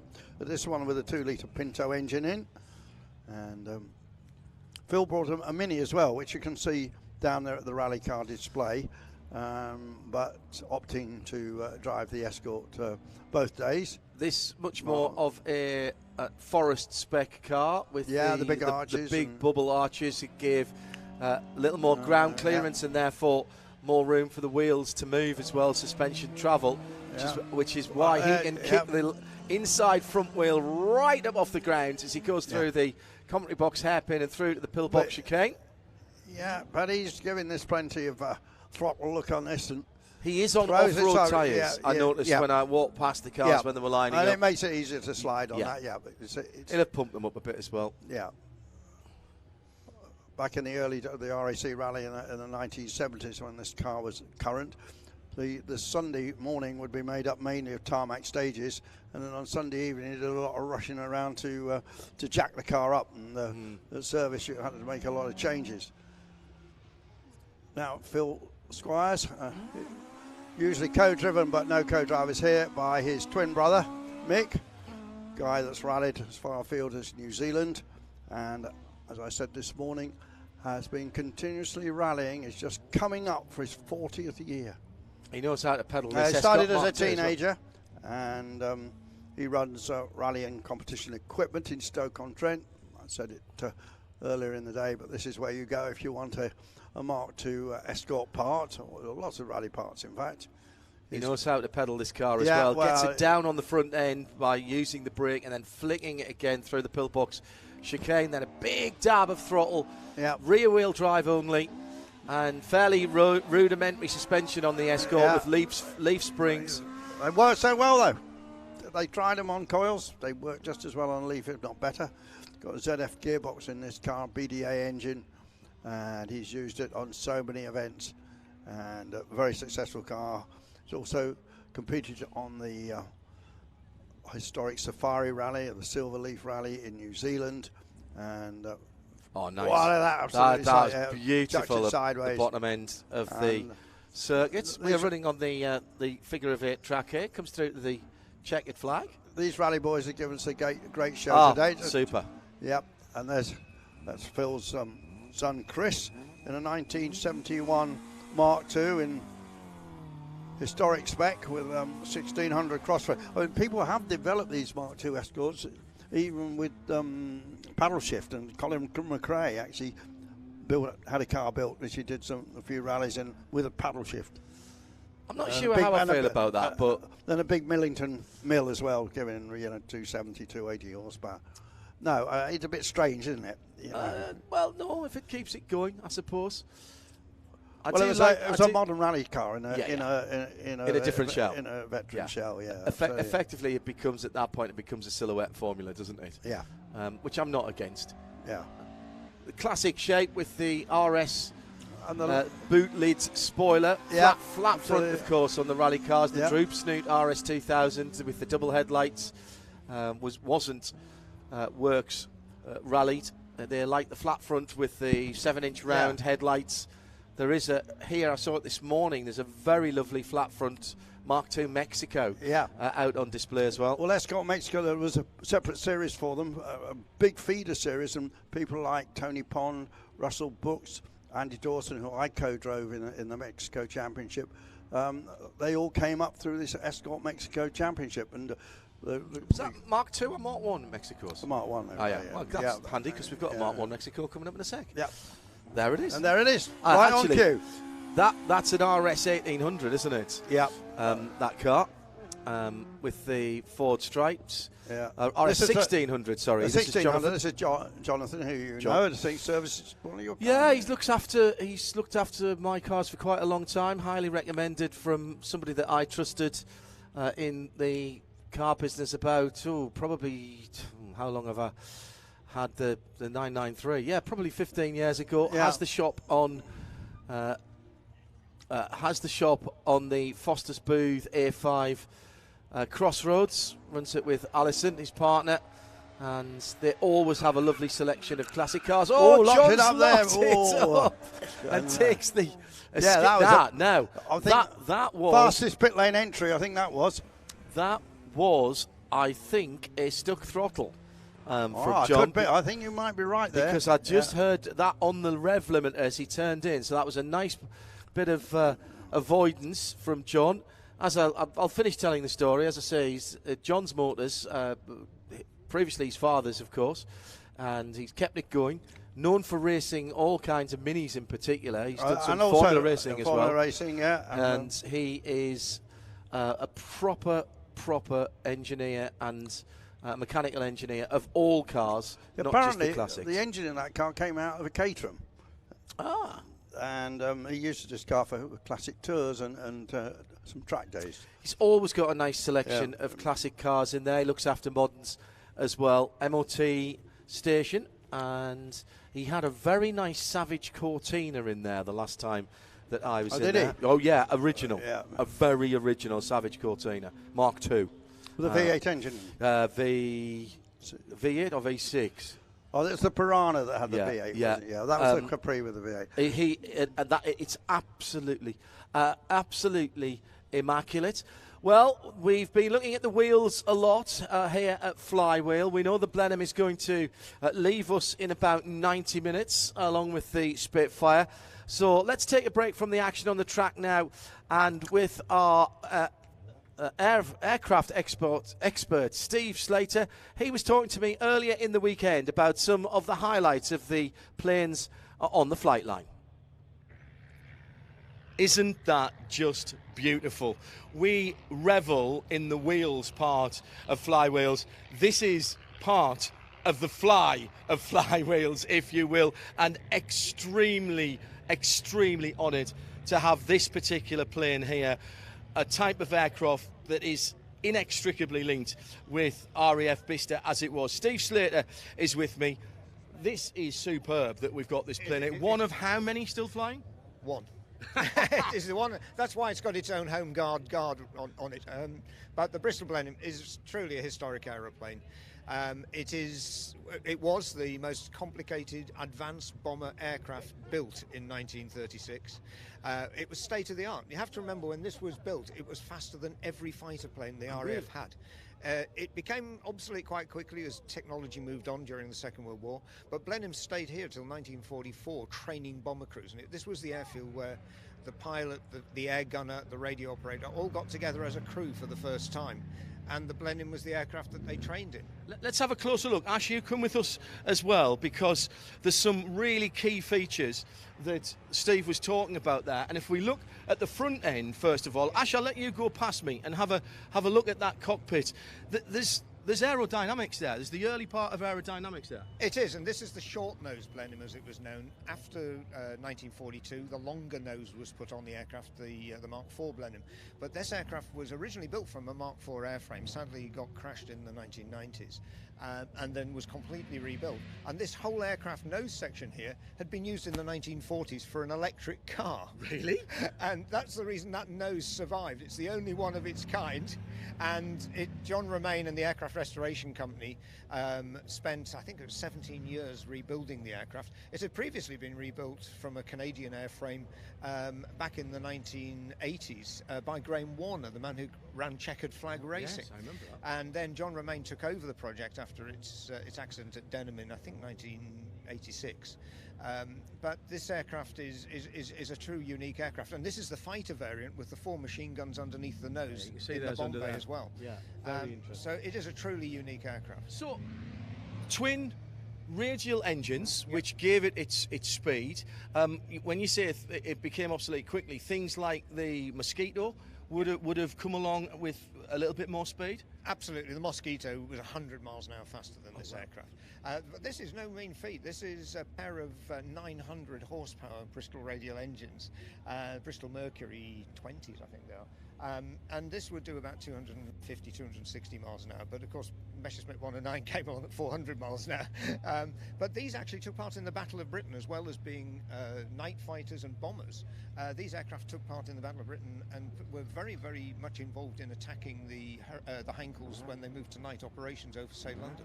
What I notice is it's quite a long but short wing and a very aggressive wing profile. Presumably that gave it good manoeuvrability as well. I think it's good manoeuvrability, although if John Romain, the pilot, were here, he would say that it requires a fair degree of muscle power to persuade it around the corner. It's no Spitfire. No. And that was one thing when the Mosquito came along. It was much more agile as well as being faster.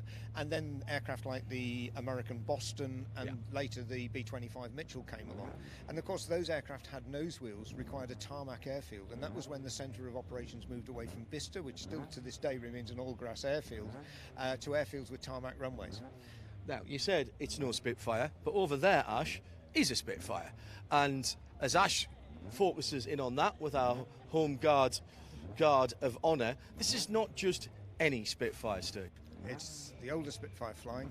It's a genuine veteran of, not the Battle of Britain, it was actually already crashed by then, it was actually the Battle of France. And this aircraft was shot down during, it had downed Junkers Ju-87 Stuka over the beaches at Calais, and it got a hole in the bullet hole in the radiator, and with the liquid-cooled Rolls-Royce Merlin, that meant you only had about 30 seconds left before the engine seized.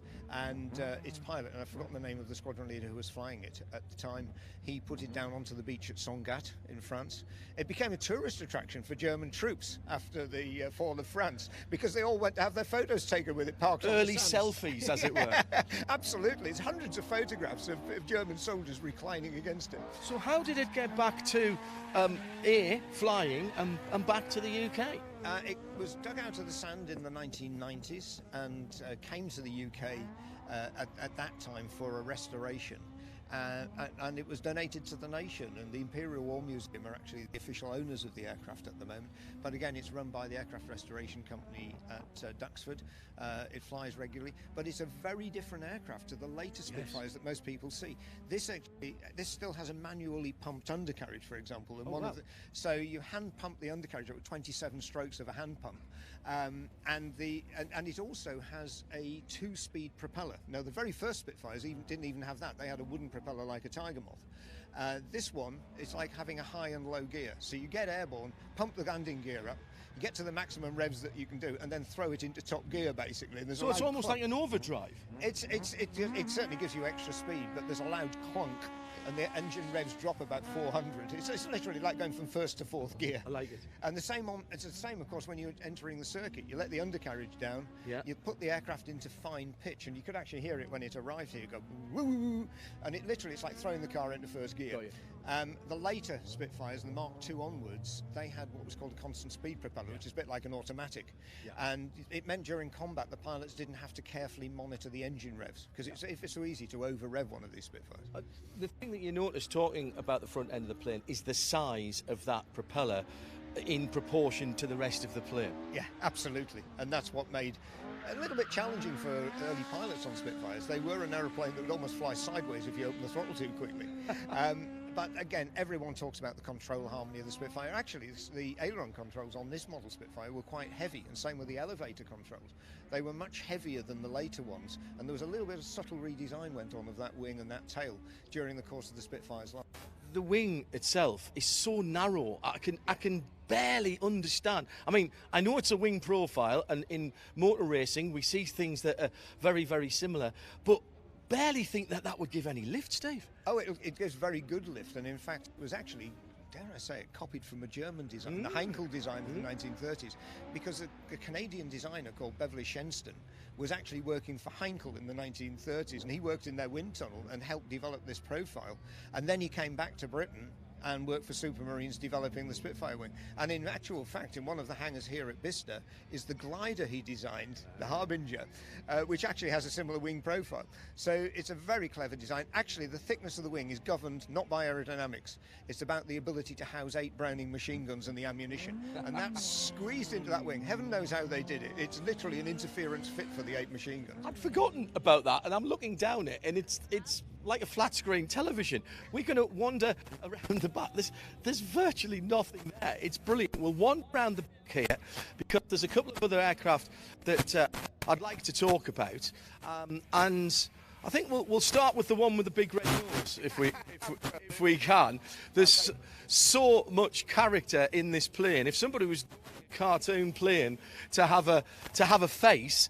This is the face. The colours of the Ukraine Air Force, I notice, on the back of this. What is this we're looking at? This is Eastern European? This is a Yak-3. Right. This is the Russian equivalent of the Spitfire. Ah. And in fact, I'm going to try and flag down Bob Davey in a moment, who's the owner and the pilot of this aircraft, to get him to tell us a bit more about it. Because, as you say, it would have had Russian red stars on it. Yes. So, in the current climate, it's deemed inappropriate to have that. So he's put the Ukrainian flags on it. Good for him. Let's walk round. This is Bob over here.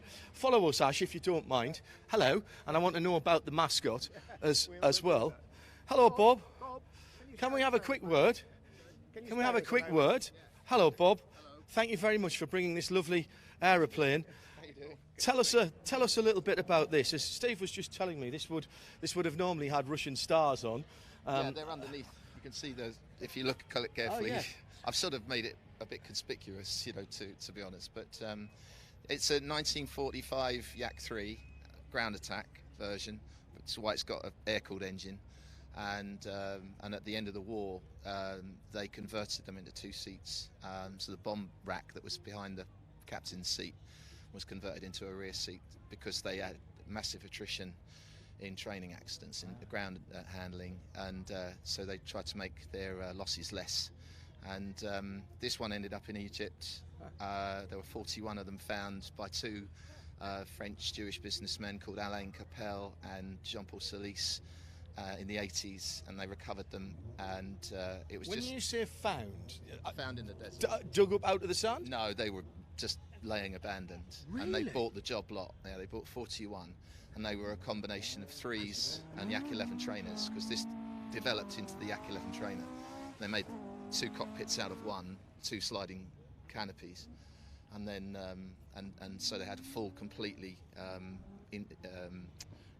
copy in the rear. Mine's limited. I've got full controls. I've got rudder and stick and throttle, but the Yak-11s, they developed it into a proper 2-seater. And then it was just when the Iron Curtain collapsed, and the labour rate in Romania in the old Yak factory was $1 an hour, and so they made a deal with the Romanians. It's called Aviation, but it was the Yak factory, and they rebuilt 6 Yak-3s and a bunch of 11s. I don't know how many 11s they did in the end. Out of the bits. And what's it like to fly them? In the air, it's fantastic. It's incredibly manoeuvrable. It would get on the tail of a Focke-Wulf 190 in 2 turns, and on a 109 Gustav in 3 turns. So if you got into a turning fight with it, you'd be shot down. Yeah. And it was a superiority fighter, but it's compromised because if you look at the wing, it's only got 160 square foot of wing. Yeah. Piper Cub's got 176. So Steve's plane's got more wing than mine, basically. And so it's really compromised on the ground. And you'll see it in half an hour from now taking off. And it needs 100 knots to get off the ground.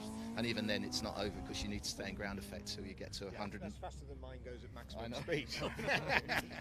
And so actually rotate is 95, so it gets airborne about 100, and you stay in ground effect till 125, and then you can move away from the ground. So, and coming in 105 for finals, and 100 over the fence. So hang on, you're not actually landing it, you're flying it into the ground at that point. Into the ground, yeah.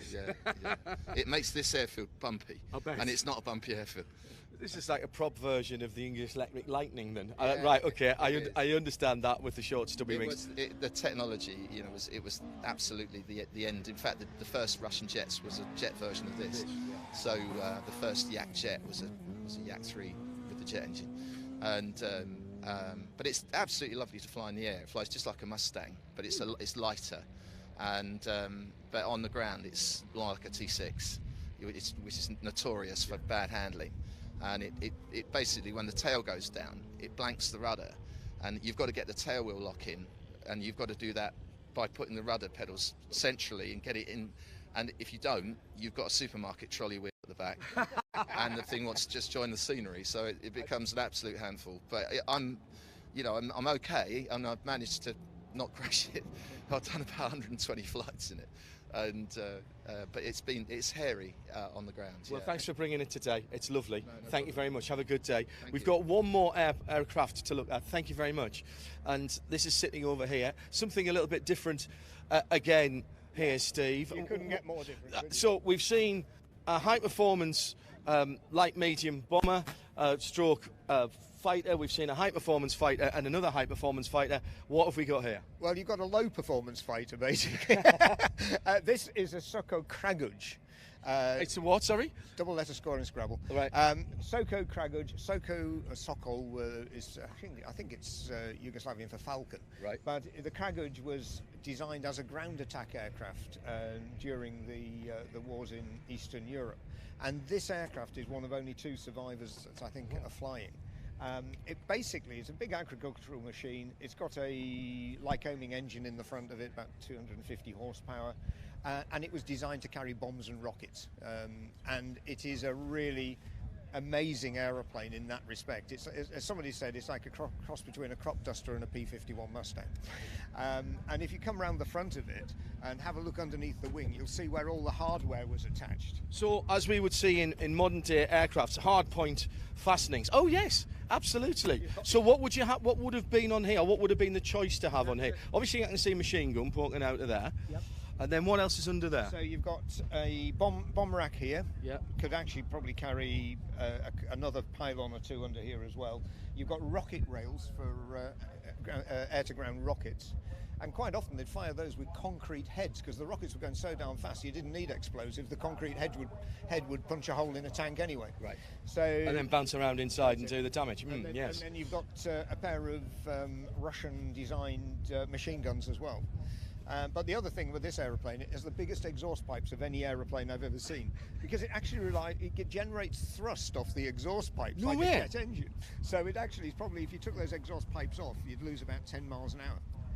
So this is in automotive terms, this is like a blown diffuser. It's actually using the exhaust gases out of that Lycoming engine to push underneath the plane and provide forward thrust. That's it. I mean, it was actually pioneered on the Spitfire. If you look at the Spitfire, it has extractor exhausts, which were designed to generate a little bit of thrust, but they just took this to a whole new dimension.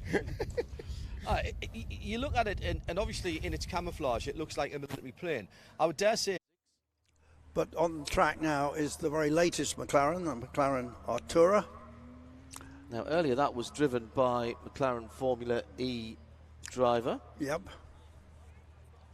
And I was told the first time he'd sat in a McLaren road car. Oh, was it really? Yeah, Jake. Yeah. JQ's had a couple of pole positions this year already. And we had a very interesting chat with him this morning where he emphasised how different it was to race a Formula E and the different techniques you use.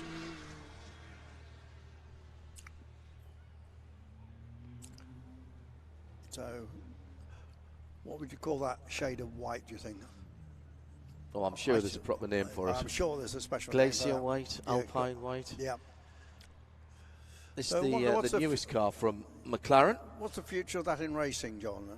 In the Artura, there's a GT3 version, so there's a GT4 version at the moment. I've got to remember which one it is, GT3 or GT4. We've had one in the IMSA series, and a few people are transitioning to it. A couple of Porsches coming up next. GT4 RS 718 Cayman.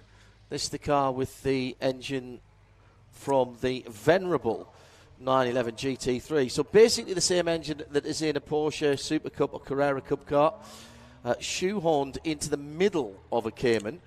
You can't actually see the engine in a Cayman or a Boxster. There is one there, but we've had the previous model, the 981, and I think Eve's had that now for 6 years, and we've never seen the engine. It is there.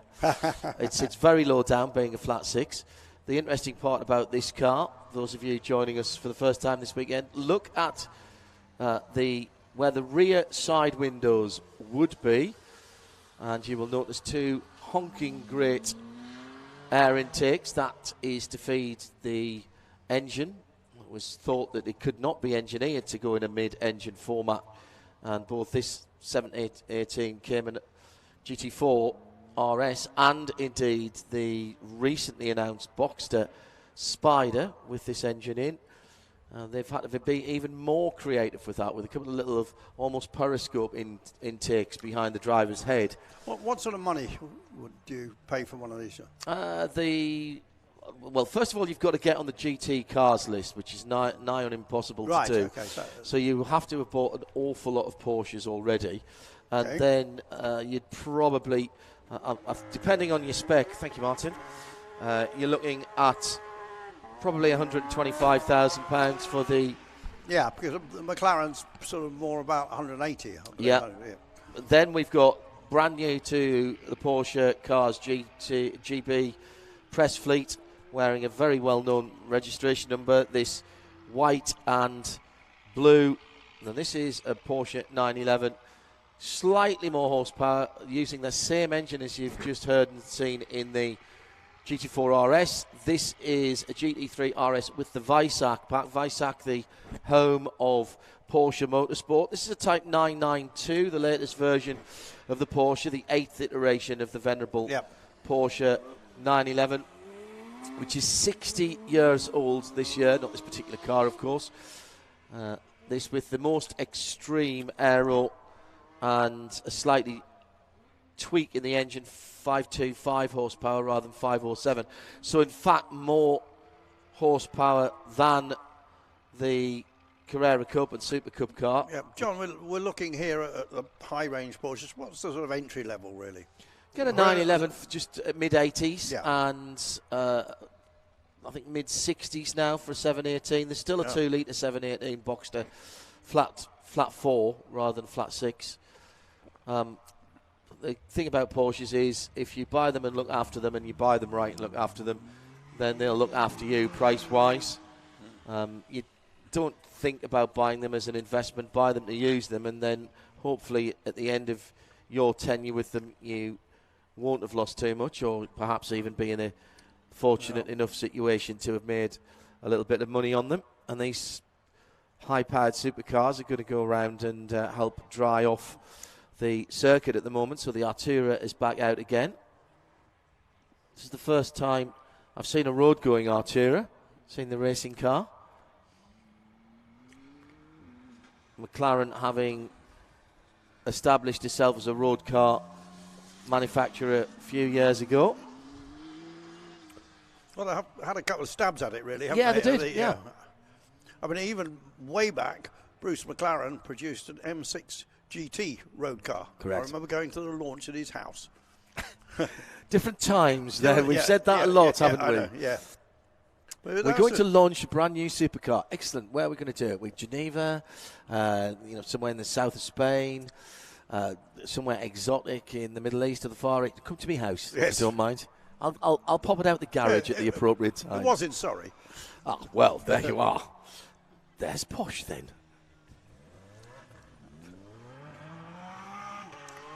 Yeah, nice little supercar interlude really just going on right now here on the Figure 8 track at RAF Bicester as we head to our final couple of hours here of 2 days of great entertainment, both in the air and of course on the track here. This little track has been worked so hard and we've seen absolutely everything. We've seen three-wheel trikes, we've seen motorbikes, we've seen strange cars with propellers at the front, which weren't sure if they were cars or planes.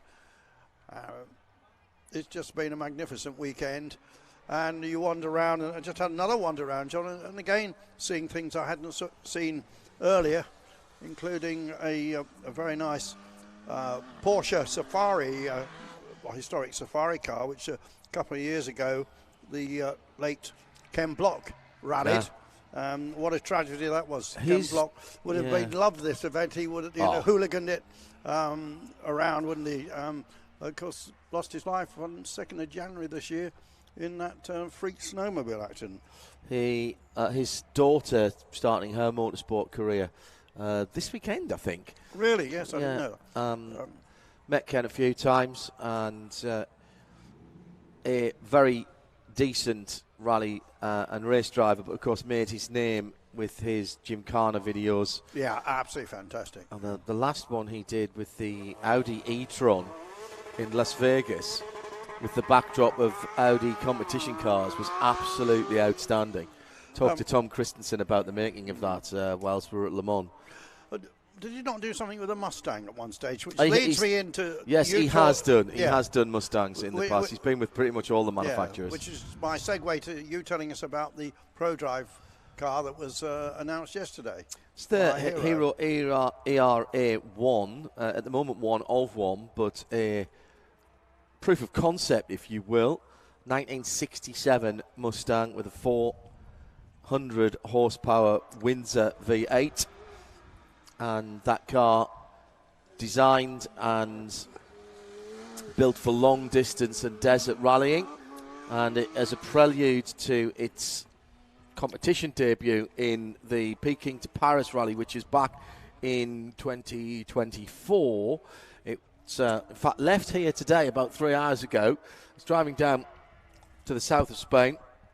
It's going to do an event down there, then it's going to Italy, and then later on in the year it will be in the Middle East on a desert rally, all part of I think 7,000 or 8,000 mile test for this car before the specification is signed off. It's built to FIA Appendix K historic rally, so it cannot be improved with modern components, and therefore it has to be how it would have been back in 1967. And that has meant that the ProDrive Legends program have had to remanufacture certain things, bizarre things like circlips and certain fastenings. The bigger bits, like the engine, you can still get. Yes. But it's some of the more mundane, perhaps you might say, items that they've had to be very clever and re-engineer without going outside of the boundaries of Appendix K. It's a project that would have appealed to Dave Richards, the boss of ProDrive. But of course, when we first heard his name, he was a very successful rally co-driver. World champion. World champion alongside Aviation, yes. Still likes to get behind the wheel of competition cars himself. Yeah. And Aston Martins, of course. Yes, indeed. I very nearly drove with them in a GT4 car at Le Mans on one of the support races a few years ago. That didn't happen. Well, that was that funny support race that only lasted a couple of laps, was it? that was. In the end, I didn't miss anything because I think there was 2 laps of green that year. However, that did, in a roundabout way, end up with me being teammates to the gentleman who actually took my place in that race, which is Paul Hollywood, the famous baker, and Paul, myself, Peter Kate, who's a Nürburgring specialist, and the former head of Aston Martin, Andy Palmer, teaming up for a 24-hour race at the Circuit of the Americas, which you will be revisiting next year, Martin, as part of the World Endurance Championship. Lone Star Le Mans is back. You're right, it is back, yeah. Can be very exciting to go back to COTA.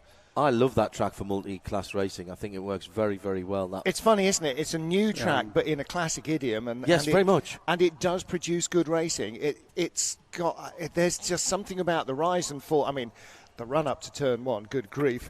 But there's something about the rise and the fall, the layout of the track. I mean, whoever chose that particular piece of land for a racetrack did what they used to do in the 40s, 50s, 60s, find the trickiest bit of terrain they could think of and then try and make it trickier. Yeah, it suffers from a little bit of subsidence, and that has caused problems down through the years. There's a bit of resurfacing that's gone on. Somebody told me that the elevator in the tower does no longer go up its shaft. It's not worked, I think, since probably 5 or 6 months after the place was open, and that's due. Which makes it a bit difficult for the hospitality people who have to carry all the food up to the top of it. It's 378 steps, photographer Joe Gibson told me. Yeah, the last time we were there, I walked up with it and they made Alan McNish and Louise Beckett do a thing, because it's got a glass floor to the platform, and you have never seen a Scotsman so terrified in your life. Just amusing, looking at this car circulating at the moment, this Delage. It's got, I'm not sure if you can see it here, but it's got an old English tax disc, but got an American number, got a French number on it, number plate, if your registration number. Just for those of you globally who have had the patience, thank you very much for waiting. We, as you can see and hear, are back live from the Flywheel 10th anniversary at Bicester Heritage 2023. Huge thunderstorm blew through here a little while ago, and blew through being the operative words. Everybody had to take cover, and there was nothing on the track, so you've missed virtually nothing at all.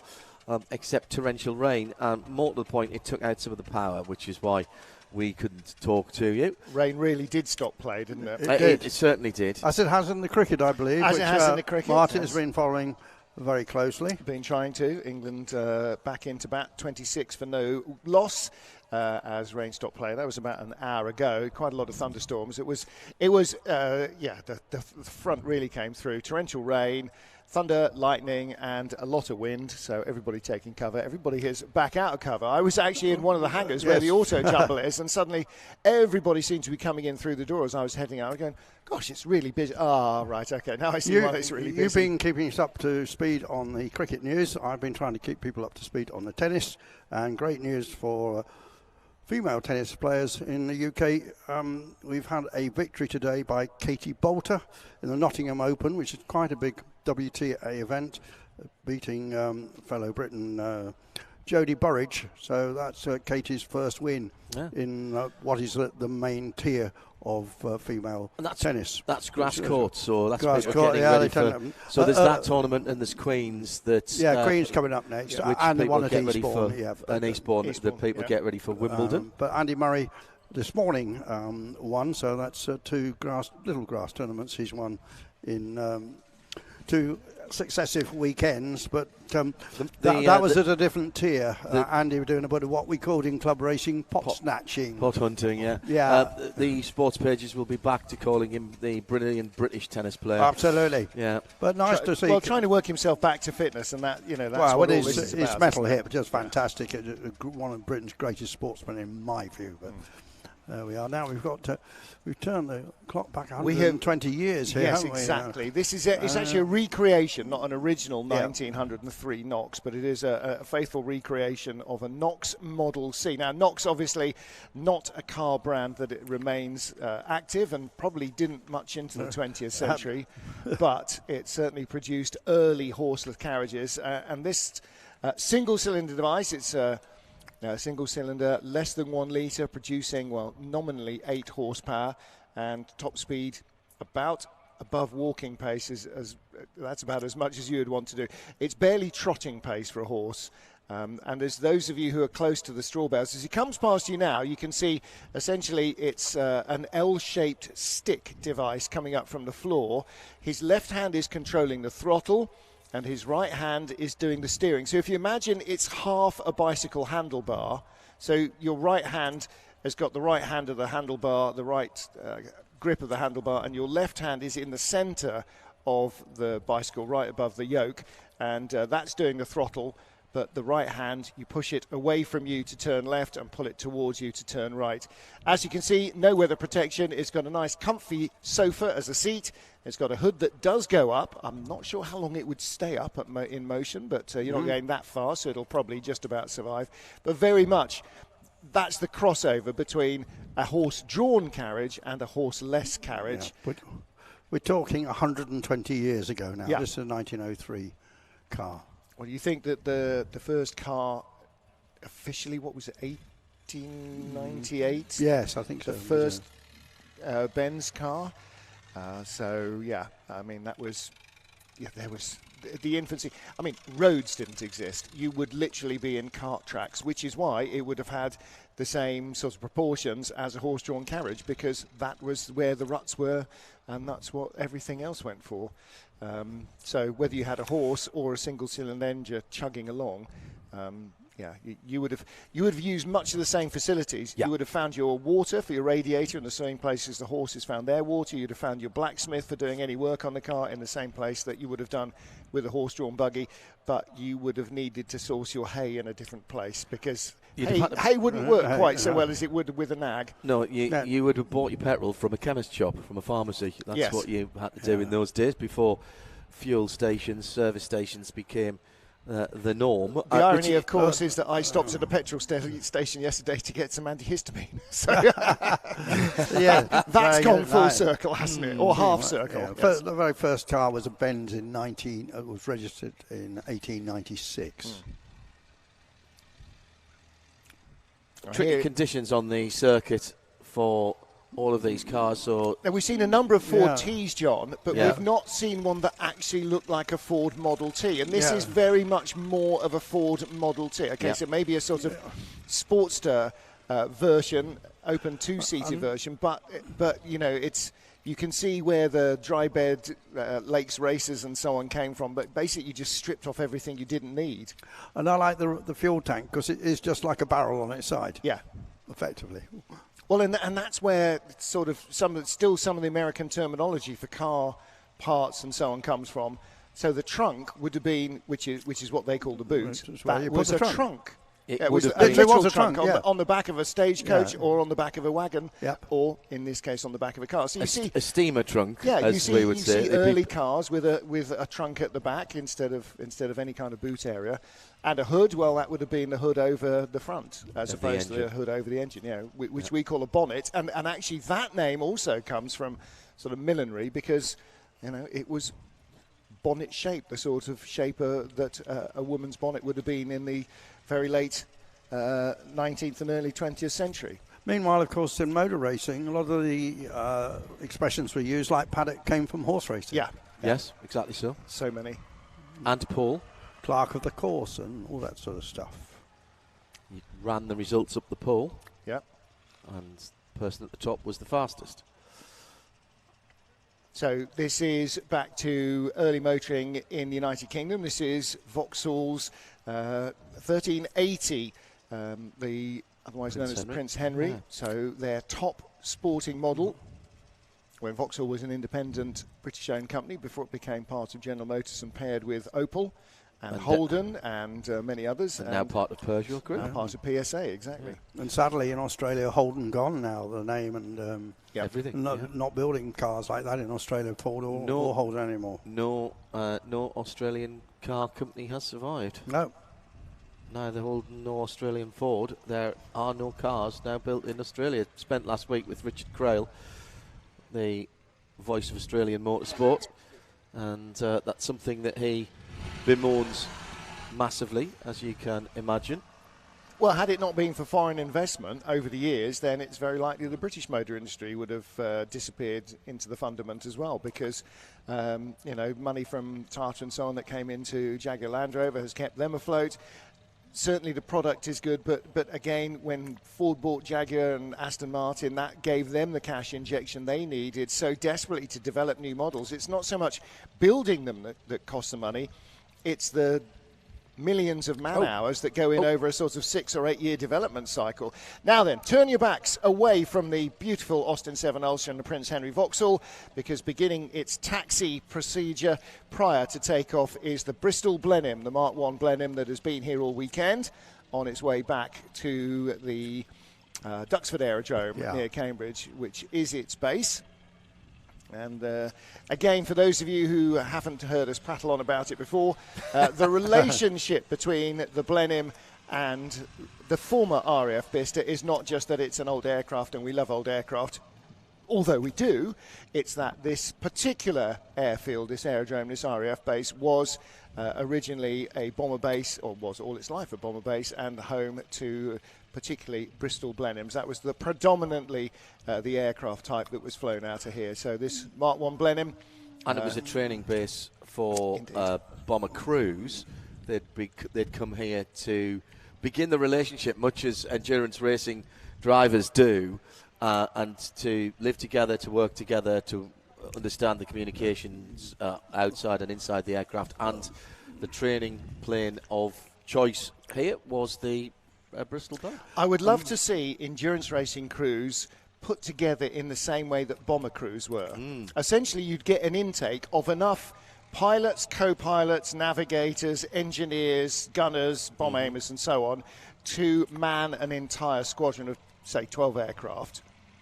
But none of their roles, none of their crews would be predefined or pre-assigned. And essentially, you'd open a big hangar, like the one the Auto Jumble is in, there'd be tea and coffee and sandwiches or whatever, and the entire new intake would go in en masse, and they would mingle, and they would meet people, and it was like speed dating, but for bomber crews. And no, essentially, there was no influence from above of who teamed up with whom. It wasn't you're his you're not his co-pilot, you're his nav, you're whatever. They found their own crews. Yeah. And if some of the crew dropped out or were killed or so, is and then there not a replacements reality would have been put in. TV program right there? I think there is. What, mix and match speed dating endurance racing? Yes. I think endurance racing right now is in a happy enough place. We don't need a reality speed dating program. It would be better than Strive to Divide, though, wouldn't it? It would be better than that. Well, maybe we should do it now that we've got a big crew on Radio Le Mans, a big crew on Eurosport, a big crew. Well, now, we did talk about this actually after the race weekend. We had 3 English-speaking crews there, full of passionate endurance racing loonies.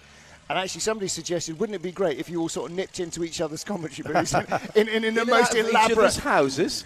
But that would just be brilliant. It's happened before. I did at Eurosport and Radio Le Mans one year. Yeah. It's entirely possible. I mean, of course it's possible. Completely pagged at the end of it. Exactly. No, I mean, just for a little bit, you'd sort of do a bit on Eurosport, pop in and do a bit on Radio Le Mans, pop Much in and as do the a bit cricket on... commentators do. Yeah, exactly. Yeah, do TV and radio at the same time. Andrew? Yeah, the Spitfire's about to take off as well. Yes. But I was going to say... They're both going for the hole in the weather. Going to say that Bristol, of course, has got a car connection as well. Indeed, so as Bristol Cars, which for years was run by a guy called Anthony Crook, and made some people love the Bristol 504. And Bristol's raced at Le Mans, of course, in the 50s. And that came purely because they had all these hugely sophisticated engineering and production facilities, aerodynamicists and metallurgists and everything else from the aero industry. Yeah. Correct. And they were slightly underemployed. So when they were building commercial airliners and so on, they still had spare capacity, and so building cars, and it became a thing. And the Bristol engine, which was used in racing and used in road cars, the kind of thing that Mike Hawthorne cut his teeth on, Bristol single-seaters, Bristol 2.5 litre Bristol engine, that was stolen from BMW's pre-war designs, borrowed, reimagined, faithfully copied. Yes, reimagined. Had such an homage too. It was a plain theft or a use of. But that's what got them started. They even used some of the same numbers because there was a BMW 503. Let's not forget. Yes. But there was a Bristol Blenheim road car. Of course, was. Yeah. And a Beaufighter. Yeah. Yes. All of the names they'd previously coined were recycled. When I was much younger and going to London was quite a big thing. We always used to try and when my dad had borrowed a car from someone because we didn't have our own. We always used to try and drive out of London past the Bristol showroom, which was on the corner, in Chelsea somewhere, if I remember rightly, or off the Fulham Road, was it? Yeah. And we used to always try and drive past it because I never got to see them, so I could push my nose to the window and look at the splendid gentleman's conveyance that was inside. You're seeing in shot, by the way, a Merlin engine, Merlin V12 being run up, not attached to a plane. Yes. It can't play the national anthem like the Renault Formula One engines were programmed to do, but it can make the most unholy noise, which is just fabulous. And that Merlin engine, Rolls-Royce Merlin, also in the Mark 1 Spitfire, which, as we saw, was taxiing away. So do keep your eyes and ears open while you're watching trackside. I should have finished the story off about Bristol, actually. One of the reasons that we always had to stop at the Bristol place was that was my father's first job. He was an engineering apprentice at Bristol Aircraft Company, which had an offshoot up in the northeast, and eventually it became Rolls-Royce. Actually, John, I think it was near Olympia, if I remember. Yes. Well, certainly on a corner, yes. Yeah, it was on the corner. It was a traffic light corner that we had to come out of. Spitfire in the air. Now, we think he might do a bit of a fly. It's not just going to disappear. We think he might do a couple of runs Circuits, past us. sir? Yes, circuits is the word I'm looking for. Is that the Spit or is no, that? that's the Blenheim. That's the Blenheim, yeah. It's a Blenheim, yeah. So he may do a wing over and come round and circle over the field. If you see the Yak, which is the slightly longer-nosed single-seater fighter aircraft with the red engine cowl, we're hearing from its pilot, the Spitfire now just rotating, lifting off along the airstrip. And again, airfields, that's exactly what these would have flown off from in period. A lot of the time from a grass airfield. Pump up the undercarriage, hand pump undercarriage, and then shift the gears effectively. 2-speed propeller on that Spitfire as it's a Mark 1A. Yeah, you'll hear the revs drop as he engages the second gear on it. So I the think they're variable going to speed do a propellers circuit came round, in later. Yeah, I think so. They may head off and then because Duxford is not in that direction anyway. No. Not that way. Meanwhile, our Ford Model T racer Evocation comes to the end of its runs around the figure of 8. And that will shunt her off. And again, go and take a look at the Model T, and you'll see that it has the requisite number of pedals. They just don't do the same things that you'd expect. I heard you guys talking a little bit about pre-selected gearboxes, which were a big thing, particularly between the wars, where you move the lever into the gear that you want next, and it waits until you depress the clutch and then selects the gear for you. So a sort of early semi-automatic. Yeah, but exactly the Ford has a very complex system of planetary gears where the clutch pedal is the clutch pedal, but also changes gears somehow or other. I think you probably have to drive it and experience it for yourself. But it's Martin, great shots on the screen. Much more straightforward than it is. Yeah, there they are in formation as they came in yesterday. Oh, fantastic stuff, and well done to everyone involved in what has been a fantastic display of aircraft on the ground and in the air. Many of the aircraft that were on the flight line yesterday are based here at Bicester, and this is very much still a working airfield. And those of you who live close by will know that there's a good variety of aircraft. What a delight it's been, gentlemen, to see not only the oldest flying Spitfire, but also that lovely Blenheim here across the weekend. And hopefully you've all got your pictures. Get your cameras ready as they'll come through, turning to the right and running across the field before they head off back to home base. Yeah, I noticed in the hangar a pit special. Yes. What was used for so many. Tiny little aerobatic aircraft. Yeah, Marlborough used to have a pit special display team at one time. So the twin-engine Blenheim with its twin Bristol engines and the Merlin engine in the Spitfire, lining up to make one final pass here at Bicester and ready to head off to Duxford in Cambridgeshire, just off the A1. And if you have never been to Duxford, to the Imperial War Museum there, cannot recommend it highly enough. It is absolutely fabulous. Oh, what a fantastic sight that is, to see those two planes in close formation down the flight line.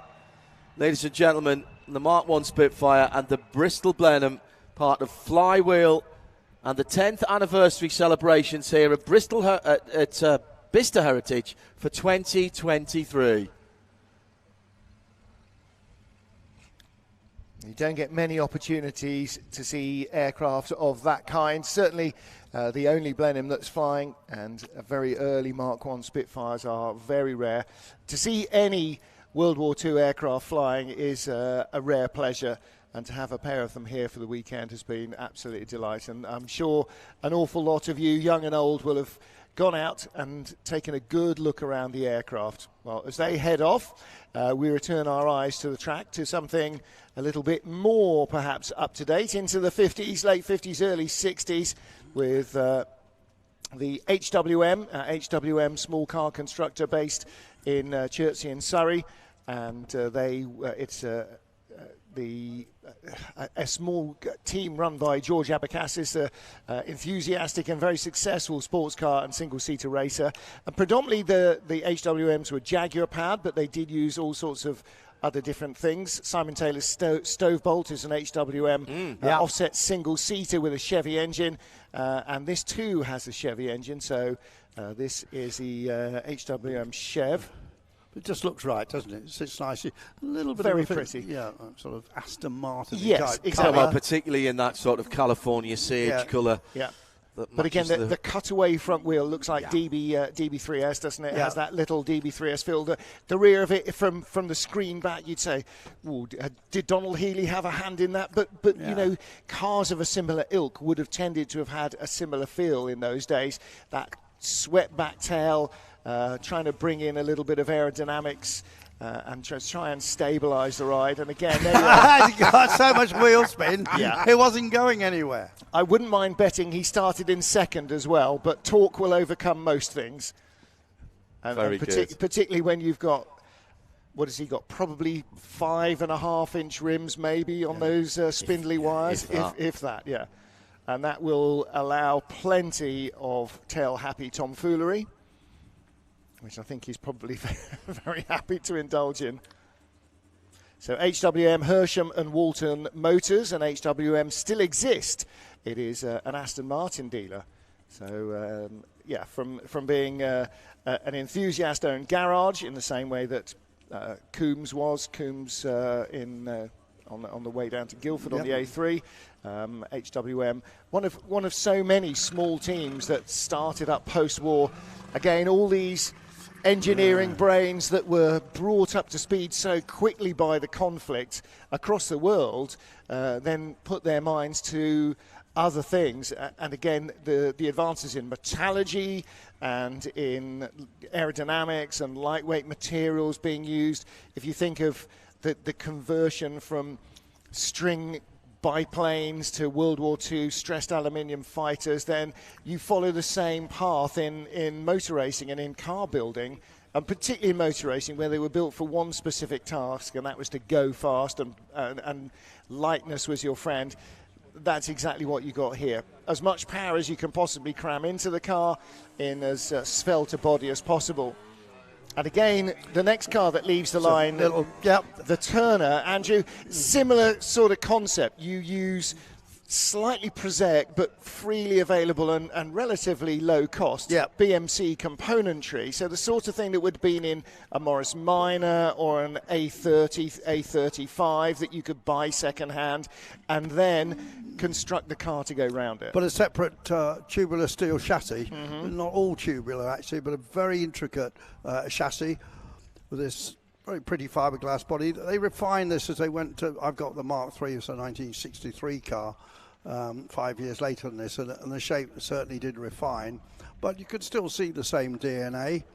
And Jack Turner, the designer of this, a Welshman actually, but based these cars and built these cars in Wolverhampton on the Penderford airfield there, and unfortunately lost the business because he sold quite a lot of cars to America, a GT version, which he never got paid for. I did say it was an HWM Chevrolet. I'm getting my C's mixed up. Just as I got my Jakes mixed up earlier. I'm getting my C's mixed up. It was HWM with a Caddy engine. With Turner, they had a factory racing team which was run out of motorway sales in Derby. And when I was just a teenager, I was sort of the pitboard boy come wheel polisher for that team. Major Pat Ferguson was the lead driver, and then Brian Bennett and John Seabrook drove the 1 litre cars with BMC engines in, of course. And one of the things that Team Turner did is they actually faired out the main headlights, so it was just fiberglass where the headlights would have been.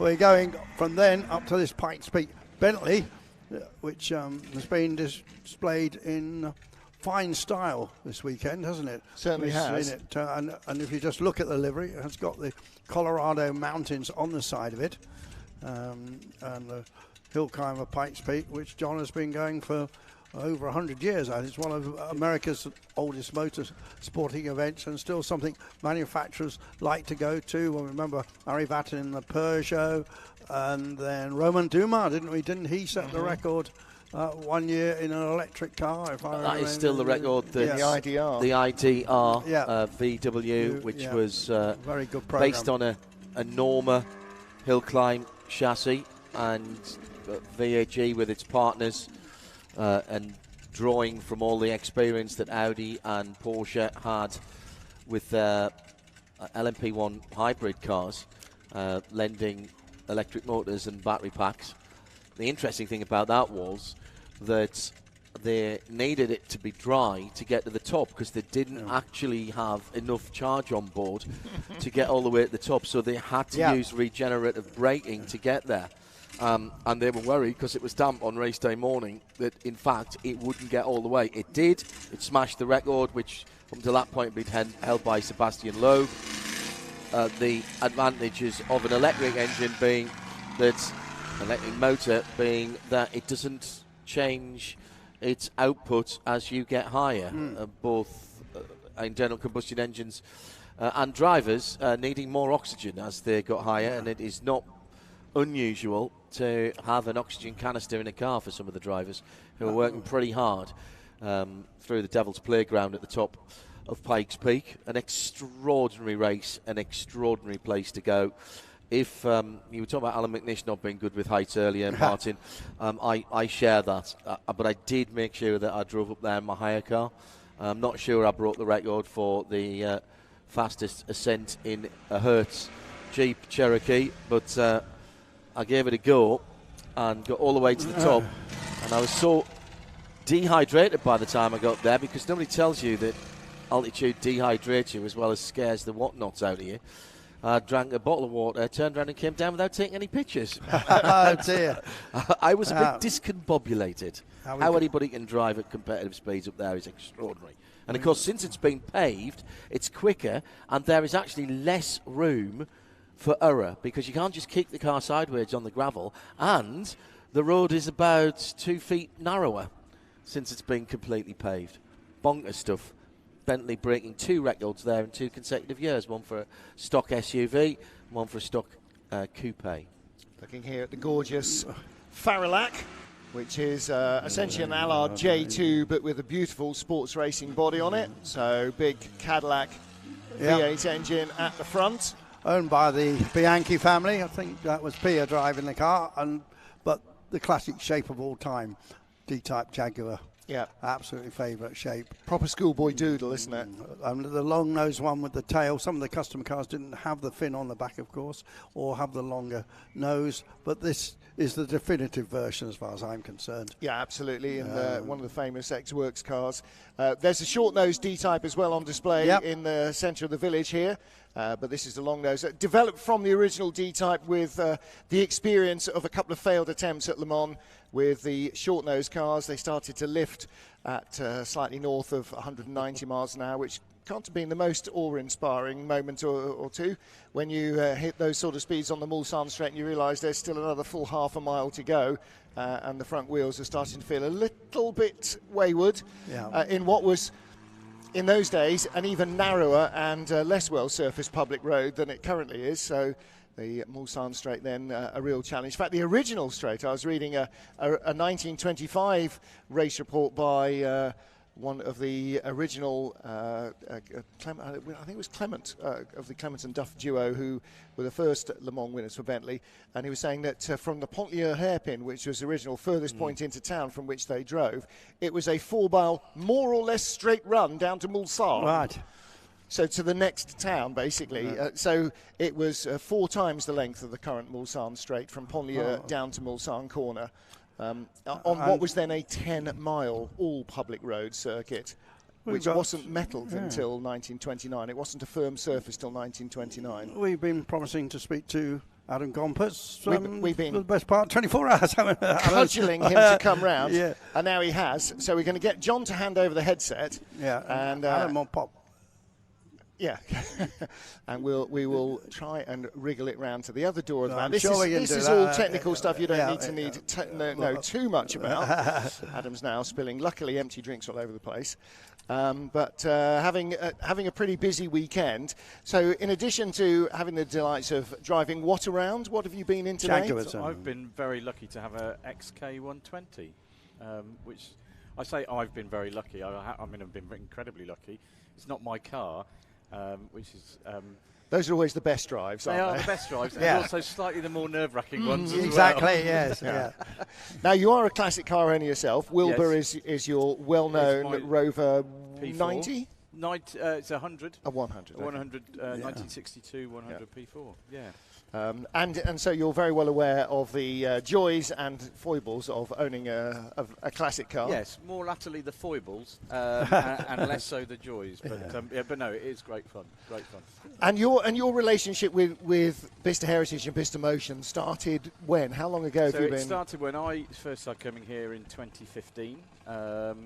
Just coming to the scrambles and basically just kept annoying everybody until they let me keep coming back. And then back at the end of 2019, I was asked if I would consider being the station chaplain. So, and it took me all of a few milliseconds to say yes. Yes, before the question was fully formed. Yes, the answer was coming back. And you've got a great congregation here, of course. Oh, yes. It's... I feel a real privilege being here, being part of the community here, and the great joy is, of course, you are preaching to the converted here because everybody has the same passion, don't they? I mean, and that's wherever, whatever age, whatever background everybody comes from, they're all here for one reason only, and that's to enjoy mechanical things. But before you were vicar, you were a car designer, weren't you? I was. I was a designer for a number of different companies, including Rolls-Royce and Rover. Worked abroad, did some yacht design. I think here, what's special about here is the community of people. And the cars are wonderful, they are. And we all come and we all admire the cars and get very excited about them. But actually, for me, the heart of this place are the people and the stories that come with that. It's like we always say about motor racing, come for the cars, stay for the people. Yeah. And that's exactly the same deal here. I mean, and you look at this aero car recreation. Now, I can't find the thing immediately, I need it, but the story behind the recreation of this car, which was an original vehicle built in the 1920s, it then burned in the workshops in which it was kept in Montlhéry in Paris, and the quote is, after a few beers, its current owner decided that recreating something based on a photograph he'd once dimly seen, probably after a few beers at that stage, has become a reality. And he's got this air-cooled engine and a propeller drawing this little thing along. I mean, that's the sort of madness that we embrace. Yeah, it is. And I think the lovely thing about old cars, particularly, the ones that aren't majorly restored, is that they carry all those stories, all those dents, all those scratches, all those creases in the leather. They're all part of its history and its story.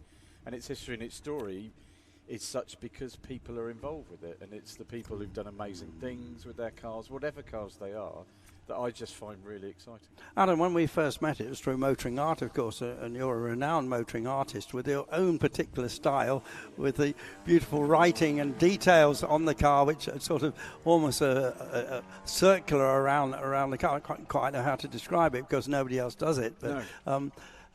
We've loved having you showing with us, and I think you're still, really concentrating on that, your motoring art. I mean, I find the art is a great switch off from other things, and I think for all of us, you can have work that overtakes you, and sometimes it's really important to have something that you can just, whether it's a book, whether it's a dog, or for me, it's a kind of pencil case with some pencils and a sketch pad. But I do love it. I don't know if you've seen Adam's art, Martin. It's absolutely stupendous. I mean, what a wonderful job you do. I mean, it's interesting motoring art, isn't it? Because there's so many different genres, and and people like Johnny Ambrose, who we know well, he's fantastic sculptures in fiberglass and wood and so on, and every so often somebody else pops out of the woodwork, that's new. And it's interesting, we've got in the hangar, we've got a 9-year-old lad, Aaron Lahr. And Aaron draws at 9 years old like I wish I could have drawn at 29 years old. I mean, he's incredible, really. And if people are still wondering how they're going to spend the next 20 minutes, go and have a look at Aaron's work in the hangar, because it's just brilliant. And saw some of Paul Oz's work here as well. That's right, yeah. While they're in the hangar, they will see a blue Riley delivery van with the back doors open, and it seems to be full of food. So what's that all about? It's not my lunch. We are collecting for Bicester Food Bank.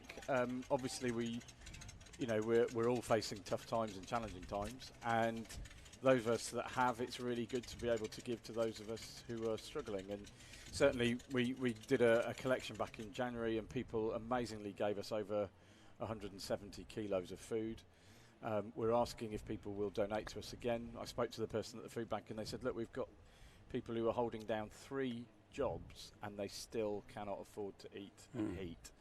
And so it's so important that we who can do for those who can't. But separately from that, of course, you worked hard on charity for Ukraine as well. Yeah, so Johnny Ambrose and I, after a few beers, actually. All right, okay. Funny how things, yeah. We decided that we would rope in a whole load of artists to sell some work for the Red Cross Ukraine appeal. And thanks to the generosity both of those who contributed and those who bought work, we raised over £50,000.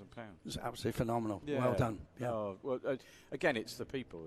That's what makes it special. Well, you talked about the community here. Of course, since it was established in the 20s, RAF Bicester would have been a big part of the community of the town, and that's been reflected as well in that sort of involvement with Bicester Town and with the food bank and the outside world. That's always been important to everyone at Bicester Heritage, that actually, yes, we are this entity within a place, and therefore we have a responsibility to be a positive and active part of the community.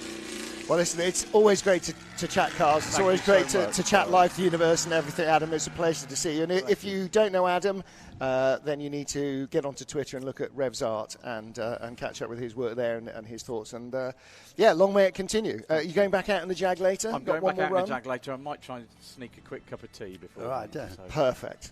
Ladies and gentlemen, Adam Godputz, thank you very much. And while that was going on, a slight failure to proceed from the Turner. He spun and stopped and stalled. Oopsie whoops. And probably found he's knocked off the master switch. But we are back with the circuit live once more.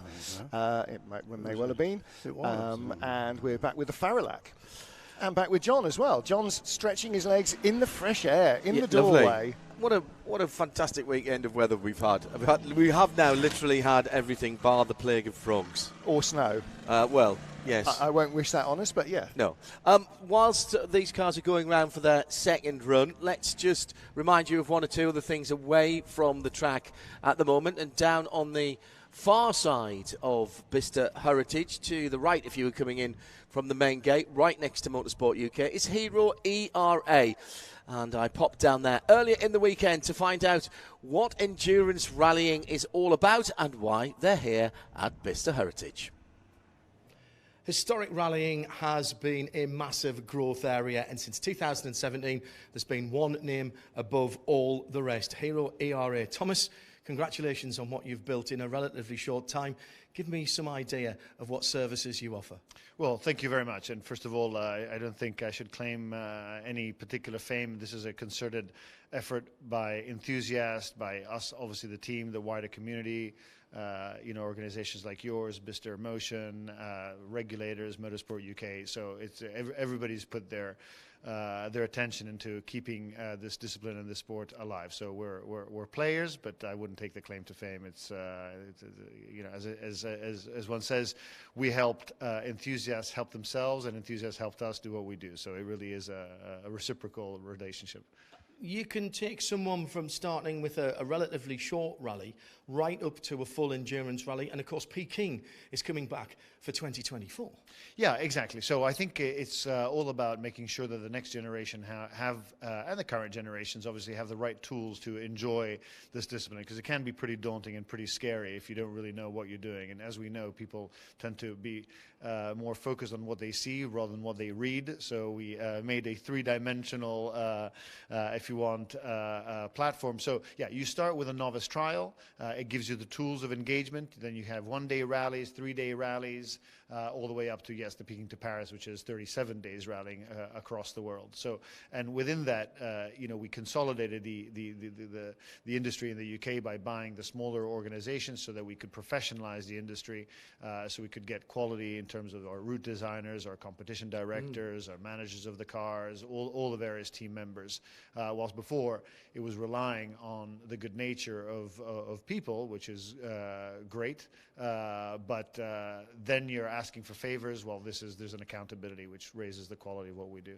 Clearly, the majority of your customers and competitors will have their own vehicles. but you can even offer a solution for people like me who don't have a classic rally car. And that's exactly right. And because all of our competitors have a classic car, not every classic car they have is necessarily the car you want to use on some of our events. So rather than waiting for somebody to go prepare the car, we said we'll do it for you. So we have the Arrive and Drive fleet that offers an array of different rally cars and touring cars. You have to imagine it where you've always liked a car, you've never really driven the car, and you don't know whether you're going to be happy in that car for 5 days. Well, you're not going to buy a car, find out, and then sell it again. So this is also a way to go and see whether your knees hit, whether you like the gear change, whether the heat, the smells, the general feel of the car. So it's really an experience-based kind of fleet of cars. And it's all here at Bicester Heritage, right next to Motorsport UK. Can you put my name down for the Peugeot, please? I like that a lot. Absolutely. So that is a replica of the 1975 East African Safari winning car. Unfortunately, the Lancer Stratos driven by Drews and Munari broke on the last very stage with 2 punctures. They only had 1 spare wheel. By the time they got the second one, they'd lost the championship. So if I get a drive in the 504, are you going to be on the maps for me, Haven, or do we have to pass over to Mr. Marriott? Well, Marriott is clearly the map botherer. I would have thought that probably I ought to be in a sister car 404. Because I've got 404 history and they have Safari Rally history as well. The 504 was the last of the old-fashioned in Peugeot rally cars before the 205 Revolution came in Group B era. But you could have a 505 estate as a chase car, couldn't you? That would be. Yeah. Or a 504 estate. Yes, true that. I like the sound of what's going on down at Hero ERA. Do you know, I mean, it's years and years ago when they revived the London to Sydney, I was only a few grand away from actually having an entry. I mean, I have no idea, because I thought it was just a silly idea, and I have no idea how I would ever have made it happen, but it's just, those are fantastic events and really well organised and really well catered for and just wonderful. Let's talk about some grassroots motorsport and going back to the roots. Grassroots. Yeah, going back to the roots, perhaps, with the historic karting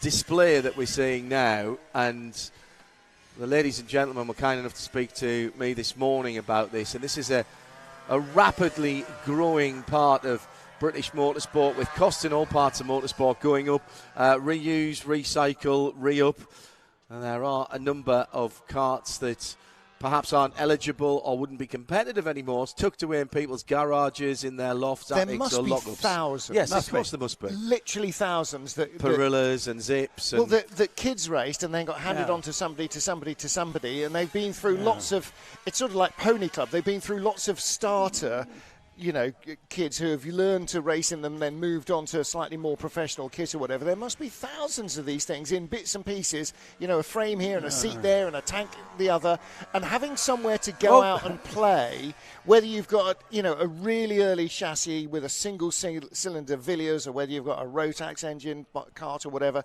if you've got a gearbox kart or a super kart like some of the ones that we see out here. Yeah, just anywhere to go and race these old machines. Why should karts be different from cars or bikes? And that's the point. And what the historic kart clubs have, the Kart Association has managed to do, Andrew, is been able to distill some of these quite different machines, but allow people to go out and enjoy them just for the fun of it. This is not starting somebody's career. We're not looking for the next Lewis Hamilton here. This is people going out with equipment that they've already got and enjoying it, but still being able to do it in a competitive environment. The historic kart club, British Historic Kart Club here, formed in 2005, put on 4 marvellous displays over the 2 days.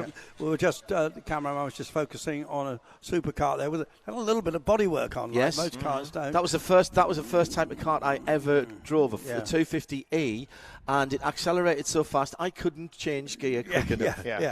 Three Sisters, the old Three Sisters outside of Wigan, before they extended it. Terrific job by the boys. It wasn't big enough for a 250E. Bedfordshire wasn't big enough for a 250E. It went so quickly. I made the mistake of thinking that I'd caught the slide on it at one point, and I was pointing in the right direction, so I went back onto full throttle. I was actually just spinning at the time, and the only reason I knew I was on the grass was what was spinning beneath me went from dark grey to green. the most terrifying and wonderful experience I've ever had in my life. We've got a broken down car or car Well, that's the trouble with car, so they stop and the engine stalls. Well, you used to have to lift up the back wheels, run along and bump start them, and then try and get in and keep it running. Not easier if you're a teenager. These racers are more mature. The kind of racer who has teenagers helping, or in fact their helpers may now be in their 20s. So they're actually not everybody is of a certain age, but some of the clever people had a little detent on their throttle, which you was have to be super quick. Yes, and they weren't strictly speaking legal because they didn't have a full throttle return, and they would just click that on so that it would tick over. However, I do remember at Felton once seeing that happen, and a car disappear off down to the far end of the circuit. With no driver? Well, the driver actually holding on to the rear bumper, being dragged gently along behind it. And that's the problem, isn't it? The problem is when you've got a solid rear axle, no differential and chain drive, that when the axle stops, it stops the engine rather than the other way round. So Indeed so. So for those of you who took cover under the marquees and inside the awnings of everywhere else, welcome back out to the fresh air. It is actually still really quite a nice afternoon. Little bit of breeze, not too chilly. Can't see any jackets on, so a chance now to go from tiny engines to something slightly more capacious as we get into our Aero-engined. Oh, John's run back. What have you got? Well, we're going to take this opportunity just to remind everybody that it's not just about cars here at Bicester Heritage, all kinds of other things going on. And as long as you're not driving, the opportunity perhaps to sample some brewed beer here. We've got a gin still here, and a brewery. The Wrigley Monkey Brewery has been on site here for a few years now, and earlier on the weekend I went down to see the man behind the enterprise. Some people might find it odd to have a brewery on a site of such automotive elegance. It's not. We like beer, we like cars, and we know when and when not to mix them. Luke, Wrigley Monkey Brewery. Yes. What brought you here in the first place? I've always had a passion for cars, always quite like beer. Found that you go to so many car events and there wasn't any decent beer to drink. So we decided that we would start the Wrigley Monkey Brewery to try and make beer engineered for petrol heads that we like to drink and we want to drink.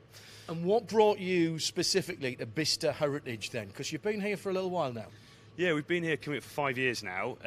I'd known Dan Gagan for a while through vintage cars, so I'd known him through the pub meets in London, back to beer, and he sort of was talking about the plans that were going on here. I thought it sounded interesting. This area, there was a bit of a lack of breweries in this area as well, so geographically and logistically it made sense, and we managed to work out a deal where we could take on this unit, which we really like, and we came up and joined the party. And we should say that everything that you sell here is brewed right here. That's correct, yeah. So we've gone through about 6 upgrades since we moved in. Each time the kit's got a bit bigger and used a bit more manpower to sort of drive it. But yeah, no, we're in here now. We've got our current kit's been in for 2 years. We're on what we call a 10-barrel plant, so it's about 1,640 litres of brew, or about 38 casks of beer if you brew it right. So yeah, everything's brewed on site. We do bottle a bit on site, a bit off site. We physically don't have the floor space to do all the bottling, but we try and do as much as we can here. And what is your most popular brew then? Most popular brew is Full Tilt, so it's our 4.2 bitter, closely followed by our lager Gullwing.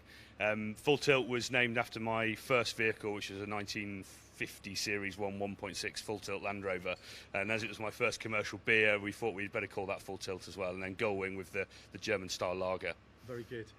I've got to ask you the question that everybody out there wants to know: where did the name of the brewery come from?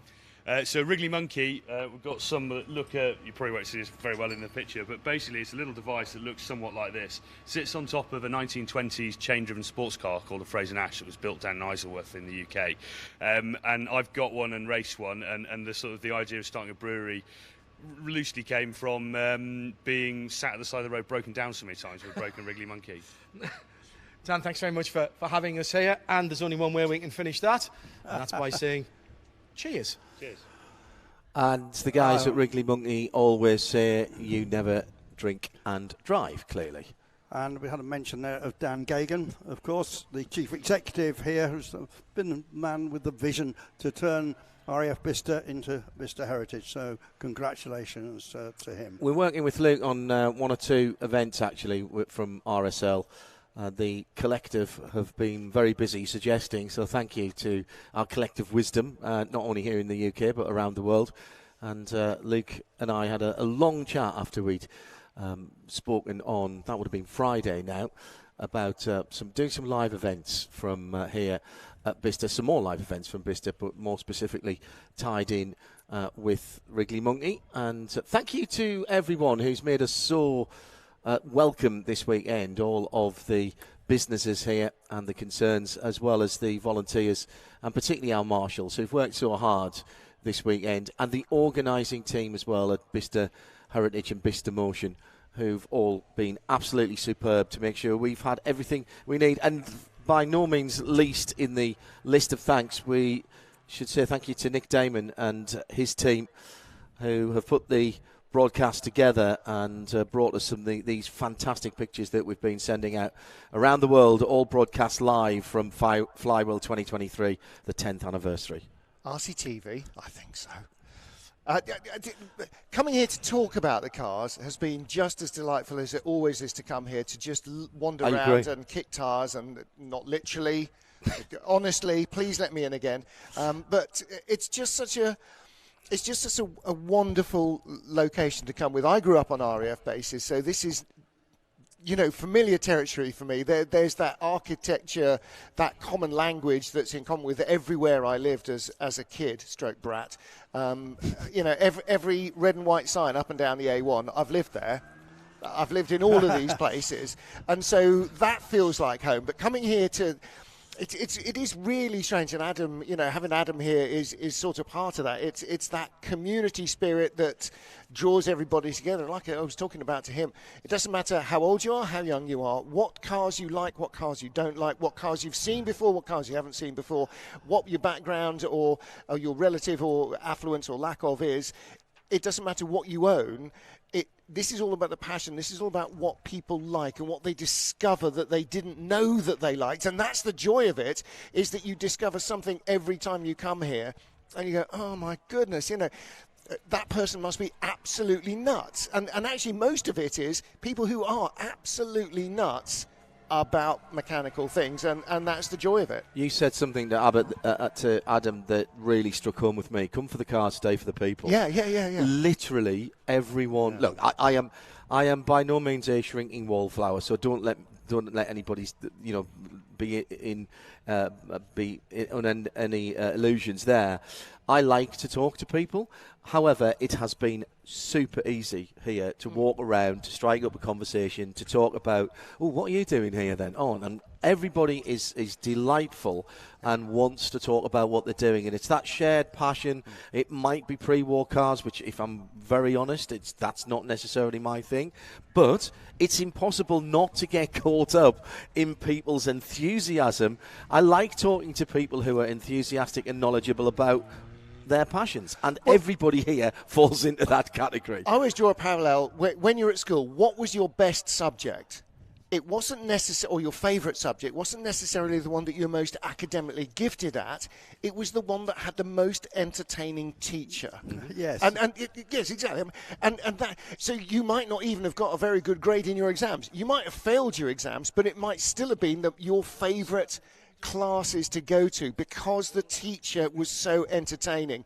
And that's what every owner of every car and every business on this site and all of the management and all of the development team, that's what they all bring. They are your favourite teacher, and they speak a common language, whether it's 1920s, 1930s, 1900s, 1800s, 2020s, it doesn't matter. The passion is the same, the language is the same, and they will literally talk to you until you can't listen anymore and take in any more information. Yeah. And you can come back half an hour later and they'll still tell you stuff you didn't know about their particular car, like this Type 35 Bugatti. Yeah. Why on earth has it got a saddlebag on the pannier? Because there's no luggage space. You've got to hang your luggage on wherever you can. Yeah. That is in touring mode. That is ready to go to the south of France for its holidays.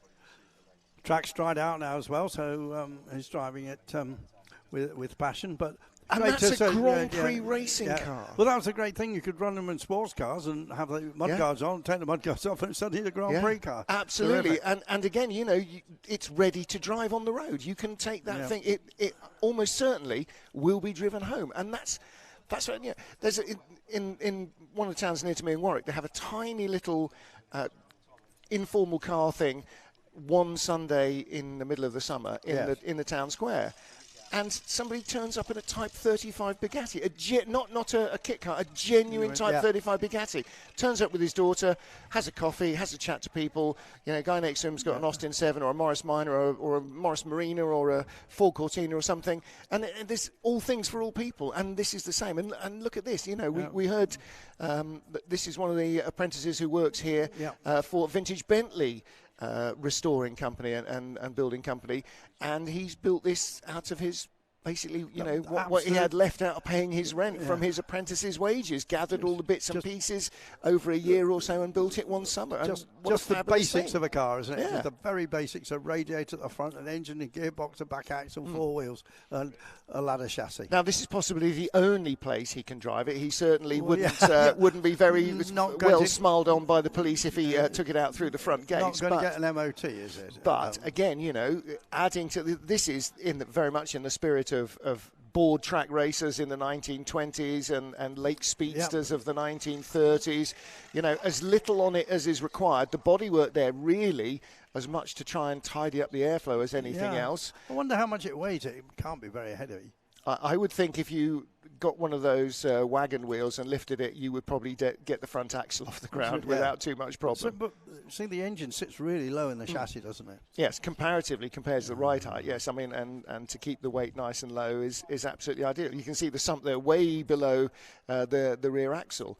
So, it is nice and low set. And whether that was original on the frame or not, again, because it's got, sort of Ford Model T sized wheels, then it would have had plenty of ground clearance. Because in the days when the original chassis was a production road car, most of where it would have been driven would have been rutted country tracks. Yes. It would have been cart tracks, literal cart tracks, rather than a road like we know it today.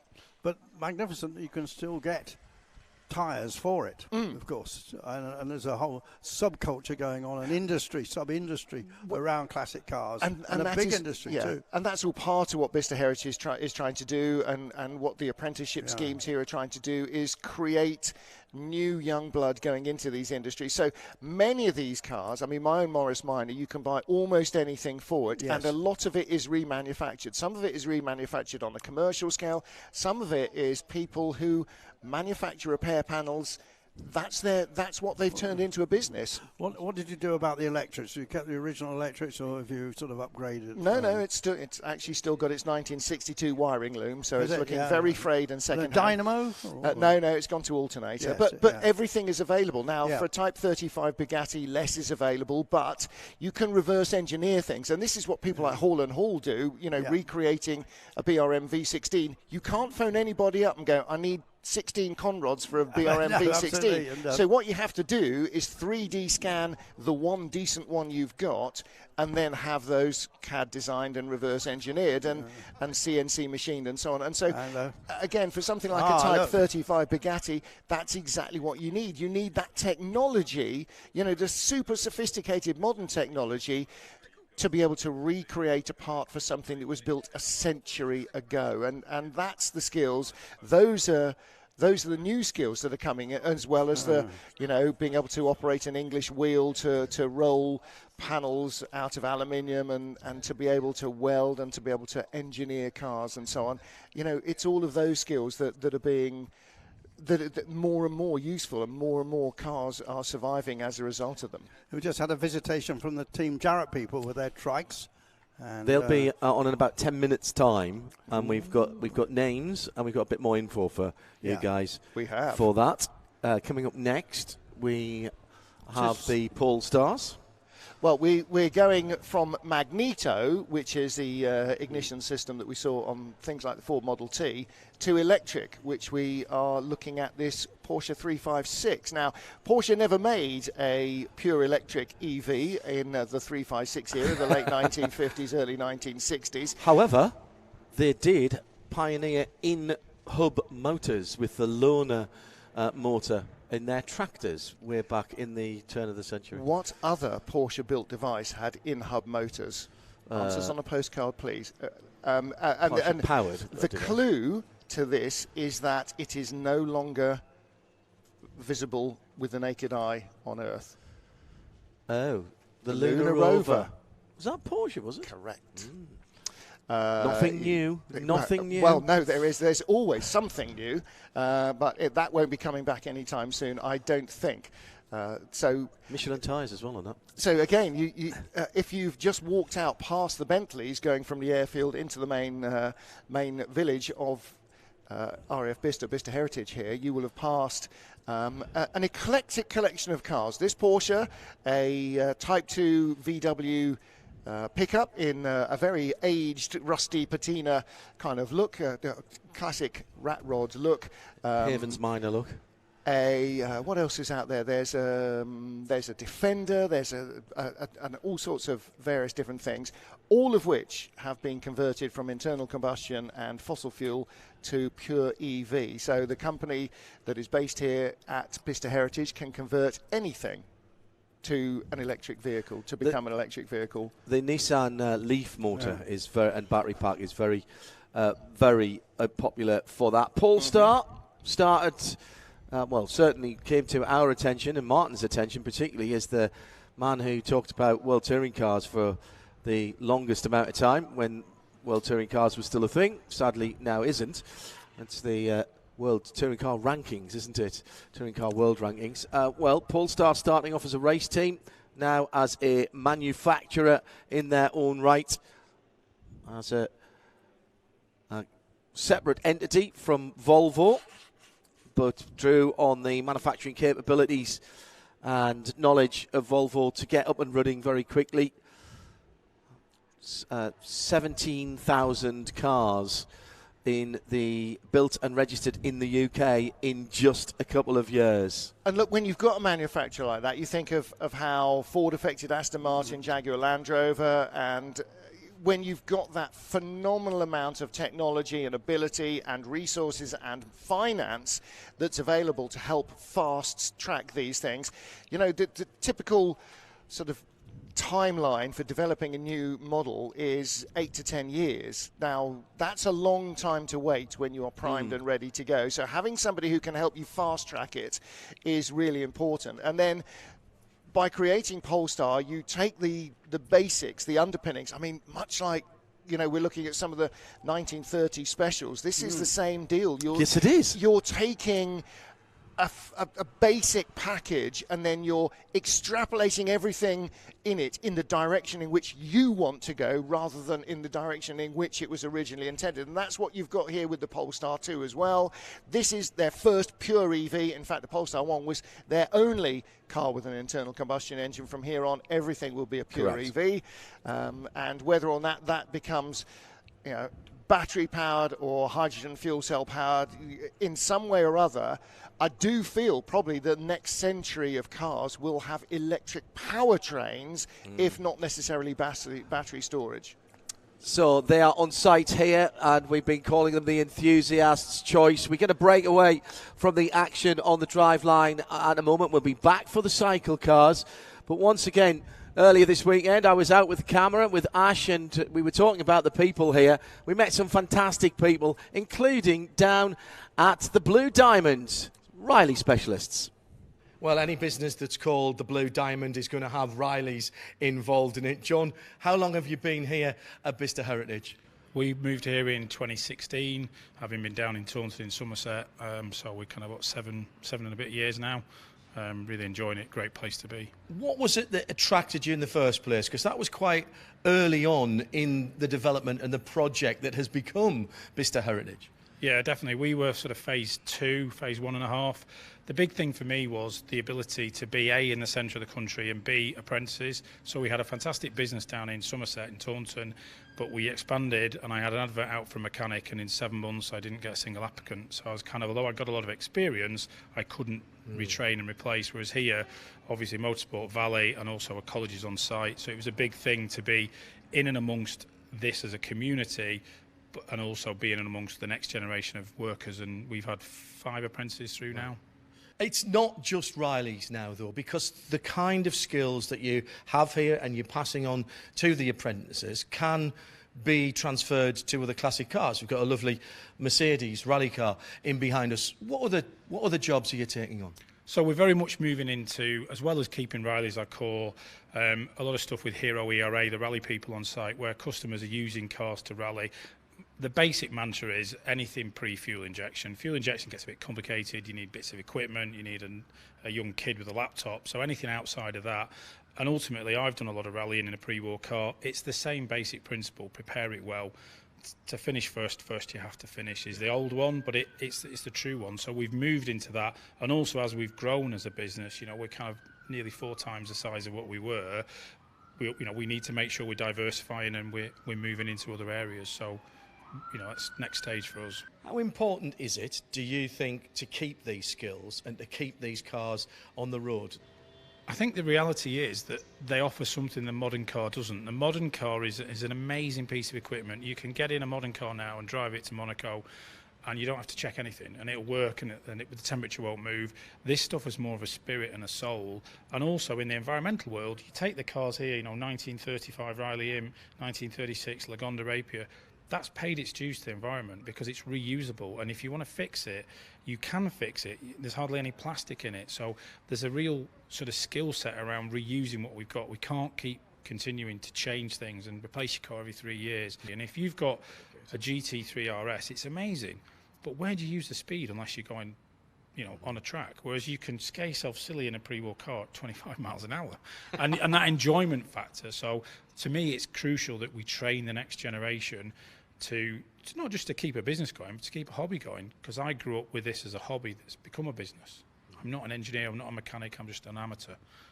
So I think it's vital that we keep that next skill set here. And the car that you're driving now is still always the greenest car that you can drive if you don't have to have another one built. John, thanks very much. Thank you. And John and the rest of the team down at Blue Diamond have been absolutely superb this weekend. It's been a pleasure. Thank you, John and the team, and to everyone else here at Bicester Heritage. We're just transitioning from 2 to 4 wheels.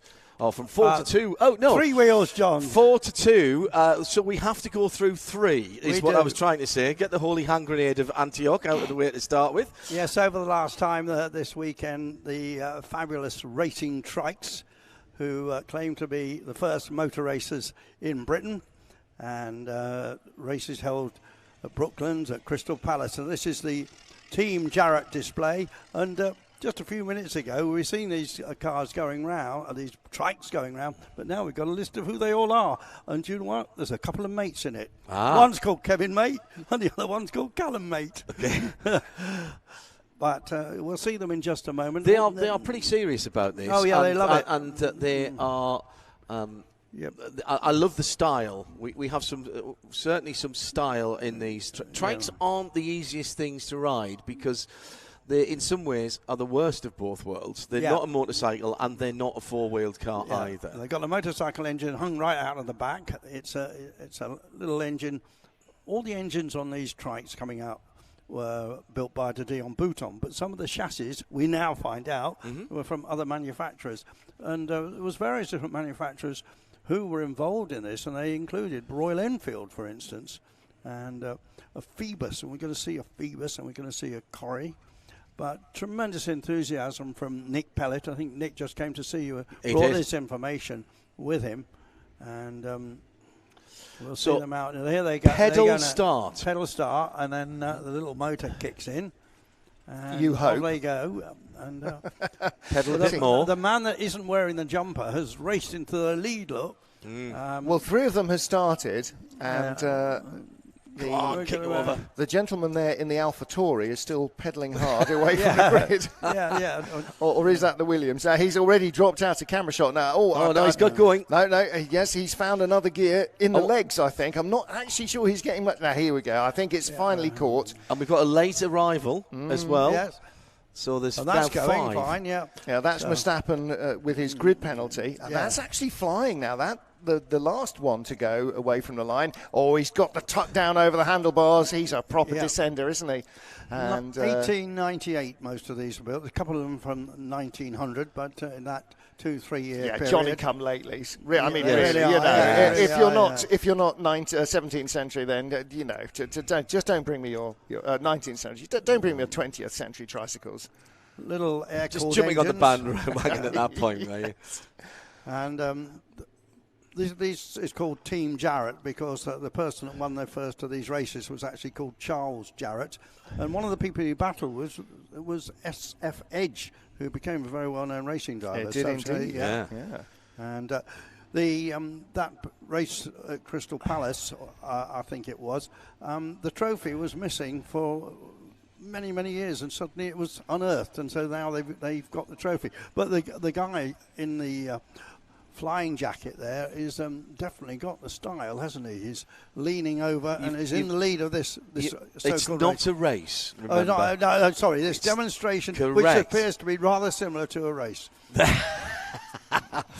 What's the names of the guys out there, Andrew? Sorry? What's the names of the guys out there? So we've got Nick Pellet out there, who's the man behind all this. Kevin Mate, Nick Penny, Roger Horsfield, give him a check. Jeff Gray and Callum Mate. So you were right about the late starting track, because that is very quick indeed as they come round to complete their second lap on the oval here. Yeah, apparently sometimes I have as many as 15 of these. I think we've got 5 or 6. That's terribly entertaining, to be honest. Kevin Mate and Callum Mate just sounds like Kevin and Callum. Yeah. You all right, Kevin Mate? Yeah. Are they from Birmingham at all? Just talking about... You all right, Kevin Mate? I once went... John's shaking his head in disappointment. I once went up to Mark Webber. I saw him speaking to somebody. I wasn't quite sure who he was. I said, "Who was that bloke?" He said, "Oh, that was a mate's mate, mate." Checkered flag for the tricycles. Oh, almost a dead heat. A close finish. It would have been had it been a race. In that demonstration parade. A very close heat. Oh, and here we go. A very close finish for not third and not fourth and not fifth. However, the gentleman with the white helmet on is the trike that started last at some distance. Yeah, he'd had a handicap. He'd had 72 place penalty, so in fact he started at Brackley. Yes, he had a Pomeroy Trophy style handicap, didn't he? And didn't quite make it up at the finish, as is the intention with handicappers. On to two wheels now. I said we were transitioning from 4 to 2. We're just reducing wheels. We're now going to go to unicycles. Unicycles come next. Andy Barrett out there on his Velocette, 1939 pre-war motorbike, or turn of the war motorbike here. Yeah. Velocette's, of course, known for their famous fishtail exhaust system. But this particular bike doesn't have that. And the bikes have entertained us a lot over the last 2 days here. I should think that our motorcycle riders are jolly happy that they haven't come out just after the thunderstorm. Sure they are. Because when you've got a smaller contact patch as these machines have, and the road is just as hard on a 1930s bike as it is on a 2030s bike, not that we've got 2030s bike yet, I think they would be... a little even more circumspect if it was as streaming wet as it was earlier. That's a gorgeous thing. Again, the big thump of the single 4-stroke cylinder. We talked about classic and historic kart racing. I think the big classic bike meeting there is at Donington Park. And Donington's rapidly becoming a real hub for classic and historic racing. And if you do like what you've seen here, and you might be interested in seeing some classic racing, some historic racing, Vintage Sports Car Club, Classic Saloon Car Club, HRDC, there are so many different, and in the motorcycle world as well, and in the karting world as well, so many different vintage circuits, championships and circuses meandering around the country. Whatever your local circuit is, if you are close to Bicester, then it's likely to be Silverstone. Of course, the Silverstone Classic coming up later in August.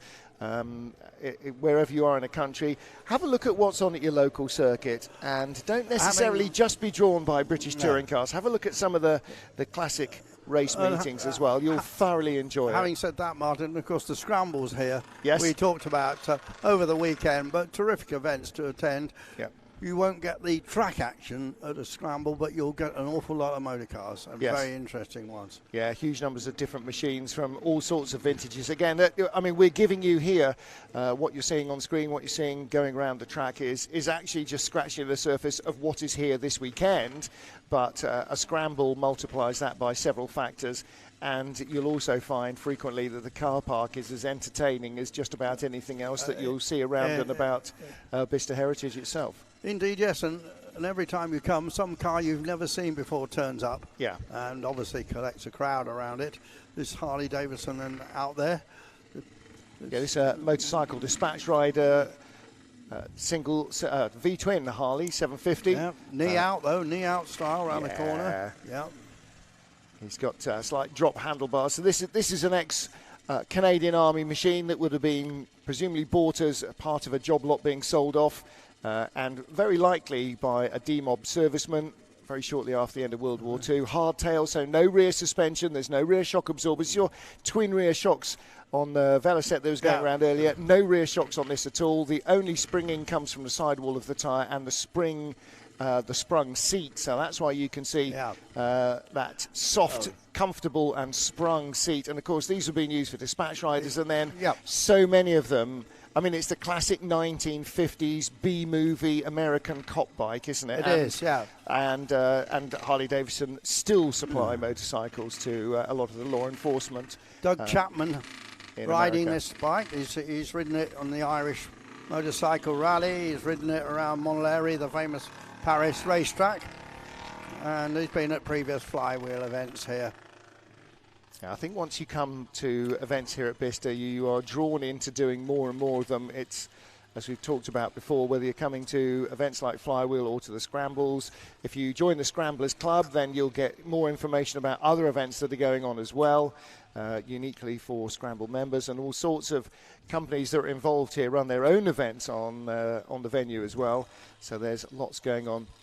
Looking here at the Manx Norton again, the big four-stroke engines that preceded really the arrival of the domination of two-strokes in motorcycle racing in the late 60s, late 50s, early 60s. Well, first Manx Norton was about 1947, but they went on building them until virtually the mid-60s. Absolutely classic bike. Yeah. And we talked about the D-Type as being the sort of archetypal Le Mans racer schoolboy doodle. Well, a Manx Norton, look at the big bulbous tank, the drop seats, the chrome exhausts, twin rear shocks. It's just got, you know, the drop handlebars, big clock and a big headlamp. It's got everything that you expect to see from a cafe racer, street racer. But the most famous win, of course, was Mike Hailwood in the 1961 Isle of Man TT, which Mike won at over 100 miles an hour. And Mike Hailwood, a man who, one of the few men that really made the transition from motorbike racing to Formula One. Obviously, John Surtees the only man to have won 2 and 4 wheel world championships. But Mike Hailwood coming quite close to that being a very competitive Formula One racer. Yeah, and then made his great comeback to the Isle of Man, of course, and was privileged to have been there that weekend or that week. Yeah, Mike the bike, I think probably didn't have the machinery that showed his talents to its best advantage in Formula One. I think he, you know, had he come in with more competitive cars. Well, he had the year when it was the McLaren M23 when they switched from the Yardley sponsorship to the Marlboro sponsorship, and then McLaren decided to run a third car still with the Yardley sponsorship, and then he crashed badly in the Nürburgring. And that program sort of then petered out. But and McLaren then hit a bit of a fallow patch, didn't they? So that was great less than character. ideal. Yeah, absolutely. Mike the bike, terrific guy. But he was the man that really put the Manx Norton on the map.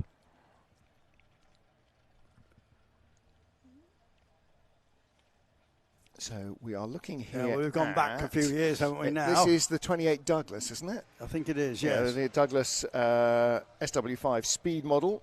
I believe this is Terry Wilson, who's owned his bike since 1993. 500cc overhead valve flat twin. So found the bike, stripped it down, checked it over, put it back together, and started doing sprints around the country. was in part of the Isle of Man TT Centenary event back in 2007. Also took the bike to the Brooklyn Centenary more recently, and has been at the Cop Hill Climb a dozen or so times. These bikes were built in Bristol, actually. 50 years of building bikes, Douglas. They ended in 1957. And of course, the British bike industry almost dwindled to nothing, didn't it? Now, fortunately, we've got Triumph building some good motorbikes again. Yep. There was so many with Aero and Velocette we've seen today, BSA, Norton, and then. Well, again, in the space of about 10 years, the British bike industry virtually collapsed. Fairly small manufacturers against a Goliath like a Honda or Yamaha or Kawasaki, who had global marketplaces that the likes of Norton didn't really. You see, you look at something like a Manx Norton, and when you're trying to sell this into the US market, they've already got Harley Davidson, so they've already got the big capacity 4-strokes. The Japanese bikes brought something different, as they did to the UK market, but it was a whole different era and generation of motorcycling and motorcycle racing, and particularly with the 2-strokes that they became then dominant forces. And of course, winning motorcycle races, winning the TT and things like that are great sales tools for any manufacturer, and that's exactly why Soichiro Honda set off after trying to conquer the TT. Absolutely, because another great biking nation, Italy, and still are. And then Austria as well with the KTMs. KTM have become an astonishingly varied company as well as motorcycles and racing motorbikes and off-road bikes and trials bikes and Dakar bikes and everything else. Got the cars. They also produce, we know the KTM Crossbow. They've now got a GT2, GT3 and GT4 version of the Crossbow, and they also produce road cars as well now. So the kind of KTM hypercar road car, which I saw at the Red Bull Ring a couple of weeks ago. So, a tiny company with absolutely no limit to their ambitions. And, of course, with EVs, then in the road car world, you look at a company like Rimac, which is an absolutely from no background whatsoever startup. You can produce phenomenal machinery without having to design and build sophisticated multi-cylinder, multi-valve engines and all of that. So the potential for performance from EVs is far outstrips what you could generate for the same cost and lead time with an internal combustion engine. We have discussed electric cars a lot this weekend, Martin, and there was an electric TT race for a few years, but that actually stopped now. Now here's the aerial that... Yes. This is Colin West. Now, he's been riding his Moto Guzzi Dondolino yesterday and this morning, but he did toddle around to the van this morning on this 1949 Mark 1 LE Velocette. Velocette, yes. Shaft drive that, Yes. Wonderful things on this. You pull a lever to start it. It's not. You don't have to jump start it or anything. 150cc flat twin. He said can't get out of its own way. Yes. Flat out at 30 miles an hour. Yeah, I did use an expression, but you banned me from using it. It couldn't pull the ears off a chocolate rabbit. Yeah. Yes. Or another appendage. It's a Barry Sheen quote, actually. Colloquially known as the noddy bike because it was very frequently used by constabularies up and down the country. They used to wear the full helmet, of course, riding these the things. Pointy helmet, exactly before motorcycle helmets were made a requirement to wear them was made law, which was in late 60s, very early 70s. One of the first two-wheeled machines for law enforcement that carried a radio as well. And the reason they were called the Noddy bike is not because of anything to do with Noddy and Mr. Plod or PC Plod, but policemen were required to salute senior officers. Unfortunately, saluting requires the use of your right arm, which is also your throttle hand, and so they were permitted to nod to a senior officer if they went by, hence the name Noddy bike. Excellent. Yeah. You'll also notice that you've got weather protection for the legs at the front, and you also change gear with the lever, not on the handlebars. Or a foot. Or a foot, exactly so. So I think it was conceived as possibly a commuter transport. It would have had also underneath the windscreen a that gap would have been filled in with material, weatherproof material, so that you did get a little bit of weatherproofing. That's right. And of course, it has side panniers as well. And when he came to visit us in the van, and I noticed the material was there, but it was very tatty. Yeah, very frayed. And you think of something like that, and that was nearly a Honda Cub. Yes. Nearly a step-through moped, nearly made in tens of millions that led to world domination, but didn't quite make it. No. Didn't quite make it. Ahead of its time in some respects? I think so. Yeah. Or just wrong place? Just missed the bull by a bit. And again, you know, the weather protection and it's got almost all of everything it required to be a Honda Cub or a step-through moped, except it wasn't a step-through moped. It was still sort of a motorcycle. You had to get your leg over. Yeah. And almost there. Now then, from the sublime to the ridiculous, this is the 350cc 7-speed triple MV Agusta. And again, we saw this earlier on today. This is into the pillbox chicane there. This is a full-fat racing machine. MV Agusta, the dominant force. John Surtees won 350 and 250 and 500cc world championships with the Count. And MV Agusta, a phenomenally successful racing brand in the 50s and into the 60s. Autocratic. I mean, going from Agusta to Ferrari, he knew exactly what he was getting. Autocratic and hugely motivated owner of the company and the best machinery that money could buy. Went on to build helicopters. Sounds fantastic. Didn't Rocky Agusta race in the States? Yes, he did. And he raced in the FIA GT Championship, BPR. So Rocky Agusta, the son of the Count, or he was then the Count. Yep. And Le Mans as well. Yep. I'm trying to picture what... Did he race a Marcos at one stage? The Corvette, though. Predominantly the Corvettes, a grey Corvette with black livery. I visualised a low-slung car. not a slow-slung car, no. And again, you know, just listen to this thing. And this is barely getting wound up. Imagine what this was like whistling around the TT circuit of Assen or around the mountain course. I mean, it's just phenomenal thing. 15,000 revs or whatever it revs to. Yeah. And, of course, the great Giacomo Agostini, forever associated with Agusta. This is a triple, isn't it? This is a triple. And in fact, you know, in that interim period before the V-twin really became sort of the dominant force in two-stroke racing, and the four-strokes were trying to battle with them, all sorts of engines. You know, there were the Japanese had triples, 4-cylinder, 5-cylinder motors, anything to produce the power. And of course, the more cylinders you had, the smaller the actual cylinder got for the capacity. And so your pistons like thimbles whizzing up and down at 16,000 RPM with shrieking engine notes. I mean, it was an enormous melting pot of technology. We had just a fantastic start then from the Morgan +6, didn't we? With real tyre smoking. I'm not sure who the driver is in this. I didn't notice him being any less enthusiastic than when the track was streaming wet. He seemed to get the same amount of wheel spin in the drive. He's got a sort of professional-looking crash helmet. It looks as if he might be some regular race car driver.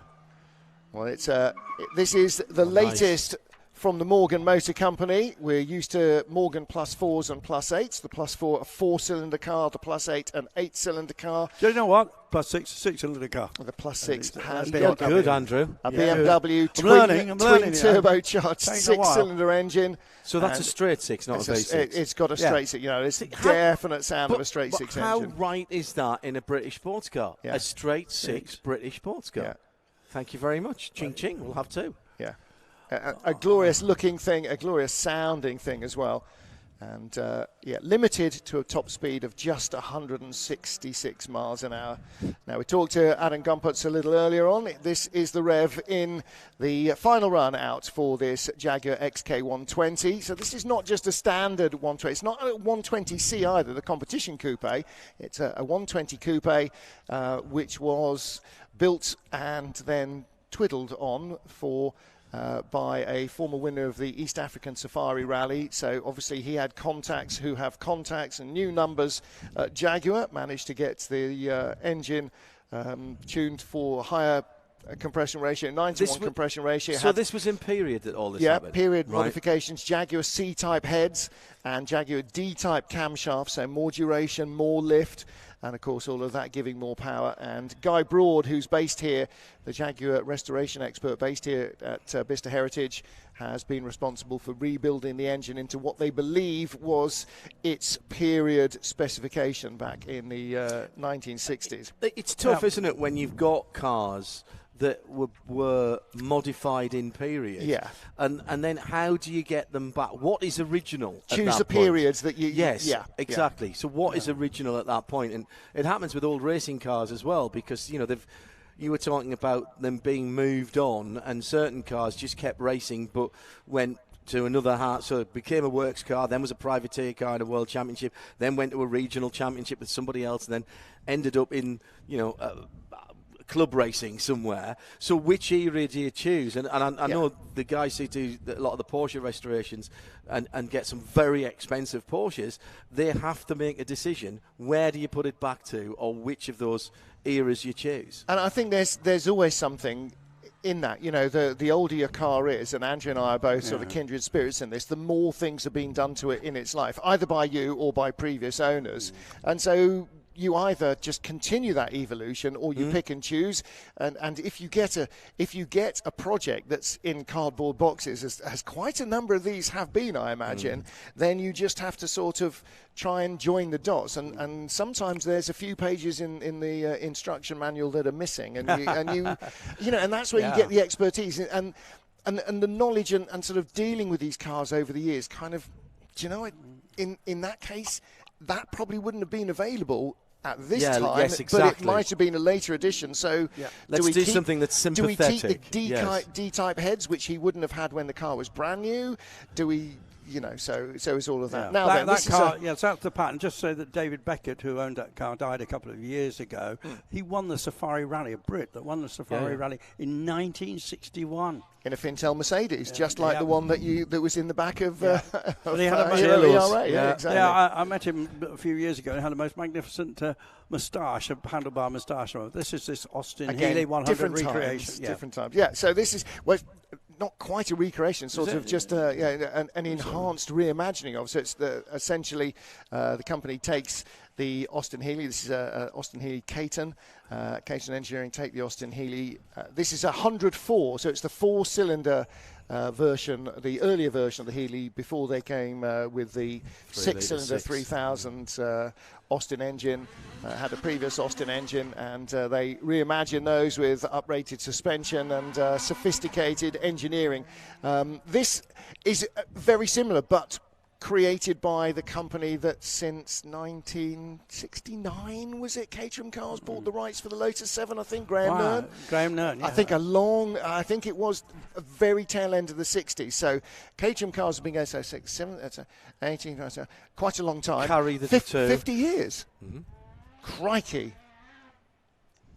I wondered, did we miss the 50th anniversary of Caterham Cars in lockdown? It may have been there or thereabouts. However, back to the present, this is the most extreme Caterham that you can currently buy as an off-the-peg item. This is the 620R, so Caterham 7, 2-seat sports car, lightweight, cycle mud guards, and a 310 brake horsepower engine in a 500 kilo chassis. So the nomenclature 620, 620 horsepower per tonne, and this is the race version. So basically not full race car, but a track version of the car. These have all been demonstrations, we've said a number of times, but I think if we had been timing it, I think this car would have had the fastest time of the stage. I don't know. I think. What do you think? If we'd been marking for style, then he might have been angle of the dangle. All the Escorts at 45 degrees. What do you think's gone quicker than this then? Oh, I don't know. Not the rally cars, so the two sideways who are playing. Well, something like the Polestars. Maybe the McLaren? The WRC. Or maybe one of the Porsche. Subaru was very quick. Yeah. Or the Polestars. I mean, something that hides its light a bit under a bushel, perhaps. Just a quick note about Caterham moving into enhanced premises down at Dartford. Are they? They've almost have outgrown where... Dartford 7 just doesn't sound the same. No. But they'll be playing later on the Janice Long show, obviously. Yes. They've been there for a very long time, and They are very exciting times for Caterham under new stewardship at the top of the company, and delighted to say that I've sort of been going to a couple of their events actually, and things about to get very exciting for Caterham.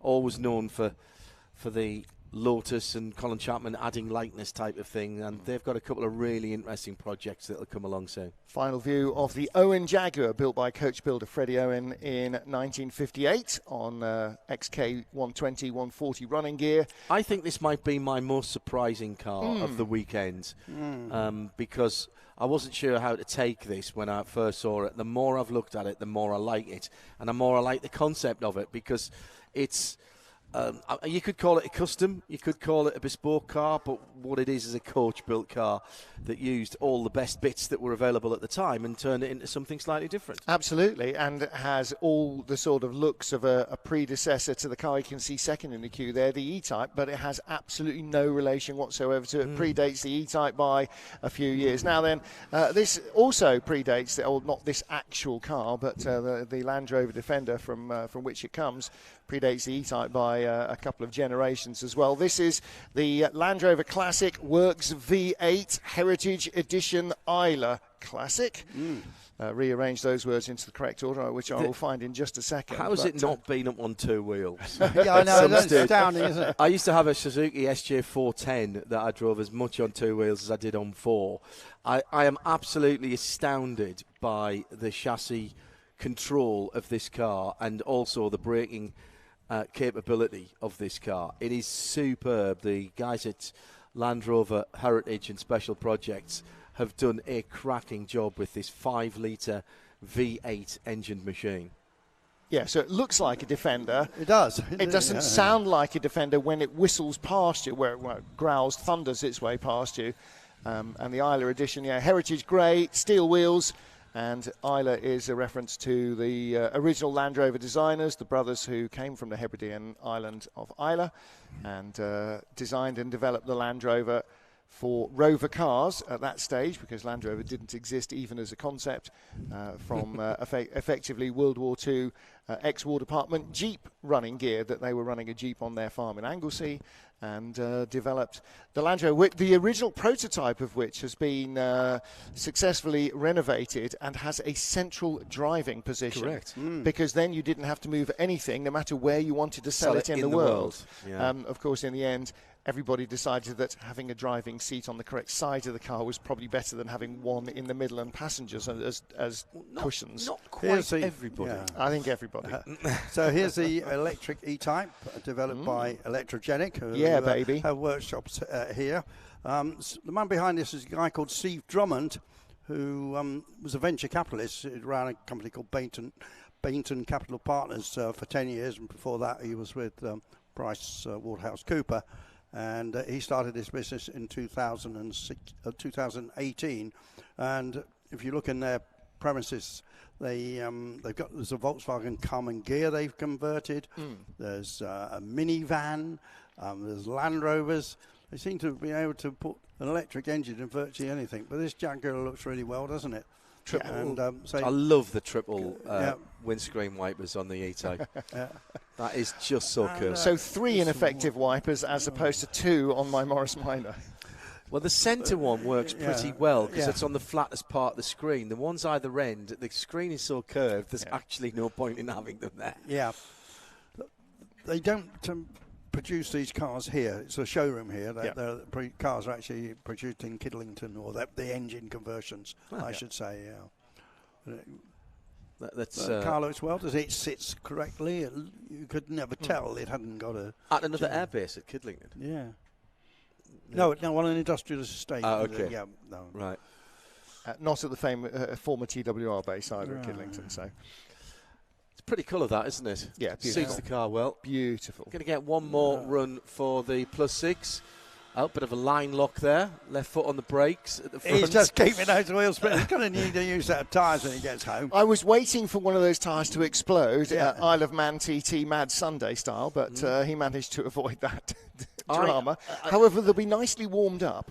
Yeah, I suspect in these final runs of the day, there might be a bit of finger wagging from the clerk when people comes back in. I have to say, and perhaps I am tempting the fates a little too much when I say that. We have had a really good weekend with some spirited driving, exactly what we wanted to see. One or two spins that weren't designed to happen, but in general, all of our drivers have listened and taken heed of our clerk of the course, who gave a very good driver's briefing. Yeah. I did speak to him afterwards and said, I always think a driver's briefing where there's laughter and merriment is good, and it was exactly like that. It is all about having a bit of fun this weekend, and anybody who's been out on this track, which is quite a nuanced track, speaking to quite a few drivers with actual talent, more than me just pedalling around as I did yesterday, they were quite complimentary about the different types of corners that they have here, and how this circuit challenges the older cars and the more contemporary cars, and allows you to push on and have some fun and demonstrate the cars in the best light, and yet it is pretty safe and a lot of fun. And purely by accident, not designed, because this has not been designed purposely to be any kind of car test facility. Nope. This is for getting bomber aircraft out to the airfield. Yes. And designed long before idiots with fast cars were thought of as inhabiting the base. Oh, hang on, you were an RAF brat. You absolutely know, and I know from my dad's stories of being in the RAF, that the Perry roads, the Perry tracks and the Perry roads were almost always used for some kind of hooning about. Yes, but they weren't designed for that purpose. Fair point, well they may made. have been used for that purpose. Yes, they fair point, well made. Final sight of this Lovely. XK120. Again, when we see the red Jaguar Coupe, which I think we are going to see again, is he in the line? We should do the Owen Jaguar. It will have been one of these that sacrificed its running gear to produce the base for that Owen Jag. And so from this to that Owen Coupe with a longer flowing roofline and with not so 1930s bulbous front wings, more all of a piece, much more E-type, Marcus like.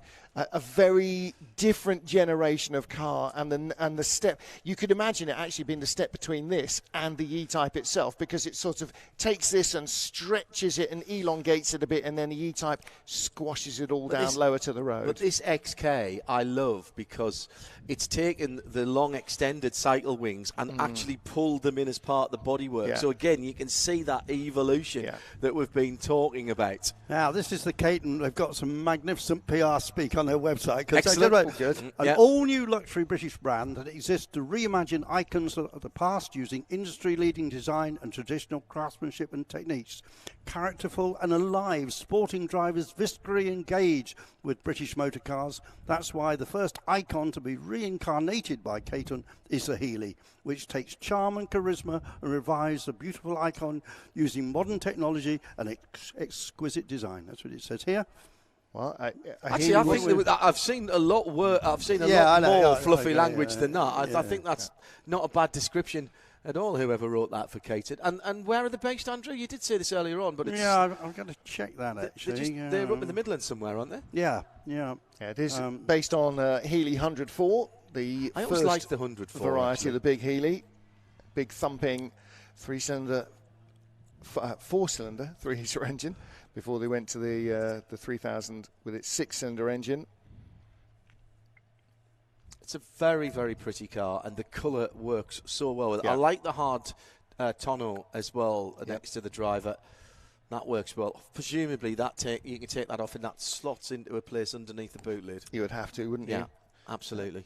Otherwise, Mrs. Owner would be very approving, and so would son of owner, and dog of owner, quite possibly as well.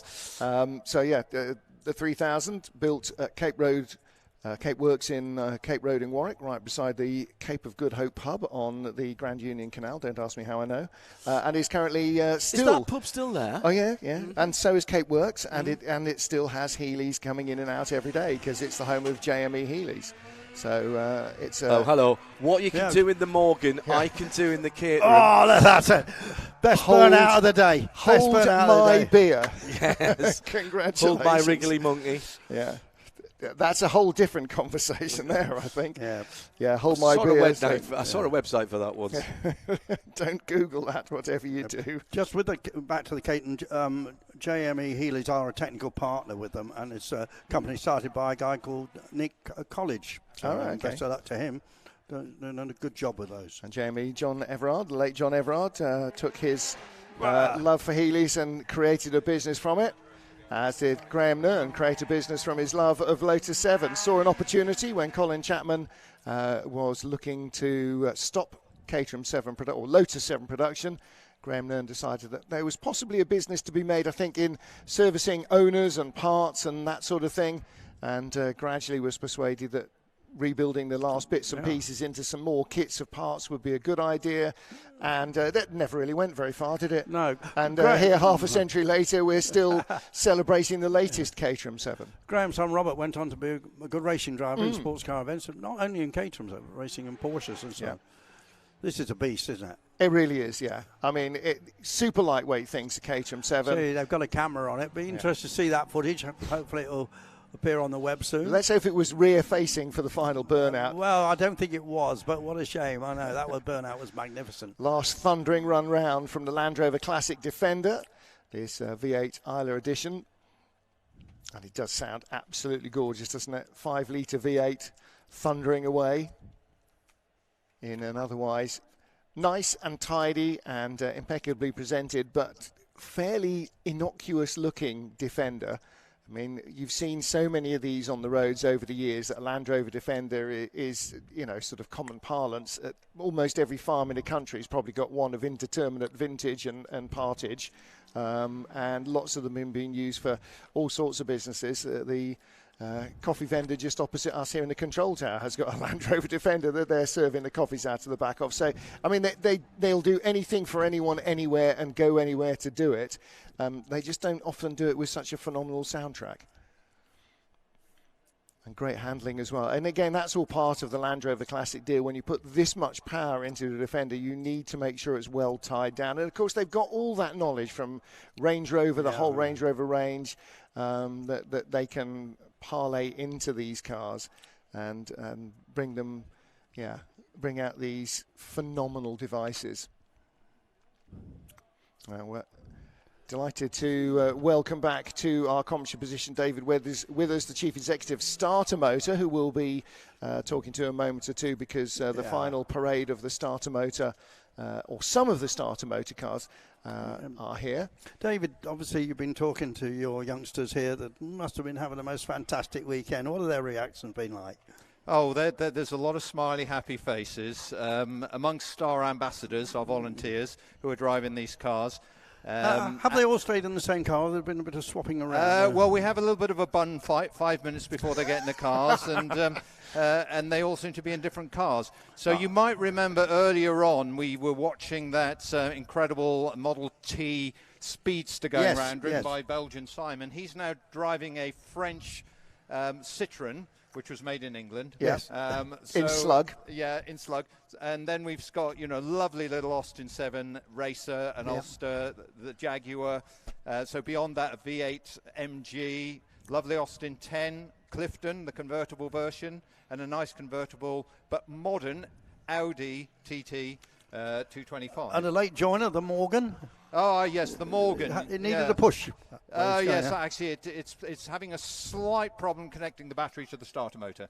But it does go very well apart from Nothing a tap with a stick won't cure. Yeah, and that's driven by Harvey. Now, Harvey typically is working on historic cars from before the First World War, London to Brighton type cars. He's an apprentice down in Sussex, and he's one of our ambassadors. So we've got a bit of a range of ages, types, shapes and colours. And are they thoroughly talked out? Have they had their ears bent and their back legs talked off by visitors? Well, I hope so, because the whole message that we're putting across is young people love old cars too. And if you're a young person who don't know that yet, we'll help introduce you to that. Yeah. And there's been loads of young people here from local schools, hundreds and hundreds, and we've had lots of very fruitful conversations. And I love the fact that we've got the variety of different machinery, from something that's a young timer, a modern classic like the Audi TT, right back into the 1930s with the Austin 7 Ulster. That's right, yeah. And the Austin 7 Ulster it's 3-speed, but it can do 70 miles an hour. It's got no doors and various other things seem to be missing by modern standards. But every single one of our ambassadors, and we have 30-odd, they want to have a go, and it involves driving lessons all over again. But because they're young and they don't have this lengthy muscle memory that old people like me have, they're able to adapt very quickly, and they almost always prove to be excellent drivers. See, our short-term memory is, tell me again. No, tell me again. No, tell me that again. And theirs isn't. Now, these cars, I mean, apart from the fact that as a charity you rely on donations of money, donations of services, your partners at Moss Jaguar who service the cars and look after the cars for you, and also donations like the MG Roadster you told us was left to you in a will by an enthusiast who respected and admired what the charity was doing. It's not just in terms of producing the cars and so on, but these are also running on the new sustainable fuel that's available here at Bicester Heritage as well. Yeah, it is biofuel, synthesized fuel from vegetable waste. And the cars all got topped up last night with that. It's 99 octane, no ethanol, and all the cars from the Audi to the Austin 7 love it. So it's a nice message to put across that supplements the idea of young people in the future and enjoying the future in something that's old. And presumably you've been signing new people up, have you, this weekend? We've had a huge amount of interest. How do I get involved is the question. Yeah. And we've explained that to everybody. So young people, if you want to get involved, you come and see us or send us an email and tell us why you're enthusiastic about old cars, and then we'll have an interview with you, show you the cars. You'll come to events with us as volunteers. Then, once you've got a driving license, spread the word, brother. You can drive it. But there you go. It's driven from passion and enthusiasm, not from a script. Absolutely. Well, David, it's been a delight, as always, to hear from you and also to see the enthusiastic ambassadors and the cars. It is a phenomenal operation and helping to produce hundreds of enthusiasts, but also hundreds who are going to go and work on in the industry. And that's been a story that I think has gone right through our 2 days here at Flywheel 2023. At Bicester, the 10th anniversary running, that we are talking about sustaining and keeping the joy of automotive transport, however it's powered, for future generations. And some of the classic cars that we've seen need to be looked after. We've got young apprentices coming through. We've got new fuels coming through. We've got new modes of motive power coming through.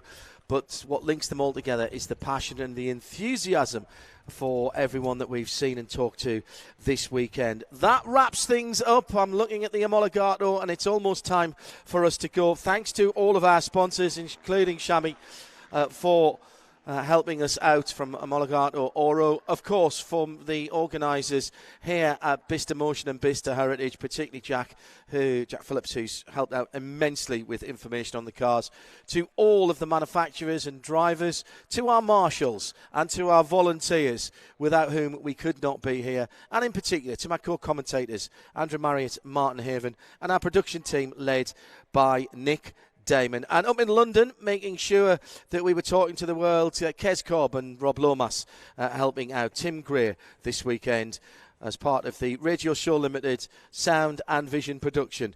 That's it. We've been live for a couple of days from Bicester Heritage and Flywheel 2023. Enjoy the rest of your weekend. Drive safely on the way home. Start making plans for next year. Bye-bye.